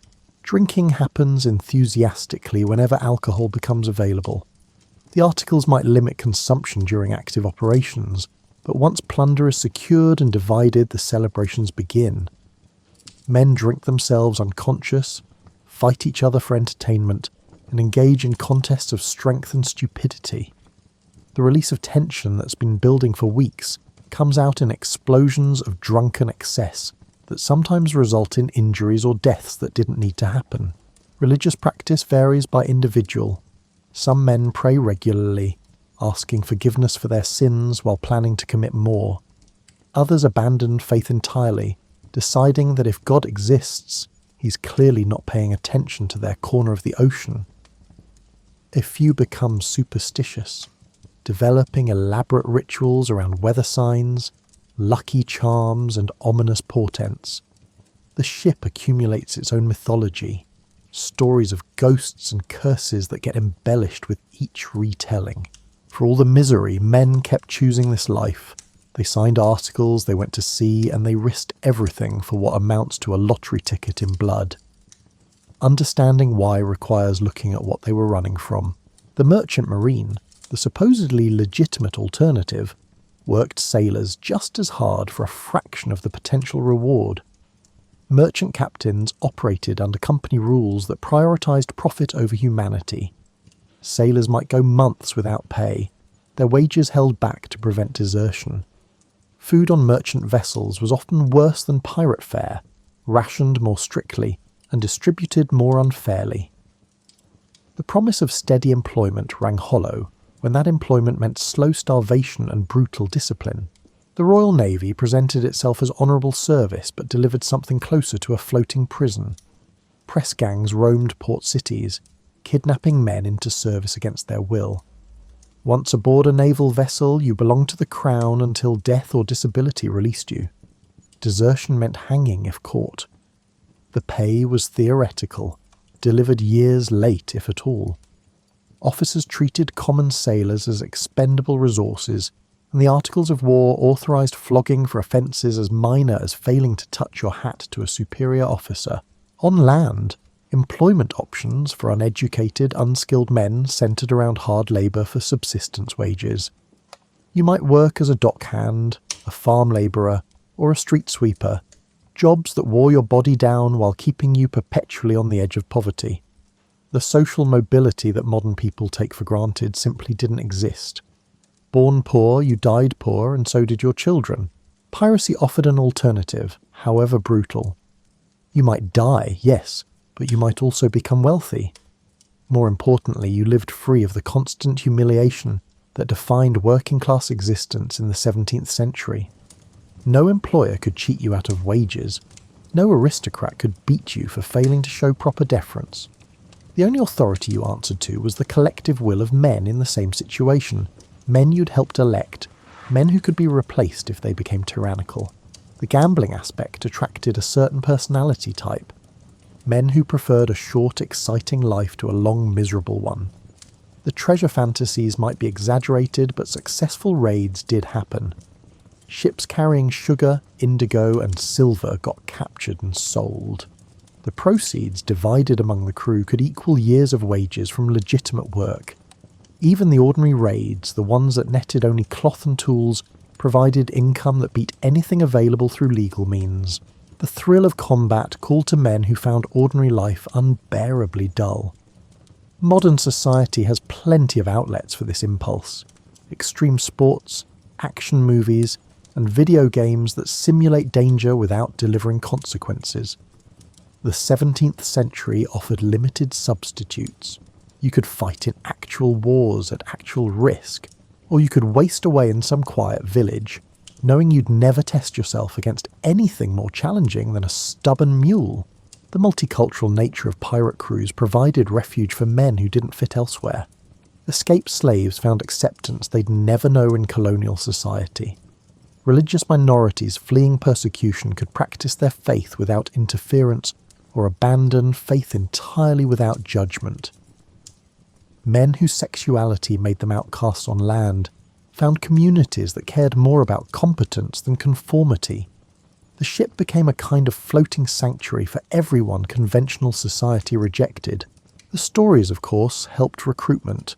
Tales of successful pirates circulated through taverns and dockyards, growing more impressive with each retelling. Young men heard about Henry Morgan retiring wealthy, about Blackbeard commanding fear and respect, and about ships loaded with treasure waiting for someone brave enough to take them. These stories glossed over the disease, the violence, and the high probability of death, but they sold the dream effectively. The alternative to piracy for many men was starving slowly while watching their families starve too. When your children are hungry, and your legitimate work can't feed them, the moral calculations shift. Stealing becomes survival. Violence becomes a tool for securing resources that society has denied you through legal means. The romanticisation came later, applied by people who weren't facing those choices. So yes, the conditions aboard pirate ships were terrible, but they were terrible in ways that men fleeing other terrible situations could accept. At least here, the suffering came with agency, with the possibility of reward, and with the dignity of having chosen this path rather than having it forced upon you by birth or circumstance. Not every hour at sea involves crisis or labour. The ship sometimes finds itself in what sailors call the doldrums, regions where wind disappears and the ocean becomes glass. The sails hang limp. The vessel drifts rather than sails. Time expands strangely. You stand at the rail during these calm moments, watching the water. The surface reflects the sky so perfectly that the horizon becomes ambiguous and uncertain. Flying fish break through occasionally, silver arcs that catch sunlight before splashing down. Below the surface, if you look carefully, you can sometimes see shapes moving. Dolphins, sharks, and things you can't quite identify. The sunset in tropical waters paints the sky in colours that seem invented, that look too vivid to be real. Orange bleeds into pink, pink into purple, and purple into deep blue that eventually blackens into night. The stars emerge not gradually but in sudden multitudes, more stars than you've ever seen from land, where lights and haze obscure the full display. The Milky Way sprawls across the darkness, a river of light that ancient peoples thought connected heaven and earth. On clear nights, you can navigate by stars, though you probably don't know how. The older sailors do, though, men who learned celestial navigation through years of observation, who can tell you what that bright point is, which constellation is rising, and what it all means for your position and prospects.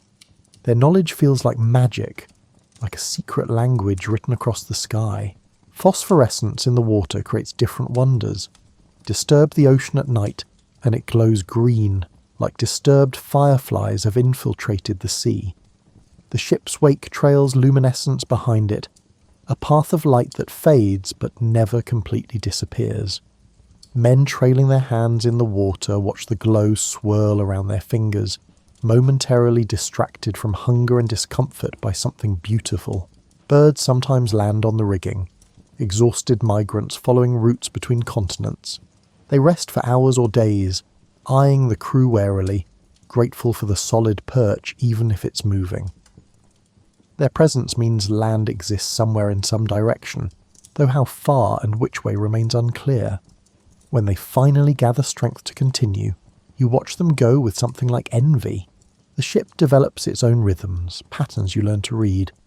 The way it moves in different wave conditions and the sounds that mean everything's normal versus the ones that signal problems.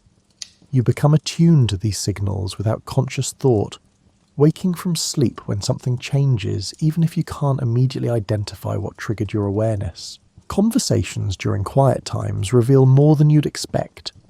Men who seem brutal in action show unexpected depth when discussing philosophy, religion, and the nature of justice.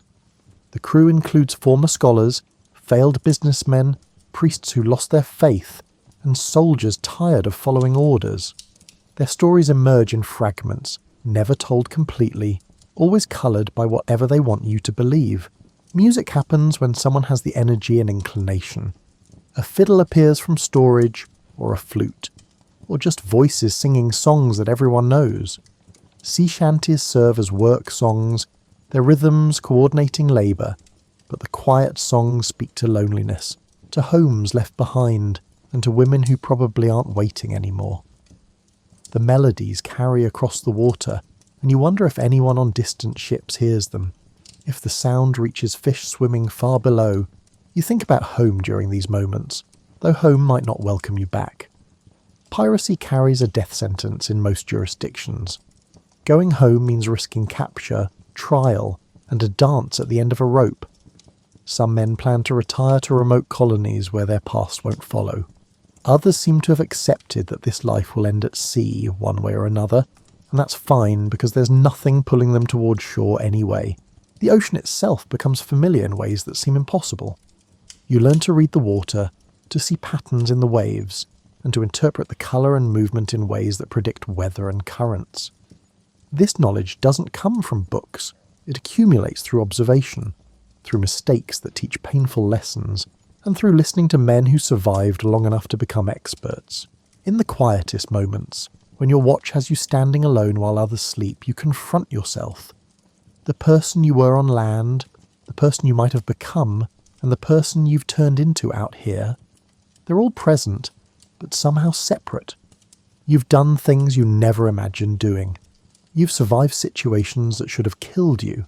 You've become someone your former self wouldn't recognise, and you're not entirely sure how to feel about that transformation. The stars wheel overhead, indifferent to your contemplation. The ship creaks and murmurs in its sleep. The ocean breathes, swells rising and falling in patterns older than human memory. And you stand there, temporary and small, stealing this moment of peace before the next crisis demands your attention, and the machinery of survival grinds forward again. Picture yourself standing at the edge of a vast frozen plain, somewhere in what will one day be called Siberia. The year is approximately 15,000 BCE, though calendars won't exist for thousands of years yet. The landscape stretches endlessly before you. A rolling expanse of tundra grass, patches of snow, and scattered stands of hardy pine trees that somehow survive the brutal cold. The air bites at your exposed skin with a sharpness that makes your eyes water, and when you exhale, your breath crystallizes instantly into tiny ice particles that drift away like miniature stars. This is the Pleistocene epoch, the great ice age that has gripped the Earth for millennia. Massive glaciers, some more than a mile thick, cover much of the northern hemisphere. But you're not standing on ice. You're in one of the refuge zones, the areas between the glaciers where life clings stubbornly to existence. The sun hangs low on the horizon even at midday, casting everything in a peculiar amber light that makes the snow sparkle like scattered diamonds. Your clothing is a masterwork of survival technology, though you wouldn't think of it that way. You're wrapped in carefully prepared animal hides, reindeer primarily, with the fur turned inward for warmth. Your boots are stuffed with dried grass for insulation, and your hands are covered in mittens made from the winter coat of a woolly mammoth calf. Every piece of clothing represents hours of work. Scraping, tanning and sewing, with needles made from bird bones and thread made from animal sinew. Around you, the Ice Age megafauna go about their business with the casual indifference of creatures who've never learned to fear humans. A small herd of woolly mammoths moves slowly across the plain, about half a mile away, their shaggy rust-coloured coats swaying with each ponderous step. They're smaller than modern elephants, actually, only about 9 feet tall at the shoulder, but their enormous curved tusks, some reaching 16 feet in length, make them look like creatures from a fever dream. The matriarch uses her trunk to sweep away snow, exposing the dried grass beneath, and the others follow her lead, creating a scattered pattern of feeding spots across the white expanse. Further out you spot a woolly rhinoceros, its 2 horns catching the low sunlight. It's a solitary creature, this one, methodically working its way across the tundra, in search of the woody shrubs it prefers. Its wool hangs in ragged strips. Not a sign of poor health, but simply the normal appearance of an animal whose coat has evolved to survive temperatures that would kill most modern mammals within hours. A herd of steppe bison, the ancestors of modern American bison but larger, with horns spanning 6 feet across, grazes in the middle distance. They're darker than the snow around them, their breath creating small clouds that hang in the still, cold air. One of them paws at the ground, breaking through the snow crust to reach the vegetation below, and the sound carries clearly across the frozen landscape. A sharp crack followed by the softer sound of ice crystals falling. But it's not the megafauna that you're watching most carefully, it's the wolves. They're everywhere in this landscape, though you have to know how to look for them. Unlike the megafauna, wolves have learned to be cautious around humans. They're not afraid exactly. Not yet, but they're careful. You spot one now, about 300 yards away, sitting on a small rise. It's watching the mammoth herd with professional interest, but you notice that it occasionally glances in your direction too. Its coat is longer and thicker than the wolves of warmer climates, a magnificent blend of grey, black and white that makes it nearly invisible against the mixed landscape of snow and bare ground. These Ice Age wolves are slightly larger than their modern descendants will be. More robust, built for bringing down prey that outweighs them by thousands of pounds. This particular wolf probably weighs around 120 pounds, with massive jaws capable of crushing bone. Its amber eyes miss nothing, constantly scanning the environment for opportunity or danger. You're part of a small band, about 25 people, ranging from infants to elders in their 40s. That might sound young for an elder, but in this world, reaching 40 is an achievement worthy of respect. Your people have been following the reindeer herds for weeks now, and you've set up a temporary camp in a sheltered area, where a rocky outcrop provides some protection from the wind. The camp itself is a collection of sturdy structures, not quite tents, not quite huts. You've created them by setting up frameworks of mammoth bones and tusks, then covering these frameworks with layers of animal hides. The largest structure, the communal dwelling, uses the skull of a mammoth as part of its entrance.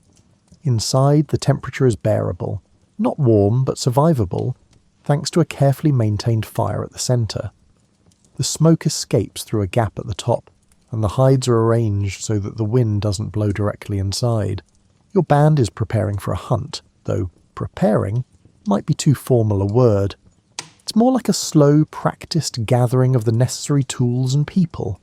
Several hunters are checking their spears, not the throwing spears that will be invented later, but heavy thrusting spears with fire-hardened wooden tips, or, for the lucky few, precious stone points that were traded from another band 2 summers ago.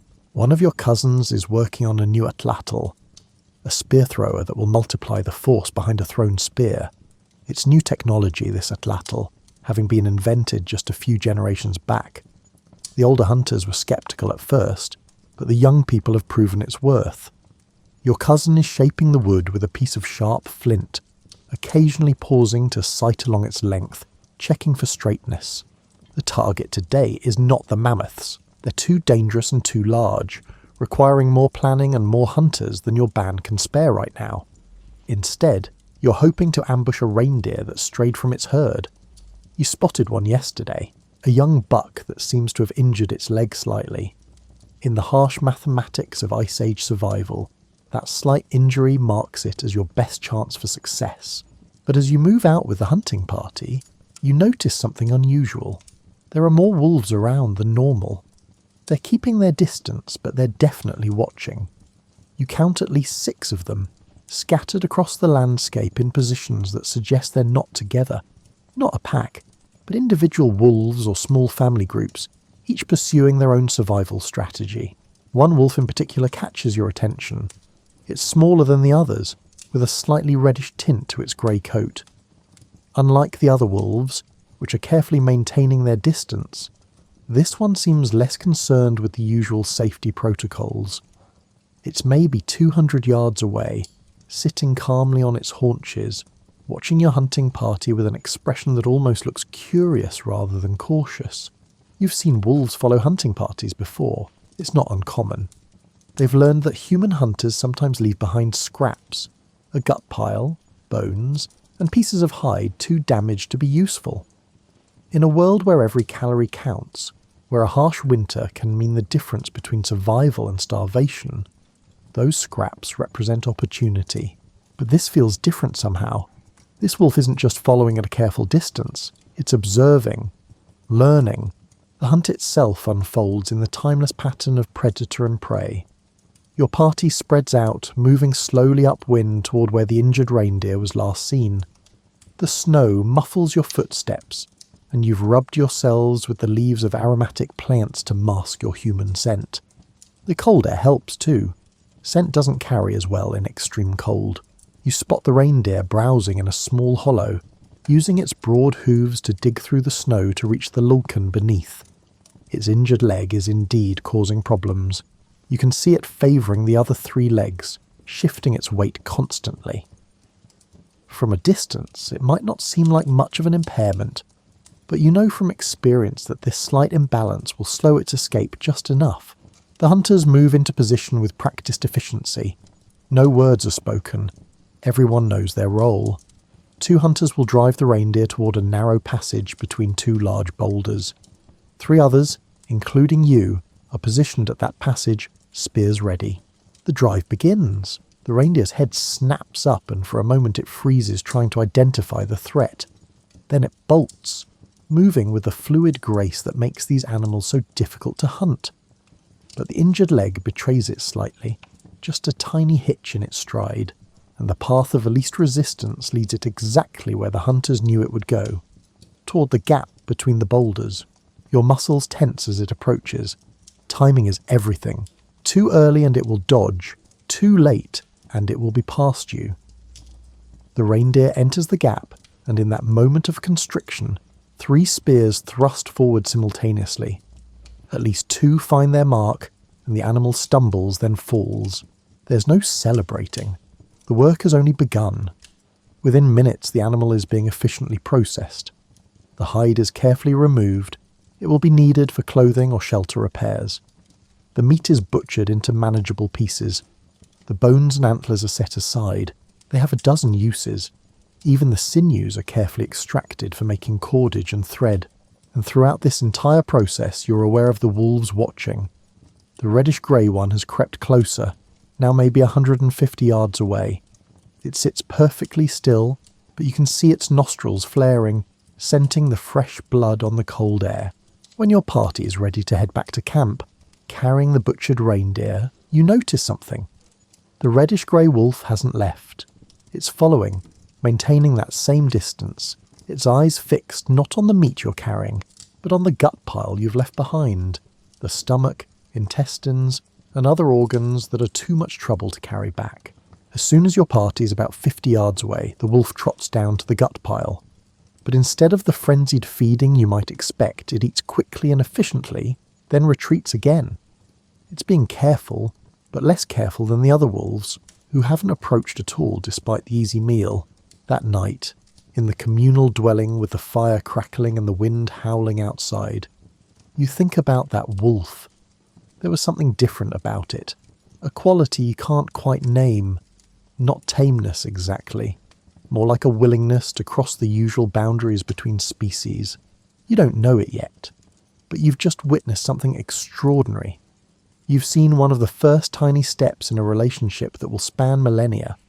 That wolf, with its slightly reduced caution and its observant nature, is on the very edge of something entirely new, not just for wolves, but for the entire trajectory of human and animal life on Earth. Outside, in the darkness beyond the firelight, the wolf circles the camp at a respectful distance. It can smell the cooking meat, can hear the human voices, and can sense the warmth of the fire. And unlike every other wolf in the region, instead of moving on to find its own prey, it settles down in the snow about 100 yards from the camp. It doesn't know why it's staying, instinct mixed with curiosity perhaps, or maybe just the simple calculus of survival. These humans mean food, and in the harsh mathematics of the Ice Age, any reliable source of calories is worth a slight risk. The moon rises over the frozen landscape, illuminating a world that is both beautiful and brutal. And in that world a small change has begun, so subtle that no one could possibly recognize its significance. A wolf sits watching a human camp, and inside that camp a human lies awake thinking about a wolf king. The reddish-grey wolf becomes something of a fixture over the following days, though fixture implies more permanence than is really accurate. It's more like a recurring character in your daily life, appearing near the camp at dawn, following hunting parties at a distance, materialising around butchering sites. You start to recognise it not just by its colouring, but by its behaviour.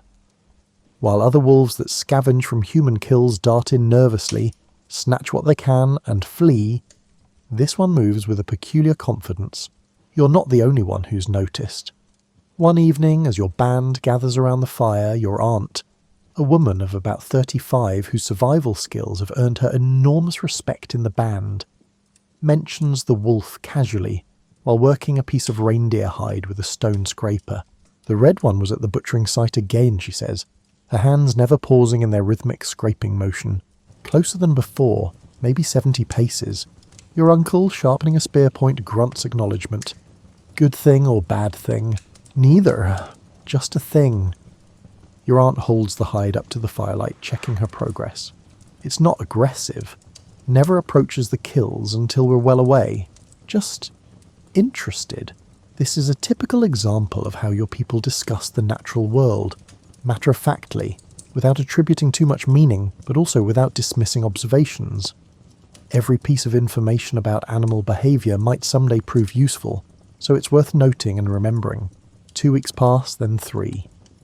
The deep cold of winter begins its slow, grudging transition towards something slightly less brutal.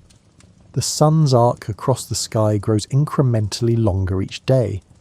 The change is subtle enough that you might not notice it day to day, but over weeks, it's unmistakable. Your band has remained in the same general area. The hunting has been decent, and the sheltered spot you've chosen offers good protection from the wind. And through all of this, the reddish-grey wolf remains part of the landscape. You start to notice patterns. The wolf appears most reliably in the early morning, shortly after dawn, and in the evening around dusk. During the brightest part of the day, it's usually nowhere to be seen, off hunting its own prey, presumably. But in those liminal times when the light is soft and the world feels suspended between day and night, there it is. One morning you're awake earlier than usual, sitting outside the communal dwelling and watching the sky lighten in the east. The temperature is brutally cold, the kind of cold that makes the insides of your nostrils stick together when you breathe in, but the air is perfectly still, and stillness makes cold more bearable. Everything is touched with frost, each blade of grass, each stone outlined in crystalline white. You see the wolf emerge from behind a distant outcrop, perhaps 200 yards away. It's moving in that efficient ground-covering trot that wolves use to travel long distances, its breath creating rhythmic puffs of vapour in the frigid air. Then it stops, sits, and looks directly at your camp. For several long minutes nothing happens. The wolf sits. You sit. The sky continues its slow brightening from deep blue to lighter shades that hint at the eventual arrival of the sun. Then, acting on an impulse you don't fully understand, you toss a small piece of dried meat in the wolf's general direction. Not close to the wolf, You throw it maybe 30 yards out from where you're sitting, leaving it about 170 yards from the wolf. It's more of a gesture than anything else, an acknowledgement of the wolf's presence. The wolf watches the meat arc through the air and land in the snow. It doesn't move. For long minutes it simply sits there, eyes moving between you and the meat. Then, so smoothly that you almost miss the transition, it stands, trots to the meat, picks it up, and retreats to its original distance before lying down to eat it. Something about this interaction feels significant, though you couldn't explain why.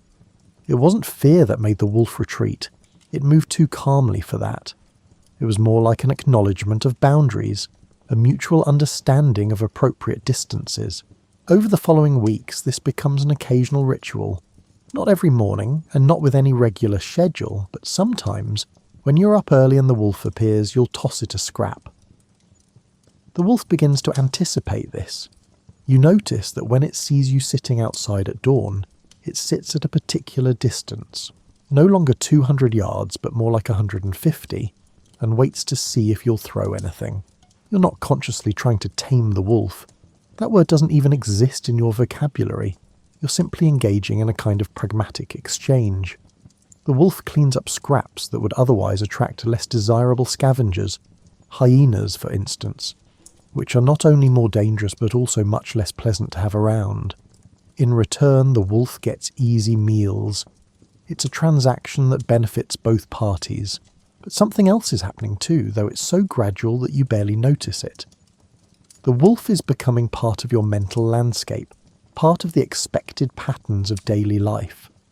When you wake up now, you find yourself wondering if the wolf will be there. When you're out hunting and you spot it following at a distance, you feel a tiny flicker of recognition. Not quite pleasure, but something like acknowledgement.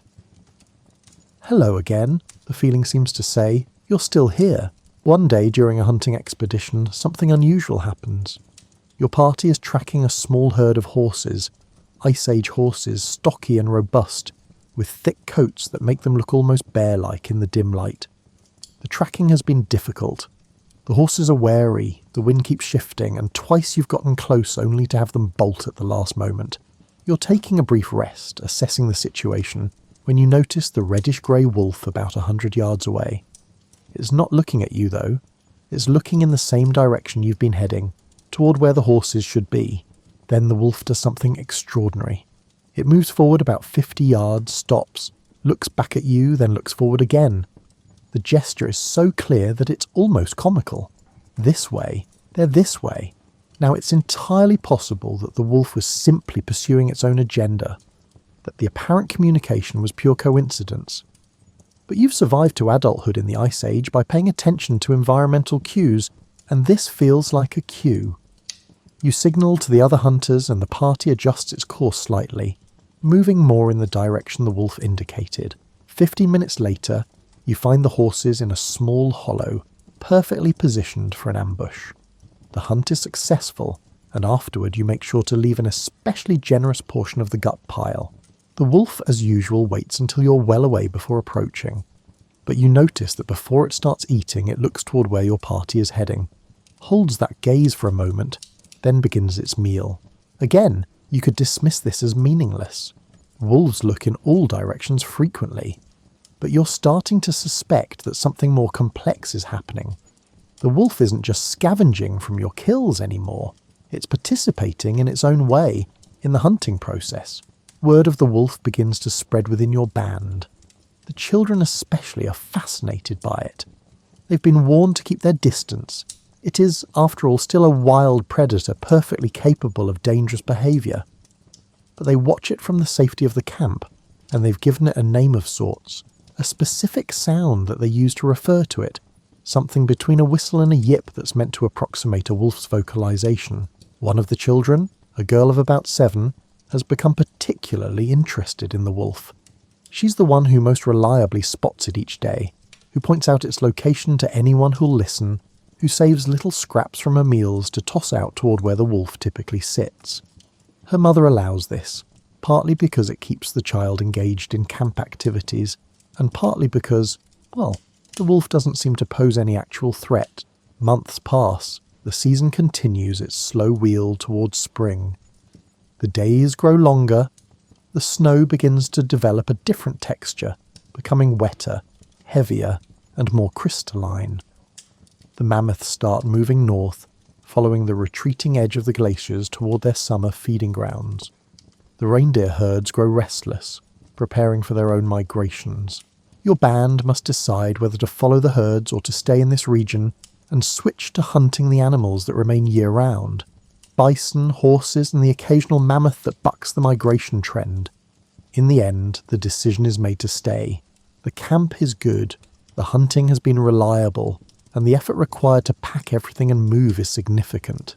The reddish-grey wolf stays too. This surprises you slightly. You'd assumed the wolf was following the human band because humans meant food, and that if the major game herds moved on, the wolf would follow them. But it doesn't. It remains in the area, hunting its own prey. You occasionally see it taking down rabbits with impressive efficiency, and continuing its habit of appearing near the camp at dawn and dusk. The distance between wolves and humans continues to shrink incrementally. Not in any dramatic way, not in any single leap forward, but in tiny adjustments that accumulate over time.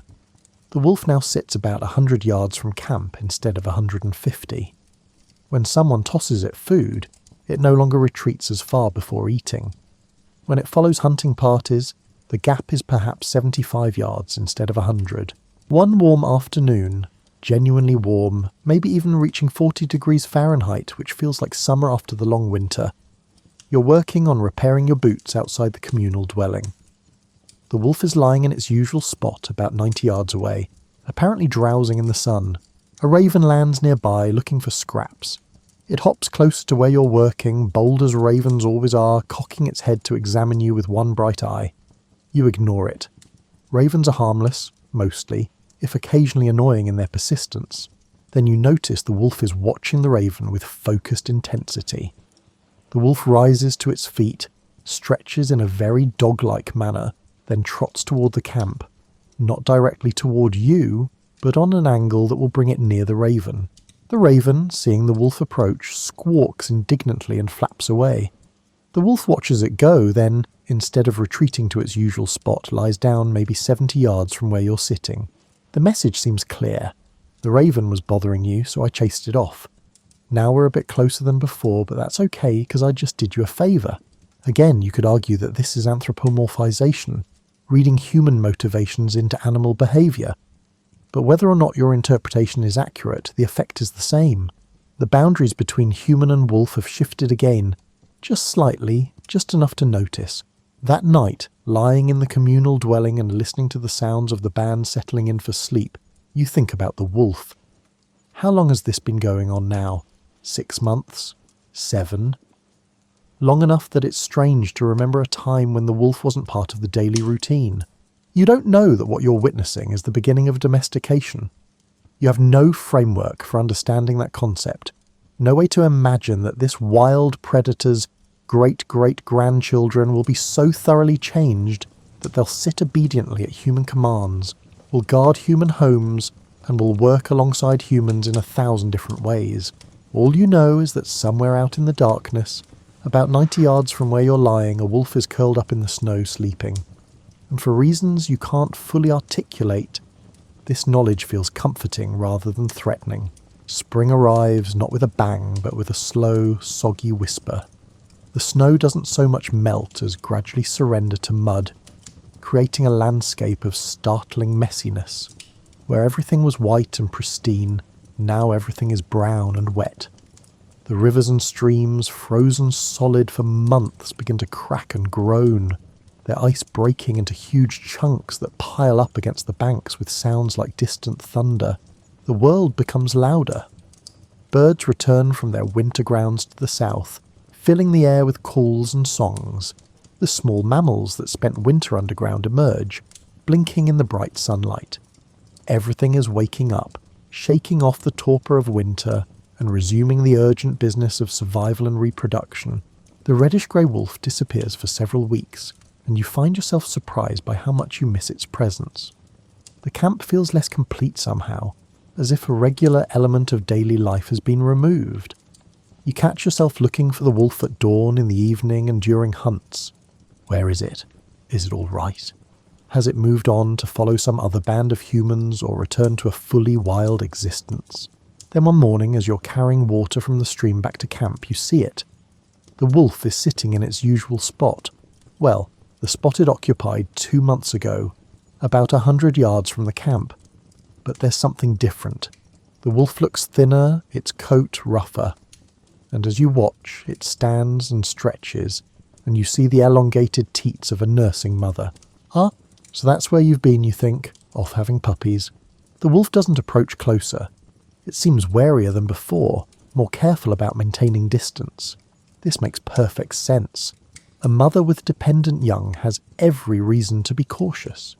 You respect this new boundary, making no attempt to approach, simply acknowledging the wolf's return with a tossed piece of dried meat. Over the following weeks, the wolf's visits become irregular. Sometimes it appears at dawn, sometimes not.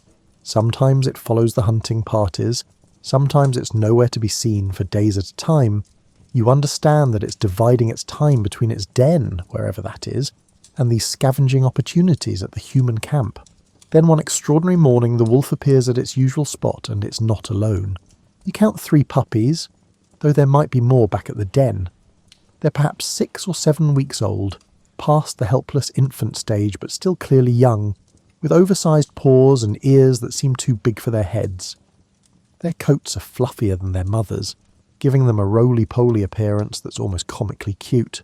The mother wolf sits at her usual distance, but the puppies, not yet having learned appropriate caution, immediately begin to explore. One of them spots something interesting, probably just an unusual rock, and pounces on it with exaggerated intensity. Another tackles its sibling, and they tumble together in a blur of grey fur and wagging tails. The entire human camp stops to watch. Even the most pragmatic adults find themselves smiling at the puppies' antics. The children are entranced, sitting at the edge of camp and watching with barely contained excitement. One puppy, bolder or more curious than its siblings, begins wandering toward the camp. The mother wolf immediately gives a sharp bark and the puppy freezes, then retreats. But the message is clear. The puppy was interested in the camp, curious about these strange 2-legged creatures. The 7-year-old girl who's been most interested in the wolf looks at her mother with pleading eyes. Can I give them food? Her mother considers this. In the Ice Age, where survival is never guaranteed, wasting food on wild animals is generally not a smart strategy. But these are not normal times, and this is not a normal situation. Finally she nods. Small pieces. Don't go any closer. Let them come to you if they want to. The girl takes a piece of dried meat, breaks it into smaller bits and tosses them about halfway between the camp and where the wolf family sits. The puppies watch the meat arc through the air with intense focus. As soon as the pieces land, they bound forward, all caution forgotten in their enthusiasm. The mother wolf tenses but doesn't call them back. She's watching carefully, assessing the situation. Is this dangerous? Are the humans a threat? The puppies reach the meat and immediately begin squabbling over it, play fighting and growling with all the ferocity their young voices can muster, which isn't much. They sound like tiny squeaky toys rather than fearsome predators. One puppy, having secured a piece of meat larger than it can easily eat, tries to drag it back toward its mother. But the meat is larger than anticipated, and the puppy keeps tripping over it, somersaulting in the mud and generally making a spectacle of itself.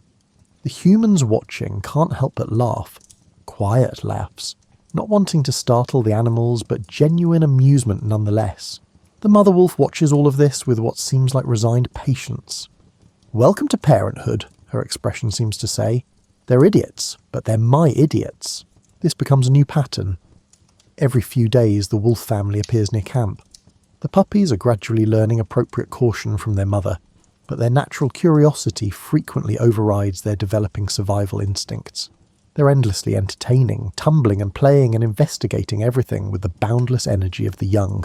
The boldest puppy, you start to recognize it by a distinctive marking, a white patch on its chest, begins approaching closer than its siblings. It doesn't come all the way to the camp, but it gets perhaps 50 yards away.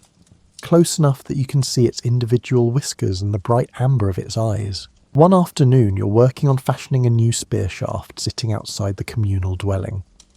The wolf family is in the usual spot, the puppies napping in a furry pile while their mother keeps watch. The bold puppy wakes up, looks around, spots you, and begins walking toward the camp. The mother notices immediately and gives a warning bark. The puppy stops, looks back at its mother, and then looks at you. You can almost see the decision-making process happening in its young brain. Mother says stop. But that human looks interesting. But mother says stop. But the puppy compromises by lying down about 60 yards away, still closer than its mother would prefer, but not actively disobeying. It watches you with intense focus as you work on the spear shaft, apparently fascinated by the repetitive motions of your hands shaping the wood. You decide to test something. Without making any sudden movements, you toss a small piece of meat toward the puppy, not all the way to it, but about halfway between you. The puppy's head snaps toward the meat. It looks at the meat, then at its mother, then at you. The mother wolf gives another warning bark, but the puppy has already made its decision. It slinks forward, belly low to the ground, moving carefully, and snatches the meat. But instead of retreating all the way back to its mother, it only goes about 20 yards away before lying down to eat. The boundary just shifted again. 70 yards became 60 yards, which became 40 yards. You don't push it further. Patience is essential here, not because you're consciously trying to tame this animal, but because you understand, instinctively, that rushing will ruin whatever understanding is developing. The summer progresses. The puppies grow rapidly, their oversized features gradually becoming proportional. They're learning to hunt, accompanying their mother on expeditions, though they're still comically bad at it. You occasionally see them trying to catch rabbits, bounding through the grass with enormous enthusiasm and zero technique, sending their prey fleeing long before they get anywhere close. The bold puppy with the white chest patch continues to be the most adventurous. It's now regularly coming within 40 yards of the camp, close enough that the children can toss it treats without much effort. It hasn't yet allowed anyone to touch it, but there's a clear sense that it might someday if the approach were made carefully enough. The other two puppies are more cautious, maintaining the distance their mother seems to prefer. They'll take tossed food, but they're not as interested in the humans themselves. They're following the traditional wolf path, benefiting from human proximity but maintaining their wild independence. But the bold one is different. It's crossing a threshold, moving into territory that no wolf has previously occupied. Not quite wild, not quite tame, but something in between. A hybrid state that's being invented in real time. One evening, as the sun sets and paints the sky in shades of orange and pink, you're sitting outside watching the day end. The bold puppy is lying about 30 yards away, also watching the sunset, or possibly just resting. The other members of the wolf family have moved off to hunt, but this puppy has chosen to stay near the human camp. For a long time, neither of you moves. You're simply sharing the space, two different species, both watching the same sky turn from day to night. It's a moment of perfect, peaceful coexistence, not dramatic, not particularly significant on its own, but part of a larger pattern that's slowly, quietly rewriting the rules of how different species can relate to each other. A shooting star streaks across the sky, bright and brief. The puppy's ears perk up as if it heard something, though of course the star makes no sound. You find yourself wondering what the puppy thinks of the sky, of the stars, of this strange world it's been born into. You'll never know, of course. The puppy's internal life remains a mystery. But in this moment, that doesn't seem to matter. What matters is the simple fact of shared space, shared time, and shared existence. The stars come out one by one, filling the sky with their ancient light. Somewhere in the darkness, a mammoth trumpets, the sound carrying for miles across the still air. The puppy's ears swivel toward the sound, but it doesn't move from its spot. Neither do you. You sit together, human and almost dog, as the night deepens around you. The bold puppy, which you've started thinking of as white chest, reaches adolescence with all the awkwardness that implies. Its paws, temporarily too large for its body, give it a clumsy gait. Its voice is changing. producing sometimes a puppy yip, sometimes an adult bark, and occasionally an embarrassing crack between the two. It goes through a phase where it seems to trip over its own feet at least once per day, usually while trying to impress the watching humans with some feat of athletic prowess. Whitechest is now about 7 months old, and something remarkable has happened. The distance between the puppy and the nearest humans has shrunk to about 20 yards. Some mornings, Whitechest is waiting near the camp when people emerge from their dwellings, tail wagging in greeting. That tail wagging is itself noteworthy. Adult wolves do wag their tails, but usually only in specific social contexts with other wolves. Whitechest wags its tail at humans constantly, when it sees people, when it's given food, and when someone simply looks in its direction. It's as if the puppy has repurposed a wolf-to-wolf social signal for wolf-to-human communication. The other 2 puppies from that litter are still around, but have remained more traditionally wolf-like. They scavenge from human kills, they tolerate human proximity at reasonable distances, but they show no interest in closer interaction. They're becoming normal wolves, following the ancient patterns of their species. But Whitechest is becoming something else entirely. One breakthrough morning, the 7-year-old girl, her name, in the sounds your language uses, is something that roughly translates to Bright One, approaches closer to Whitechest than anyone has dared before. She's holding a particularly nice piece of smoked meat, and she's making soft, encouraging sounds. Whitechest watches her approach with intense focus. Every muscle is tense, ready to flee if necessary, but the puppy doesn't flee. When Bright One gets within about 10 yards, she stops, kneels down to make herself less threatening, and extends her hand with the meat. For long moments, nothing happens. Then, moving slowly, hesitantly, Whitechest approaches. 1 step, 2 steps, 3. The puppy is now close enough that Bright One could touch it if she reached out. Whitechest stretches its neck forward, still keeping its body at a safe distance, ready to bolt. Its nose twitches, scenting the meat. Then, in one quick motion, it snatches the meat from Bright One's hand and retreats about 5 yards. But here's the remarkable part. Instead of running all the way back to the safe distance, Whitechest lies down right there 5 yards away and eats the meat while watching Bright One with an expression that seems almost friendly. Bright One is beaming. She stays kneeling, not moving, not trying to push the boundary any further. She just watches as Whitechest finishes the meat, licks its chops thoroughly, and then, in a gesture that makes Bright One gasp with delight, yawns and stretches out for a nap right there 5 yards from a human. Word spreads quickly through the camp. People emerge from their dwellings to see this extraordinary sight. A wolf, nearly full grown now, sleeping peacefully within easy spear throw of a human settlement. Over the following weeks, Whitechest becomes bolder. The puppy starts following Bright One around when she does her daily tasks, collecting firewood, hauling water, and helping prepare hides. It's not always close. Sometimes it's 20 yards behind, sometimes 30, but it's clearly following, clearly choosing to be near this particular human. The relationship develops what you might call reciprocity, though you have no word for this concept. Bright One shares food with Whitechest, and Whitechest provides companionship and, increasingly, a kind of early warning system. The puppy's ears are sharper than human ears, and its nose is infinitely more sensitive. When Whitechest's attention suddenly focuses on something distant, people have learned to pay attention. More than once, the puppy's alertness has given warning of approaching animals, sometimes dangerous predators, sometimes potential prey. One afternoon, Whitechest is lying near where Bright One is working on scraping a hide. The puppy's head suddenly lifts, ears pricked forward, and body tensed.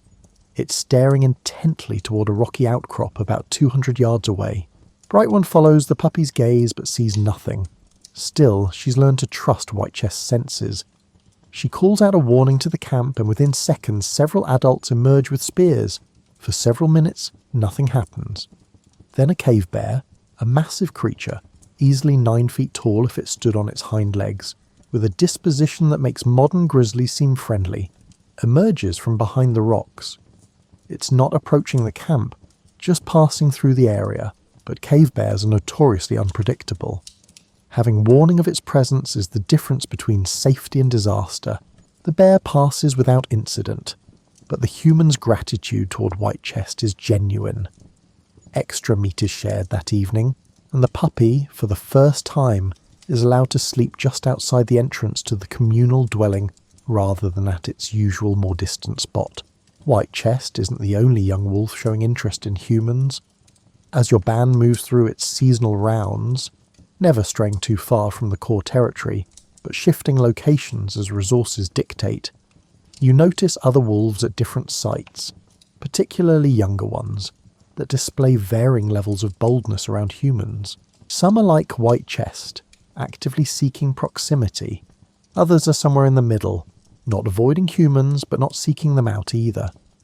It's as if there's a spectrum of personality types, and the wolves on the bolder end of that spectrum are the ones who keep gravitating toward human camps. You're beginning to suspect, though you have no framework to articulate this, that some kind of selection is happening. The boldest wolves get the most access to easy food from human scraps. The boldest wolves are the ones learning to cooperate, however loosely, with human hunting activities. The boldest wolves are the ones surviving best near human settlements, and when these bold wolves eventually mate, as Whitechest will in another year or so, they'll likely produce offspring that inherit this tendency toward boldness. Generation by generation, the wolves most comfortable around humans are the ones most likely to thrive in this new ecological niche that humans provide. Meanwhile, the shyer, more traditionally wolf-like individuals continue to do fine in the vast wilderness away from human settlements. They're not being replaced or driven out. It's just that two populations are slowly diverging, one remaining purely wolf, one beginning the long journey toward becoming something else. Whitechest reaches full adulthood, about a year and a half old now. The puppy awkwardness is gone, replaced by the lean efficiency of a mature predator. Whitechest now weighs about 75 pounds, smaller than its mother but still formidable, and while the wolf has clearly bonded with Bright One and the rest of the band, it's not tame in any conventional sense. It still hunts its own prey, it still maintains some distance, it still makes its own decisions about when to be near the camp and when to disappear into the wilderness for days at a time. But something fundamental has changed. When Whitechest returns from these wilderness excursions, it greets the humans, especially Bright One, with obvious pleasure, tail wagging and body wiggling in a dance of joy. When the band moves camp, Whitechest follows without hesitation. When Bright One sits by the fire in the evening, Whitechest lies nearby, close enough to be touched, though still wary of sudden movements. One evening, after a successful hunt, the band is in good spirits. There's meat aplenty, and someone has found a wild berry bush still holding fruit despite the lateness of the season. The children are playing a game that involves running around the camp's perimeter, and Whitechest joins in, running alongside them with obvious enjoyment. The adults watch this with expressions ranging from amazement to amusement to something approaching unease. This is unprecedented. Wild predators don't play with human children, but here, undeniably, is a wolf doing exactly that.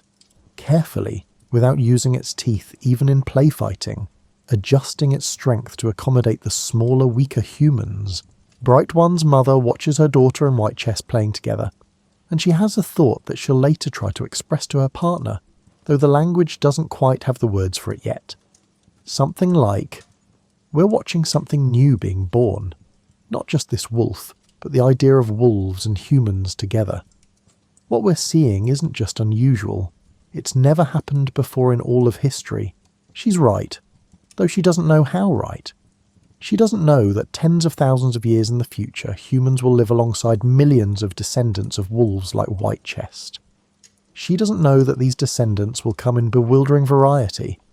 Tiny ones that fit in a pocket, huge ones that stand taller than wolves ever did. Some bred for hunting, some for guarding, and some simply for companionship. She doesn't know that humans will develop complex emotional bonds with these animals, treating them as family members, mourning their deaths, and celebrating their lives. All she knows is that right now, in this moment, her daughter is playing with a wolf, and both of them are clearly absolutely happy. The fire crackles. The The stars wheel overhead in their eternal patterns. A cool breeze brings the scent of the distant pines. And in this small corner of the vast Ice Age world, something impossible has become possible. White Chest stops running, sits down to catch its breath, and Bright One impulsively reaches out to touch the top of the wolf's head. White Chest goes very still. This is the first time a human has directly touched it. For a moment, the outcome could go either way. Then White Chest leans into the touch just slightly, and Bright One begins gently scratching behind the wolf's ears. White Chest's eyes close in contentment. One back leg starts twitching involuntarily, the way dogs' legs will twitch when you find just the right spot. The bridge between species has been crossed. There's no going back now. 3 years have passed since White Chest first ventured close to the human camp as a bold puppy. The wolf, though increasingly it seems incorrect to call it simply a wolf, is now a mature adult, fully integrated into the daily life of your band. White Chest has become, for lack of a better term, a member of the family. The wolf's daily routine mirrors the human's own rhythms. White Chest sleeps near the camp entrance at night, often beside Bright One's sleeping area. In the morning, the wolf accompanies whoever goes to fetch water, trotting alongside them, investigating interesting smells, and occasionally pausing to mark territory. During the day, White Chest often joins hunting parties, and this is where the relationship has evolved into something truly remarkable. White Chest has learned to actively participate in hunts. The wolf understands somehow what the humans are trying to do. When the hunting party is stalking prey, White Chest remains silent and stays downwind. When it's time to drive game toward waiting hunters, White Chest helps with the drive, barking and lunging to push the animals in the right direction. And critically, White Chest has learned to wait for its share of the kill, rather than trying to claim it immediately. This cooperation isn't perfect. White Chest is still a predator with predator instincts, and occasionally those instincts override training. Once, during a particularly exciting chase of a wounded bison, White Chest became overeager and darted in too early, nearly getting trampled for the trouble. The wolf learned from this mistake, painfully, limping for several days afterward, but learned nonetheless. The human's hunting success rate has noticeably improved with White Chest participation. The wolf's superior senses help locate prey that human eyes would miss. White Chest's presence makes some prey animals nervous, causing them to move in ways that make them easier for human hunters to predict. And occasionally, when hunting smaller game like rabbits or foxes, White Chest makes kills entirely independently and shares them with the band, particularly with Bright One. But it's not just practical benefits that define this relationship. There's genuine affection here, genuine companionship. Bright One, now approaching 11 years old, has formed a bond with White Chest that goes beyond utility. The wolf is her constant companion, her playmate, and her confidant.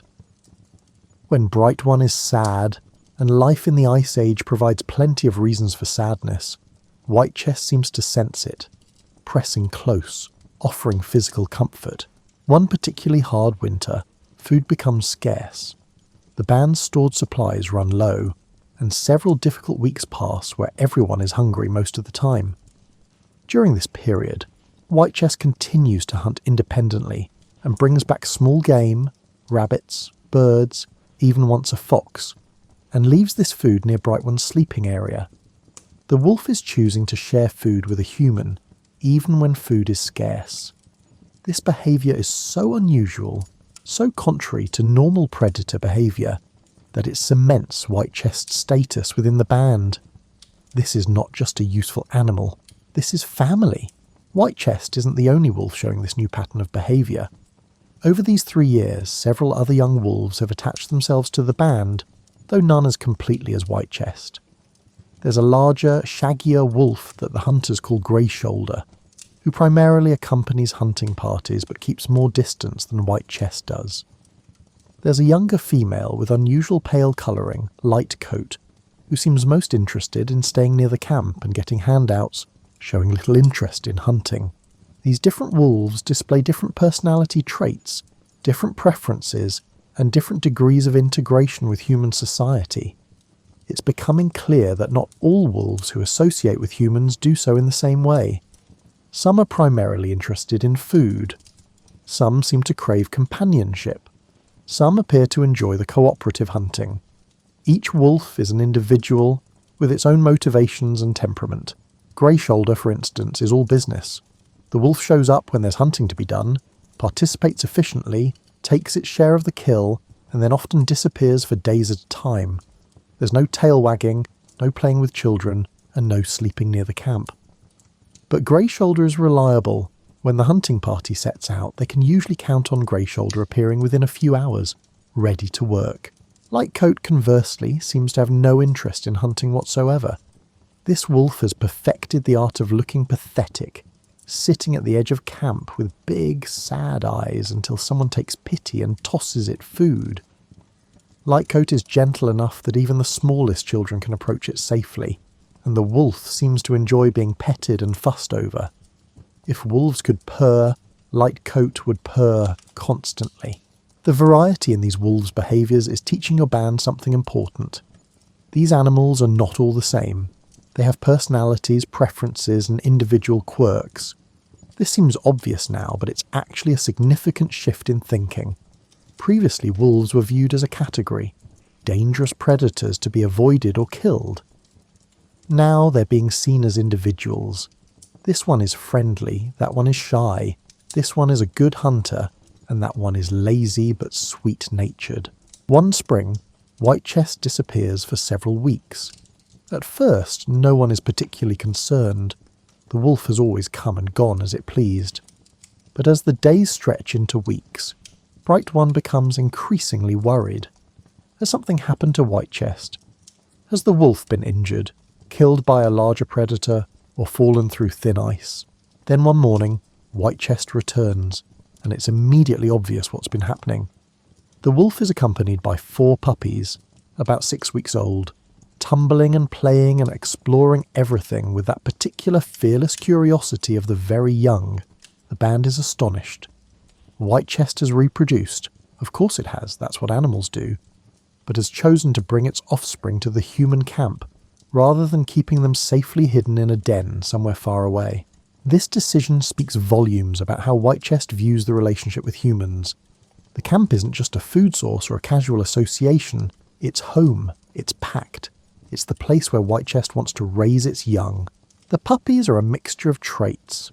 2 of them look almost exactly like traditional wolves, with typical colouring and build. But one puppy is smaller, with softer features, and a coat that's slightly curlier than normal. And one puppy has distinctive markings, a white-tipped tail and a blaze of white down its face, that make it look quite different from any wolf you've ever seen. These puppies have never experienced the wild the way their parent did. From their earliest memories, humans are simply part of the landscape, no more frightening than trees or rocks. They approach people with no hesitation, investigate everything fearlessly, and quickly work out that humans are an excellent source of food and entertainment. Bright One is enchanted. She spends hours playing with the puppies, teaching them simple games and getting them accustomed to being handled. One puppy in particular, the small one with the curly coat, becomes especially attached to Bright One, following her everywhere, sleeping curled against her at night. The band decides to call this puppy Curl for obvious reasons, and Curl represents something even more significant than Whitechest did. Whitechest was a wild wolf that chose to associate with humans. Curl is being raised from birth as part of a human family. Curl will never know a purely wild existence. Curl is in essence the first truly domestic dog, even though that word won't exist for thousands of years yet. As Curl grows, the differences from a traditional wolf become more pronounced. A Curl is smaller than a full wolf, with shorter legs and a more rounded skull. Curl's ears don't stand up quite as erectly. Curl's tail curls over its back in a way that would be considered a fault in a wolf but is somehow charming in this context. And Curl's temperament is gentler and more tractable than any wolf's. Curl never goes through the adolescent period of testing boundaries and asserting independence that wolves typically experience. Curl simply accepts human authority as natural and right. When Bright One gives Curl a command, sit, stay, come, Curl obeys with eager enthusiasm. Not because Curl fears punishment, but because pleasing Bright One is Curl's primary motivation in life. This eager-to-please quality is something new under the sun. Wolves can be trained to an extent, but their cooperation always feels like a negotiation, a transaction. Curl's obedience feels more like devotion. It's the key difference between a tamed wolf and a truly domestic dog. Other puppies from Whitechest's litter show varying degrees of this new temperament. One is almost indistinguishable from a wild wolf, eventually leaving the band to live independently. Two are intermediate, friendly with humans but retaining significant independence. But Curl is fully, completely domestic. The band begins to see the possibilities. If wolves can be raised to be this cooperative, this helpful, this companionable, then perhaps this relationship could be deliberately cultivated. Perhaps when Whitechest or one of the other wolves has another litter, the band could keep the friendliest puppies and encourage them to mate with other friendly wolves. This thought represents the beginning of conscious selection. Not just accepting wolves that happen to be bold enough to approach humans, but actively choosing which wolves to keep and breed based on desirable traits. It's the shift from passive acceptance of a phenomenon to active participation in shaping it. You don't know that you're inventing animal husbandry. You don't know that this same process will eventually be applied to wild sheep, wild cattle, and wild horses, transforming them all into domestic animals. You don't even really know that what you're doing is revolutionary. You just know that having Curl around makes life better. The puppy is cheerful, affectionate, helpful in its small ways, and brings joy to the entire band. When you're working on a difficult task and getting frustrated, Curl seems to sense it and comes over, tail wagging, inviting you to take a break and play. When the camp is quiet and everyone is feeling the weight of survival's constant demands, Curl does something silly, chasing its own tail, play-bowing to a shadow, barking at a butterfly, and makes everyone laugh. Life in the Ice Age is hard, it's dangerous, it's unpredictable. But with a curly-coated little dog curled up against you at night, with a wolf dog bringing you fresh-killed rabbits, with a gentle pale wolf accepting scratches from your children, some of that hardness feels a bit more bearable. The sun sets over the tundra, painting everything in shades of gold and amber. Whitechest sits on a rise near the camp, silhouetted against the sky, looking out over the landscape. Curl sits beside its parent, attempting to match the adult's dignified pose, but somewhat undermining the effect by occasionally scratching vigorously at its ear. You watch them from the camp, and you feel something that might be the Ice Age equivalent of contentment. Things change slowly in this world. The seasons cycle. The herds migrate. Life continues in its ancient patterns. But here, in this small detail of wolf dogs sitting peacefully near a human camp, something genuinely new is happening. The future is being born, one wagging tail at a time. 10 years have passed since Whitechest first approached the camp as a bold puppy, and the landscape of human-wolf relationships has transformed in ways that would have seemed impossible back then. Your band now lives alongside not one or two wolf dogs, but an entire community of them, perhaps 15 in total, ranging from very wolf-like individuals who maintain significant independence to animals like Curl's offspring, who are so thoroughly integrated into human society that calling them wolves feels completely wrong. The terminology is becoming a problem, actually. You need to distinguish between the animals that live with you and the wild wolves that still roam the tundra. The word your band has settled on for the domesticated ones roughly translates to hand-fed ones, or possibly chosen ones, depending on context. It's clunky, but it serves its purpose. Whitechest is now elderly by wolf standards, approaching 11 years old, with a greying muzzle and stiff movements that speak to arthritis in the hips. The wolf no longer accompanies hunting parties, spending most days sleeping near the camp's warmest spots. But Whitechest remains deeply beloved, respected as the founding member of this new relationship. The younger wolf dogs treat Whitechest with clear deference, and Bright One, now a woman of 21 with children of her own, still sits beside the old wolf in the evening, stroking its greying fur and talking softly. The wolf dogs have become essential to the band's survival strategy. Their contributions are multiple and significant. In hunting, a well-trained wolf dog can be worth 2 human hunters. The animals can run down prey that would escape humans and can track wounded animals through terrain too difficult for people to navigate, and can hold a cornered animal until the hunters arrive. But the wolf dogs provide benefits beyond hunting. They serve as an alarm system, alerting the camp to approaching predators or rival human bands. They keep scavengers like hyenas and foxes away from stored food. They provide warmth on cold nights. Several wolf dogs sleeping in the communal dwelling raise the temperature noticeably. And perhaps most importantly in the harsh calculus of Ice Age survival, they provide psychological comfort. Having these animals around makes people feel safer and less alone in a vast and often hostile landscape. The different wolf dogs have found different roles within the human community, playing to their individual strengths. There's Scout, a lean, fast female who excels at ranging ahead of travelling groups, alert for danger. There's Guardian, a massive male with a protective temperament who has appointed himself defender of the children. Even the smallest child can toddle around camp safely with Guardian following like a patient, furry shadow. Then there's Hunter, descended from Grey Shoulder, who has inherited its ancestors' no-nonsense approach to hunting. Hunter has little interest in being petted or playing games, but when the hunting party goes out, Hunter is all business, efficient, tireless, and remarkably skilled at anticipating where prey animals will run. Some wolf dogs have discovered entirely unexpected roles. Warmth, a female with unusually thick fur, has somehow worked out that if she lies down near someone who's sick, her body heat helps them feel better.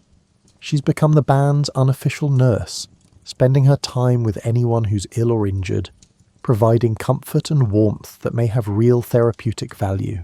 The breeding of these animals is becoming more deliberate with each generation.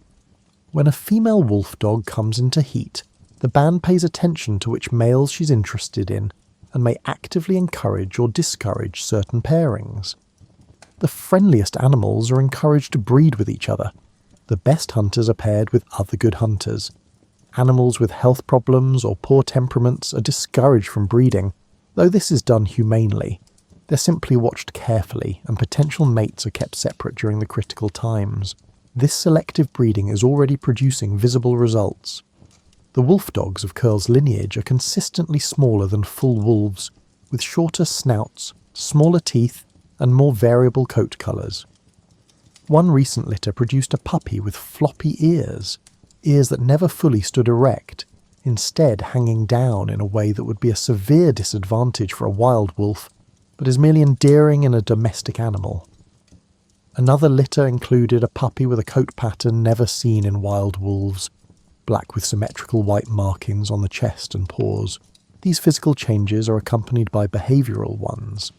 The newest generation of wolf dogs is even more tractable than their parents, more eager to please, and more attuned to human communication. A human can point, and these animals will look where the human is pointing. A cognitive skill that wolves rarely demonstrate, but that these hand-fed ones have developed to a remarkable degree.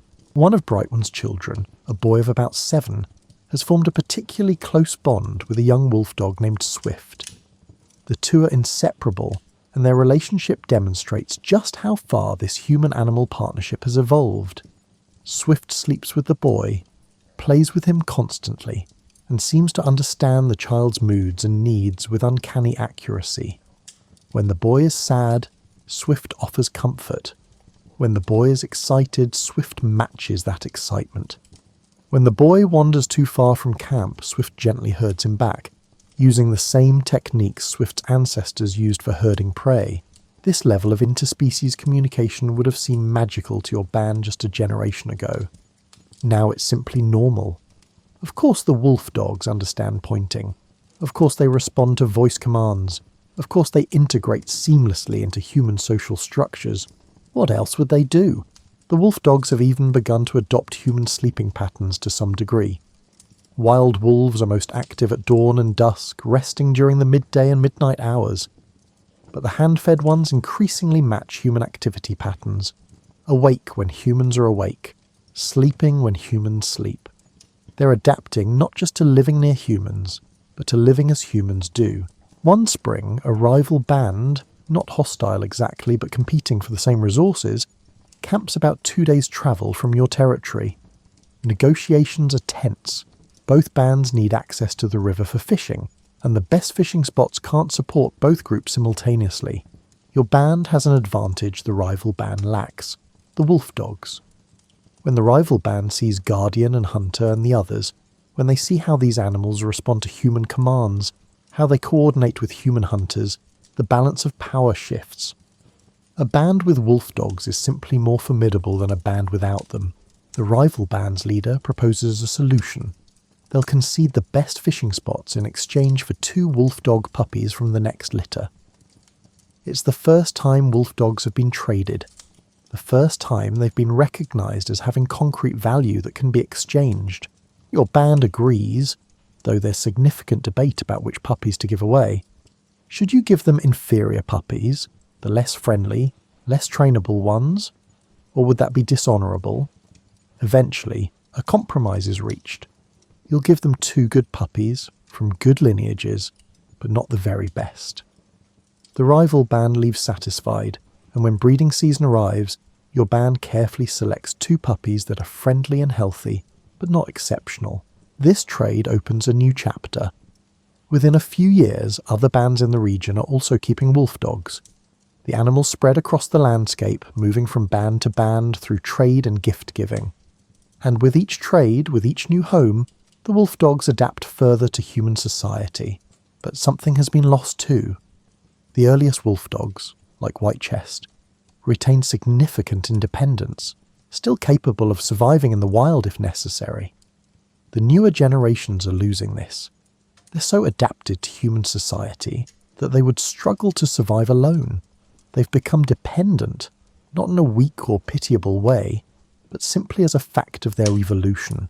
They've traded independence for partnership, wilderness for home. Is this good or bad? The question doesn't really occur to anyone in your band. This is simply how things are developing. The wolf dogs are happy. They play, they form bonds, and they seem to enjoy their lives. The humans are happy. Life is easier and more secure with wolf dog partners. What else matters? White Chest dies one cold winter morning, simply failing to wake up. Death is a constant companion in the Ice Age, and the band has developed rituals for dealing with it. White Chest's body is placed on a rise overlooking the camp, positioned to face the sunrise. It's a mark of respect given to honoured band members, now extended to this animal who helped create something entirely new. Bright One sits beside the body for a long time, crying openly. She's mourning not just an animal, but a friend, a companion who's been part of her entire life from childhood into adulthood. The other wolf dogs seem to understand that something significant has happened. They approach White Chest's body cautiously, sniff it carefully, and several of them emit low, mournful howls.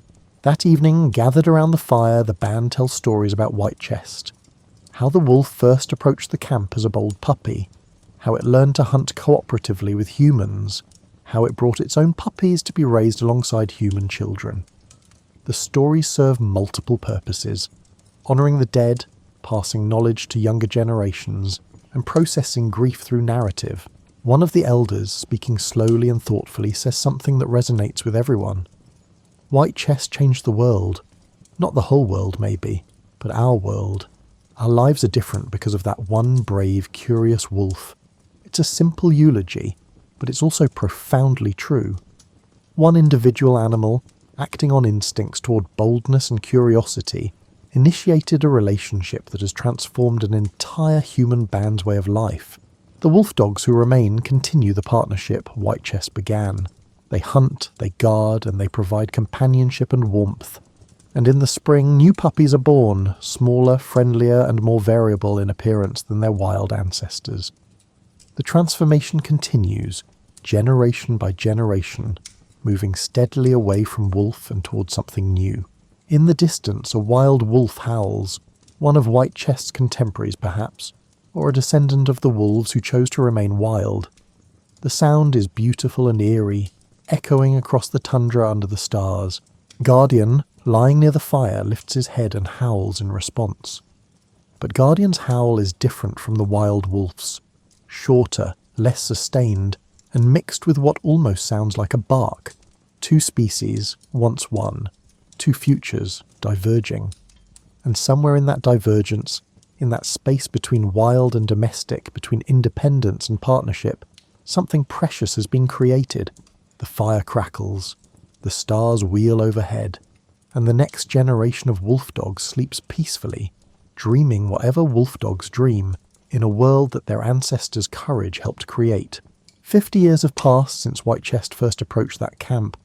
Your band's descendants have moved to new territories, following the slowly shifting climate as the Ice Age begins its long, gradual retreat. The massive glaciers are melting imperceptibly slowly, creating new rivers, new lakes, and new opportunities for human habitation. And wherever humans go, the wolf dogs go with them. The relationship between humans and these proto-dogs has become so normalized that it's difficult to remember a time when it didn't exist. Every human band in the region now has wolf dogs. They've become as essential to human survival as fire, as tools, as language itself. The wolf dogs have continued to diversify. Some bands prefer larger, more wolf-like animals for hunting large game. Other bands favour smaller, friendlier animals better suited to life in increasingly settled communities. Some bands have wolf dogs that specialise in guarding stored food from pests. Others have animals trained to help drive fish into nets during seasonal salmon runs. This diversification is the beginning of what will eventually become distinct breeds, though that concept is far in the future. For now, it's simply practical adaptation. Different human communities have different needs, and they're unconsciously selecting for the traits that serve those needs best. One particularly interesting development is happening in coastal communities, where humans are beginning to exploit marine resources more systematically. The wolf dogs in these communities have learned to eat fish, something wild wolves rarely do. Some have even learned to help with fishing, diving into shallow water to drive fish toward waiting nets, or even catching fish independently. These coastal wolf dogs are developing slightly different physical characteristics, more webbing between their toes and slightly oilier coats that shed water better. They're adapting to their environment within just a few generations, demonstrating the remarkable plasticity of the wolf dog genome under selective pressure. Meanwhile, in the interior regions where big game hunting remains the primary survival strategy, the wolf dogs remain larger and more wolf-like. These animals need strength and endurance to help bring down mammoths, bison, and other megafauna. But even these hunting specialists are more tractable than their wild ancestors, more responsive to human direction, and more integrated into human social structures. The trade in wolf dogs has become extensive. Prized animals might be traded across territories spanning hundreds of miles. A particularly good hunting dog might be exchanged for tools, for furs, or for access to prime hunting grounds. Female wolf dogs in heat are sometimes taken long distances to be bred with males from other lineages, preventing inbreeding and introducing new genetic variation. This trade has unexpected benefits. It creates connections between human bands, facilitating the exchange of knowledge, tools, and genetic material, both dog and human. Bands that might previously have been rivals find common ground in their shared interest in wolf dogs. A man from one band might travel to another specifically to breed his female wolf dog with a male known for its hunting prowess, and during that visit trade other goods, share stories, and perhaps even arrange marriages between the bands. The wolf dogs are becoming a form of social glue, binding human communities together across vast distances. But the relationship isn't uniformly positive. Some bands reject the wolf dogs entirely, seeing them as an unnecessary burden in terms of food resources. These bands continue the old ways, hunting without animal assistance, and they do fine. Humans are adaptable enough to thrive with or without canine partners. There are also occasional problems. A wolf dog might revert to more wild behaviour, attacking livestock, as humans begin tentative experiments with keeping other animals captive, or even biting a human. These incidents are handled case by case, but they serve as reminders that these animals are still close to their wild roots, still capable of unpredictable behaviour. One particularly tragic incident involves a wolf dog that, during a harsh winter with severe food shortages, kills and eats a human infant left momentarily unattended. The wolf dog is immediately killed, and there's serious discussion in the band about whether the entire experiment with keeping these animals is worth the risk. But ultimately the decision is made to continue. The benefits outweigh the risks as long as everyone remains vigilant and realistic about what these animals are. Neither fully wild nor fully tame, but something in between that requires constant awareness. As generations pass, the wolf dogs become more and more distinct from their wild ancestors. The physical changes accumulate: smaller teeth, shorter snouts, and more variable coat colours and patterns. Floppy ears appear in multiple lineages. Curled tails become common. Some wolf dogs develop spotted coats, or unusual colour patterns, or even long, silky fur that would be impractical for wild wolves, but is prized by humans for its appearance. The behavioural changes are even more pronounced. The newest generations of wolf dogs are born with an innate understanding of human social cues. They instinctively defer to human authority. They form strong emotional bonds with human families, showing distress when separated and joy when reunited. They've become emotionally domesticated in a way that goes beyond mere training. Scientists far in the future will identify this as a change in the wolf dog genome related to stress hormones and social bonding. Specific genetic variations that make these animals less fearful of humans, more tolerant of close contact, and more capable of reading human emotions and intentions. But your band only knows that the puppies born now are somehow sweeter, friendlier, and more lovable than their ancestors were. The wolf dogs have even begun to participate in human spiritual life. When the band performs rituals, thanking the spirits of hunted animals, celebrating successful births, mourning the dead, the wolf dogs are present, treated as participants rather than mere witnesses. Some bands are beginning to develop stories about how the first wolf dog came to live with humans, mythologizing White Chest's descendants into legendary figures who bridge the worlds of human and animal. One story, told around countless fires across the generations, goes something like this.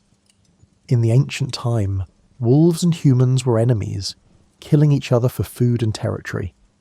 But one wise wolf saw that humans had fire and tools, things wolves could never have. And one wise human saw that wolves had sharp senses and cooperative hunting skills that humans lacked. These two, wolf and human, met in a neutral place and made an agreement. "Share with us your fire," said the wolf, "and we'll share with you our hunting skill." And from that day forward, wolves and humans have been partners, each making the other stronger. It's a myth, not history, but like all good myths, it contains a kernel of truth. The relationship between humans and wolf dogs is indeed a form of partnership, a mutual exchange of benefits that enhances both species' chances of survival. As the Ice Age slowly wanes, as the climate warms and the megafauna begin to decline, human societies are changing too. People are beginning to stay in the same places for longer periods, building more substantial shelters and storing food more systematically. The shift from fully nomadic to semi-settled existence is beginning, and the wolf dogs are part of this transition. In settled camps with stored food, wolf dogs prove invaluable as guards, preventing raids by predators and rival human groups. They alert to approaching danger, defend territory, and provide a sense of security that allows humans to sleep more soundly at night. The wolf dogs are also helping with an entirely new human activity, managing other proto-domestic animals. As humans begin keeping captured young megafauna, not quite farming them yet, but moving in that direction, the wolf dogs help control these animals, using their herding instincts to keep young mammoths or bison from wandering off. This herding behaviour will eventually become one of the most important functions of domestic dogs. But for now, it's a happy accident. The wolf dog's natural prey herding instincts being redirected toward a new purpose.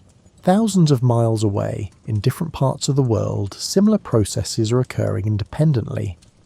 Wolves near human settlements in what will become Europe are beginning their own journey toward domestication. Wolves in East Asia are developing their own relationships with human communities. The process isn't uniform, but the pattern is recognizable. Wherever humans and wolves coexist, some wolves are discovering the advantages of cooperation over competition. These geographically separated populations of proto-dogs will eventually give rise to different lineages, different regional types that reflect both the local wolf populations and the specific needs of local human communities. But all of them share the same fundamental transformation. From wild predator to domestic partner. You don't know any of this, of course. Your world is limited to your band, your territory, and your direct experience. But your great-great-grandchildren's descendants will spread across continents, and they'll bring their wolf dogs with them. When humans eventually cross the land bridge from Asia to the Americas, wolf dogs will be among the first domesticated animals to reach the New World. When humans develop boats capable of crossing open ocean, wolf dogs will be in those boats, heading to islands and new continents. The partnership that began with one curious wolf and one willing to experiment human band has become a global phenomenon that will persist for millennia. Long after the mammoths and woolly rhinos and giant sloths have gone extinct, long after the Ice Age has faded into geological history, this relationship will endure. Your band's current generation of wolf dogs includes a young female named Echo, descended from Curl's lineage through multiple generations. Echo is small, barely 60 pounds, with a curly coat, floppy ears, and a tail that curls so tightly it almost makes a full circle. Echo's temperament is gentle and playful, and the animal has become particularly attached to the band's children, serving as an unofficial guardian and playmate. One warm summer evening, as the sun sets over a landscape that's noticeably greener and less harsh than the tundra of your ancestors' time, Echo lies surrounded by children. They're petting the wolf dog, telling stories, and laughing at Echo's clownish attempts to catch moths that flutter around the fire. An elder watches this scene with satisfaction. This elder is the great-great-grandchild of Bright One, carrier of stories passed down through multiple generations. The elder remembers the tales of White Chest, of Curl, of the early days when having a wolf dog near the camp was strange and frightening. Hard to imagine being afraid of them now, the elder says to no one in particular, speaking softly enough not to disturb the children's play. Another adult sitting nearby laughs quietly. Hard to imagine living without them. What did our ancestors do without wolf dogs? How did they hunt? How did they feel safe at night? It's a good question. The answer, of course, is that humans survived for hundreds of thousands of years without canine partners. But now that the partnership exists, it's difficult to imagine going back. The relationship has become so integral to human society that its absence would be felt like the loss of a limb. Echo, tired from playing with the children, finally settles down, resting its head on a child's lap. The child strokes Echo's curly fur, and the wolf dog's eyes drift closed in contentment. Somewhere in the darkness beyond the firelight, a wild wolf howls. Echo's ears perk up, and the wolf dog lifts its head briefly, but there's no answering howl, no urge to run off and join that wild song. Echo's world is here, with these humans, by this fire. After a moment, Echo settles back down, content with its chosen place in the world. The stars come out, the same stars that shone on White Chest and Bright One all those generations ago. The fire crackles and pops. Children's voices mix with adult laughter, and beneath it all, the steady rhythm of Echo's breathing as the wolf dog sleeps. In this moment, peaceful and ordinary and yet profound, you can see the future taking shape. These children growing up with Echo will never know a world without wolf dogs. Their children won't either, nor their children's children, for hundreds of generations to come. What began as one wolf's curiosity and one human's willingness to share has become something timeless. A partnership that will outlast empires, survive the collapse of civilizations, and endure through changes in human society that would be unrecognizable to you. The wolf dogs will be there when humans build their first permanent villages. They'll be there when humans develop agriculture, when they domesticate other animals, and when they create the first cities. They'll pull sleds across frozen wastes, herd sheep across mountainsides, guard palaces, and warm the laps of emperors and peasants alike. They'll change, of course. They'll diversify into forms that would seem impossible. Tiny dogs that fit in a pocket, giant dogs larger than wolves ever were, dogs with pushed-in faces, dogs with legs so short they can barely run, and dogs bred for every conceivable purpose, from hunting rats to guarding temples to simply being beautiful. But underneath all those changes, underneath all that diversity, they'll still carry the same essential nature that Echo demonstrates tonight. Loyalty, affection, and the deep-rooted desire to be part of a human family. The fire burns low. People begin heading to their sleeping areas. Echo rises, shakes vigorously, and follows the children to the shelter where they sleep. The wolf dog settles down among them, and within moments 3 children are using Echo as a pillow.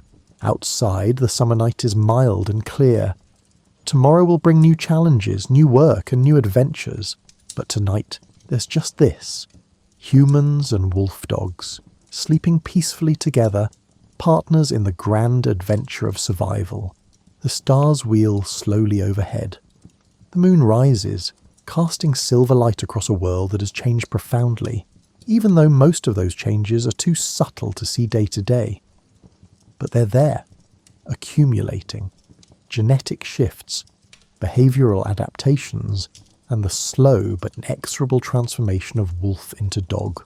And in the morning, when the sun rises, Echo will be among the first to wake, tail already wagging, ready to greet the new day alongside the humans who have become, in every meaningful sense, Echo's pack. The story that began 15,000 years ago with a reddish-grey wolf watching a human camp continues, generation after generation, changing slowly but never ending. A partnership that has enriched both species beyond measure, and that, more than anything else, is the legacy. Not just that humans tamed wolves, but that together, humans and wolves created something entirely new. A relationship of mutual benefit, mutual affection, and mutual transformation that has persisted across millennia and will continue long into whatever future awaits. The Cuban Missile Crisis didn't arise in a vacuum. It was the culmination of years of Cold War tensions, a time when the world seemed to teeter on the edge of uncertainty. Imagine, for a moment, the quiet hum of the post-war era giving way to the slow, steady march of ideological rivalry between the United States and the Soviet Union. This rivalry, like a deep and resonant drumbeat, echoed across the globe, shaping the landscapes of diplomacy and conflict alike. The United States, with its vision of democracy, and the Soviet Union, determined to spread communism, found themselves locked in a careful and delicate dance, their every move calculated, every gesture weighted with significance. By the early 1960s, this struggle had already seen pivotal moments, like the Berlin blockade and the Korean War, leaving an enduring imprint on the hearts and minds of millions. Then came 1959, a turning point that brought Cuba into sharp focus. The Cuban Revolution swept through the island like a soft but unrelenting wind, carrying Fidel Castro to power and replacing the Batista regime. Under Castro, Cuba aligned itself with the Soviet Union, transforming into a communist stronghold just 90 miles from American shores, a distance so short it might as well have been a whisper across the ocean. This proximity brought with it a quiet but undeniable unease, a tension that settled in the minds of US leaders like a lingering shadow. The hum of covert operations soon followed, culminating in the failed Bay of Pigs invasion in 1961. This misstep, like a ripple in still water, spread embarrassment for the Kennedy administration and deepened the chasm of mistrust between the US and Cuba. At the same time, Soviet Premier Nikita Khrushchev, ever watchful and calculating, saw an opportunity to exploit this growing divide. He began to weave a plan that would take full advantage of Cuba's location, creating a web of uncertainty and anticipation that seemed to stretch endlessly across the calm skies.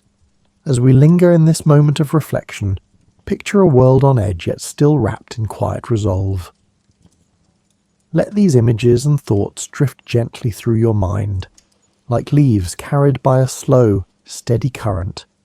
The stage was set, each thread of tension delicately placed, weaving the intricate fabric of what would soon become one of the most dramatic and perilous moments in modern history. In the quiet skies of October 14th, 1962, something extraordinary unfolded, something that would ripple through time like a soft, endless wave. High above the peaceful landscapes of Cuba, an American U-2 reconnaissance plane glided effortlessly, its sleek form cutting through the stillness of the heavens. From its vantage point, the plane captured a series of photographs, silent yet profound, revealing a truth that would shake the world. Soviet missile sites, nestled discreetly amidst the lush and tranquil countryside, were under construction. These were no ordinary missiles. Their presence was like a whisper of something immense and dangerous, carrying with them the potential for devastation. Capable of reaching the heart of the United States within mere moments, these medium and intermediate range ballistic missiles carried the weight of a silent, looming threat. The images, delicate and unassuming, were swiftly brought back to Washington, where they were met with a storm of hushed urgency and careful deliberation. Picture the scene as President John F. Kennedy and his advisors gathered in the stillness of the White House. The room was heavy with the quiet murmur of voices, each one low and deliberate as the photographs were laid out like puzzle pieces on a smooth, polished table. The gravity of the discovery hung in the air, a presence as tangible as the tick of a distant clock. Each second stretched slow and steady, like the rhythm of a deep and calming breath. As the advisors spoke, their words mingled with the ambient quiet, and the room seemed to hold its breath. It became clear that this was not just a military challenge, but a profound shift in the balance of power. The missiles in Cuba mirrored the US's own installations in Turkey, creating a precarious symmetry of threat that deepened the unease. This delicate balance, like a tightrope suspended above a chasm, demanded extraordinary care and calm. For a moment, close your eyes and imagine the scene. The soft rustle of papers, the distant hum of voices, and the unspoken tension that lingers in the air like a gentle mist. This was a time of reflection, a time when the world seemed poised on the edge of a decision that could change everything. Yet, amidst the tension, there was also a stillness, a fragile sense of order holding back the chaos beyond. As the president and his team weighed their options, the choices before them seemed infinite, like waves rolling gently onto a shore. Diplomacy, military action, or something in between, each decision carried the weight of an uncertain future. But for now, in this moment, let these thoughts settle, like leaves falling softly to the ground, as the story gently unfolds further into the night. In the days that followed the discover, the world seemed to move in slow motion, each moment drawn out as though the air itself had grown thicker, heavier. President Kennedy and his advisors, the Executive Committee of the National Security Council, often referred to as EXCOM, met repeatedly in the quiet, reflective halls of the White House. Their discussions, careful and deliberate, centered on one pressing question: how to respond to this grave discovery. The choices before them were as weighty as the stillness that filled the room. One option was a military strike to destroy the missile sites, swift and decisive. Another was a full-scale invasion of Cuba, an action that would surely provoke a direct confrontation with the Soviet Union. But even as these strategies were considered, their risks loomed large, like storm clouds gathering on the horizon. A misstep could spark the very thing they all feared: a nuclear war that might engulf the world in unimaginable devastation. Amid the tense deliberations, a third option emerged, one that seemed to offer a chance for resolution without immediate violence: a naval quarantine of Cuba. This option, though less aggressive, was no less bold. By establishing a blockade to prevent further delivery of Soviet missiles and military equipment to the island, the United States could demonstrate its resolve while leaving room for diplomacy to take hold. The term quarantine was chosen carefully, softer than blockade, to avoid the suggestion of an act of war. Picture, if you will, the long pauses between words as the advisors weighed this plan. Their voices, low and measured, filled the space like the gentle lapping of waves against a shore. The room, dimly lit and hushed, seemed to hold its breath as the implications of the quarantine began to crystallize. Would it be enough to deter the Soviets, or would it provoke them into escalating the conflict further? The question lingered, unanswered, like a faint echo in the stillness. On October 22nd, 1962, President Kennedy addressed the nation in a speech that broke the quiet tension of those days. His calm and steady voice carried across the airwaves, explaining the situation and announcing the quarantine. He described the missiles in Cuba as a secret, swift, and extraordinary build-up, and made it clear that the United States would not tolerate this threat so close to its shores. Yet, even in this moment of firm resolve, there was an undercurrent of hope, a hope that reason might prevail, that diplomacy might yet find a path through the shadows of uncertainty. Imagine the millions of listeners across the world, leaning closer to their radios, their breaths slowing as the words sank in. The quarantine was now in place, a quiet but firm line drawn in the waters around Cuba. The decision was made, yet the outcome remained unknown, hanging in the air like a gentle mist at dawn.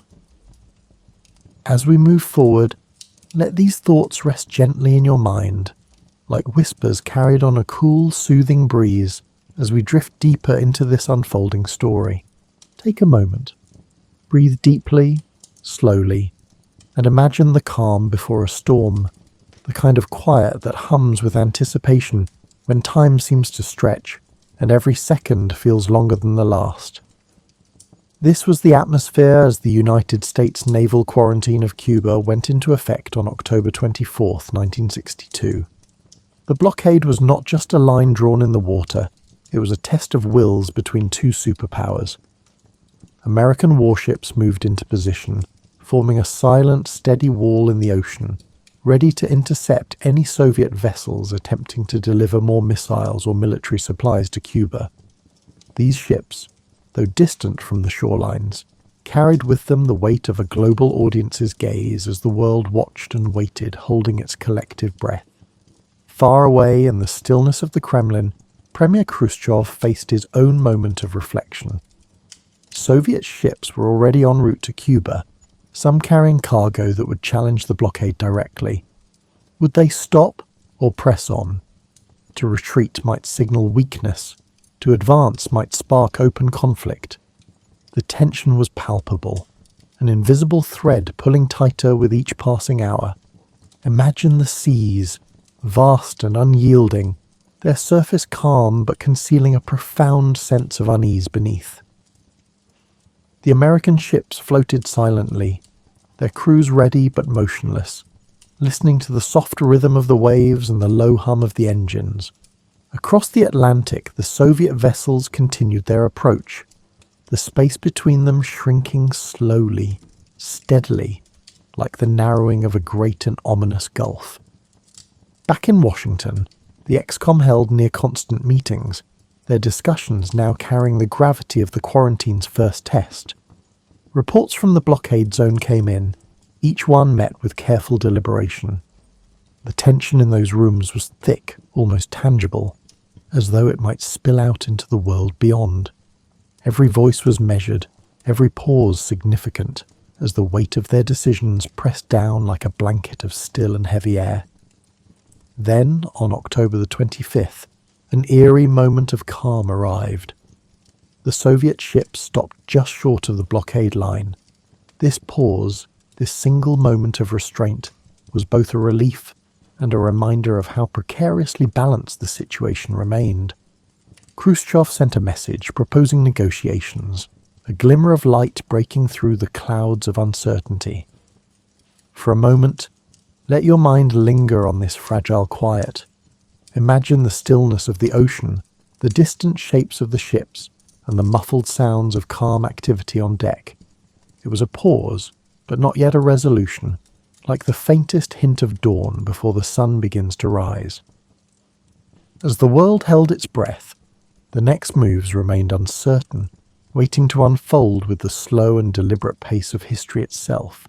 Pause for a moment. Let the tension of the previous days fade and allow yourself to sink into this pivotal chapter, a time when words, not weapons, became the instruments of a potential resolution. As the blockade held firm and Soviet ships paused in their advance, the crisis shifted from the oceans to the realm of communication. It was now a battle of letters and messages, where every word carried the weight of the world. On October 26th, Premier Khrushchev sent the first of 2 letters to President Kennedy. It was a message of emotion and urgency, filled with words that seemed almost pleading, like whispers carried on a breeze. Khrushchev proposed a resolution. The Soviet Union would withdraw its missiles from Cuba if the United States would promise not to invade the island. The tone was personal, almost vulnerable, as if Khrushchev sought to reach Kennedy not as an adversary, but as a fellow human standing on the precipice of disaster. The next day, however, brought a second letter, different in tone, harsher, more calculated. This one demanded that the United States also remove its Jupiter missiles from Turkey, an escalation that added a new layer of complexity to the already delicate negotiations. These letters, arriving like waves in succession, left Kennedy and his advisers navigating treacherous waters. Which message represented Khrushchev's true intent? Was this a sincere offer or a ploy to gain an upper hand? In the stillness of the White House, Kennedy and the ex-com deliberated late into the night. Their discussions were careful, deliberate, each word spoken slowly, as if to avoid disturbing the fragile balance they were trying to maintain. The question lingered in the air like the soft echo of distant footsteps. How could they accept the first offer without appearing weak, while also avoiding a direct confrontation that might spiral into war? Imagine the quiet of those rooms, filled only with the faint rustling of papers and the low hum of thought. It was a moment of immense pressure, but also one of profound restraint, as though the weight of their decisions was held aloft by a delicate and invisible thread. Finally, Kennedy made his choice. He responded to Khrushchev's first letter, agreeing to the proposal of a non-invasion pledge in exchange for the removal of the missiles from Cuba. The Jupiter missiles in Turkey were not mentioned in this reply, a deliberate omission meant to simplify the path to resolution. At the same time, Robert Kennedy, the president's brother and attorney general, quietly met with Soviet ambassador Anatoly Dobrynin to discuss the removal of the Turkish missiles as a separate, unofficial arrangement. As the letters were exchanged, the world waited in silence. Imagine millions of hearts beating slowly, steadily, as the fate of humanity seemed to hang in the balance. This was diplomacy at its most fragile, like a fine thread spun across an open void. And yet, in that fragility, there was also hope, a faint but growing light at the end of a long and shadowed tunnel. Let this, though, drift gently through your mind as we move toward the final chapter of this remarkable story, where the crisis finds its resolution and the world begins to exhale. As the sun rose on October 28, 1962, the world awoke to a glimmer of relief. Premier Khrushchev announced that the Soviet Union would dismantle and remove its missiles from Cuba.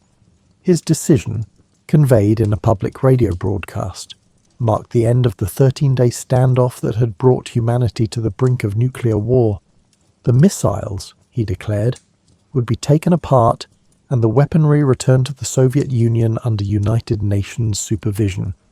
For President Kennedy, this was a moment of cautious triumph. The US quarantine had succeeded in forcing a peaceful resolution without resorting to violence. The secret agreement to remove the American Jupiter missiles from Turkey added a layer of complexity but remained undisclosed to the public, allowing both nations to save face in the eyes of the world. In the following days, work began to de-escalate the situation. Soviet personnel in Cuba started dismantling the missile sites, and American reconnaissance planes confirmed the progress. Meanwhile, the US ships maintained their positions until the removal was complete, standing as quiet sentinels of the fragile peace that now settled over the Caribbean. The resolution of the Cuban Missile Crisis was hailed as a victory for diplomacy, but it left an enduring impact on both nations. In the United States, Kennedy emerged as a skilled leader who had successfully navigated the most dangerous crisis of the Cold War. For Khrushchev, the crisis was a humbling moment that exposed the limits of Soviet power and, in part, contributed to his eventual removal from office. Yet, the aftermath also brought reflection. The sheer proximity to disaster prompted both superpowers to reconsider their approach to conflict and diplomacy. In 1963, the two nations established the Moscow-Washington Hotline, a direct communication link designed to prevent misunderstandings and delays in future crises. It was a small but significant step toward reducing the risk of nuclear confrontation. Imagine the stillness of those post-crisis days. The world, so recently shadowed by the threat of annihilation, now seemed quieter, calmer, as if holding its breath in gratitude. The Cuban Missile Crisis had shown how close humanity could come to its own destruction, and how essential it was to step back from the edge. In the years that followed, the crisis became a symbol of both the dangers of the nuclear age and the power of restraint and diplomacy. It remains a reminder of the delicate balance that sustains peace and the courage required to preserve it. As we reflect on the Cuban Missile Crisis, we realize its profound significance in shaping the trajectory of history. These 13 days in October 1962 were more than just a tense standoff between two superpowers. They were a moment when humanity stood on the edge of a precipice, where the future of the world hung in the balance. The resolution of the crisis, through diplomacy, restraint, and the courage to seek peace, reminds us of the fragile nature of our existence and the deep responsibility we all share to preserve it. The Cuban Missile Crisis serves as a testament to the power of careful communication and the importance of maintaining calm in the face of peril. It is a reminder that even in our darkest moments, when fear and uncertainty seem overwhelming, it is possible to find a path toward peace through understanding and cooperation. The decisions made during that crisis, by leaders and diplomats alike, were not just about averting disaster, but about fostering a future in which humanity could move forward, together, with a deeper commitment to avoiding the devastation of war. This story, with all its tension and drama, carries with it a profound sense of satisfaction, knowing that through diplomacy, cooler heads prevailed. The crisis could have led to a catastrophe, but instead, it ended with the restoration of a delicate peace, and as we find comfort in that resolution, we can allow ourselves to drift into a space of tranquility, knowing that even in the most tumultuous times, peace is always within our reach if we dare to reach for it. As we close this chapter on the Cuban Missile Crisis, take a moment to feel the weight of history's lessons wash over you, soothing your mind and heart. The story, though intense, carries with it a sense of relief and calm, a reminder that peace, like the most gentle rain, can cleanse even the deepest tensions. Now, as we begin to let go of these thoughts, allow the soft sound of rain in the background to fill your senses. Let the music gently carry you, like a breeze through the trees, into a state of deep relaxation. The calm, steady rhythm of the rain, with its soothing patter and the quiet hum of the night, will help you unwind fully, offering a peaceful escape as you settle into a restful sleep.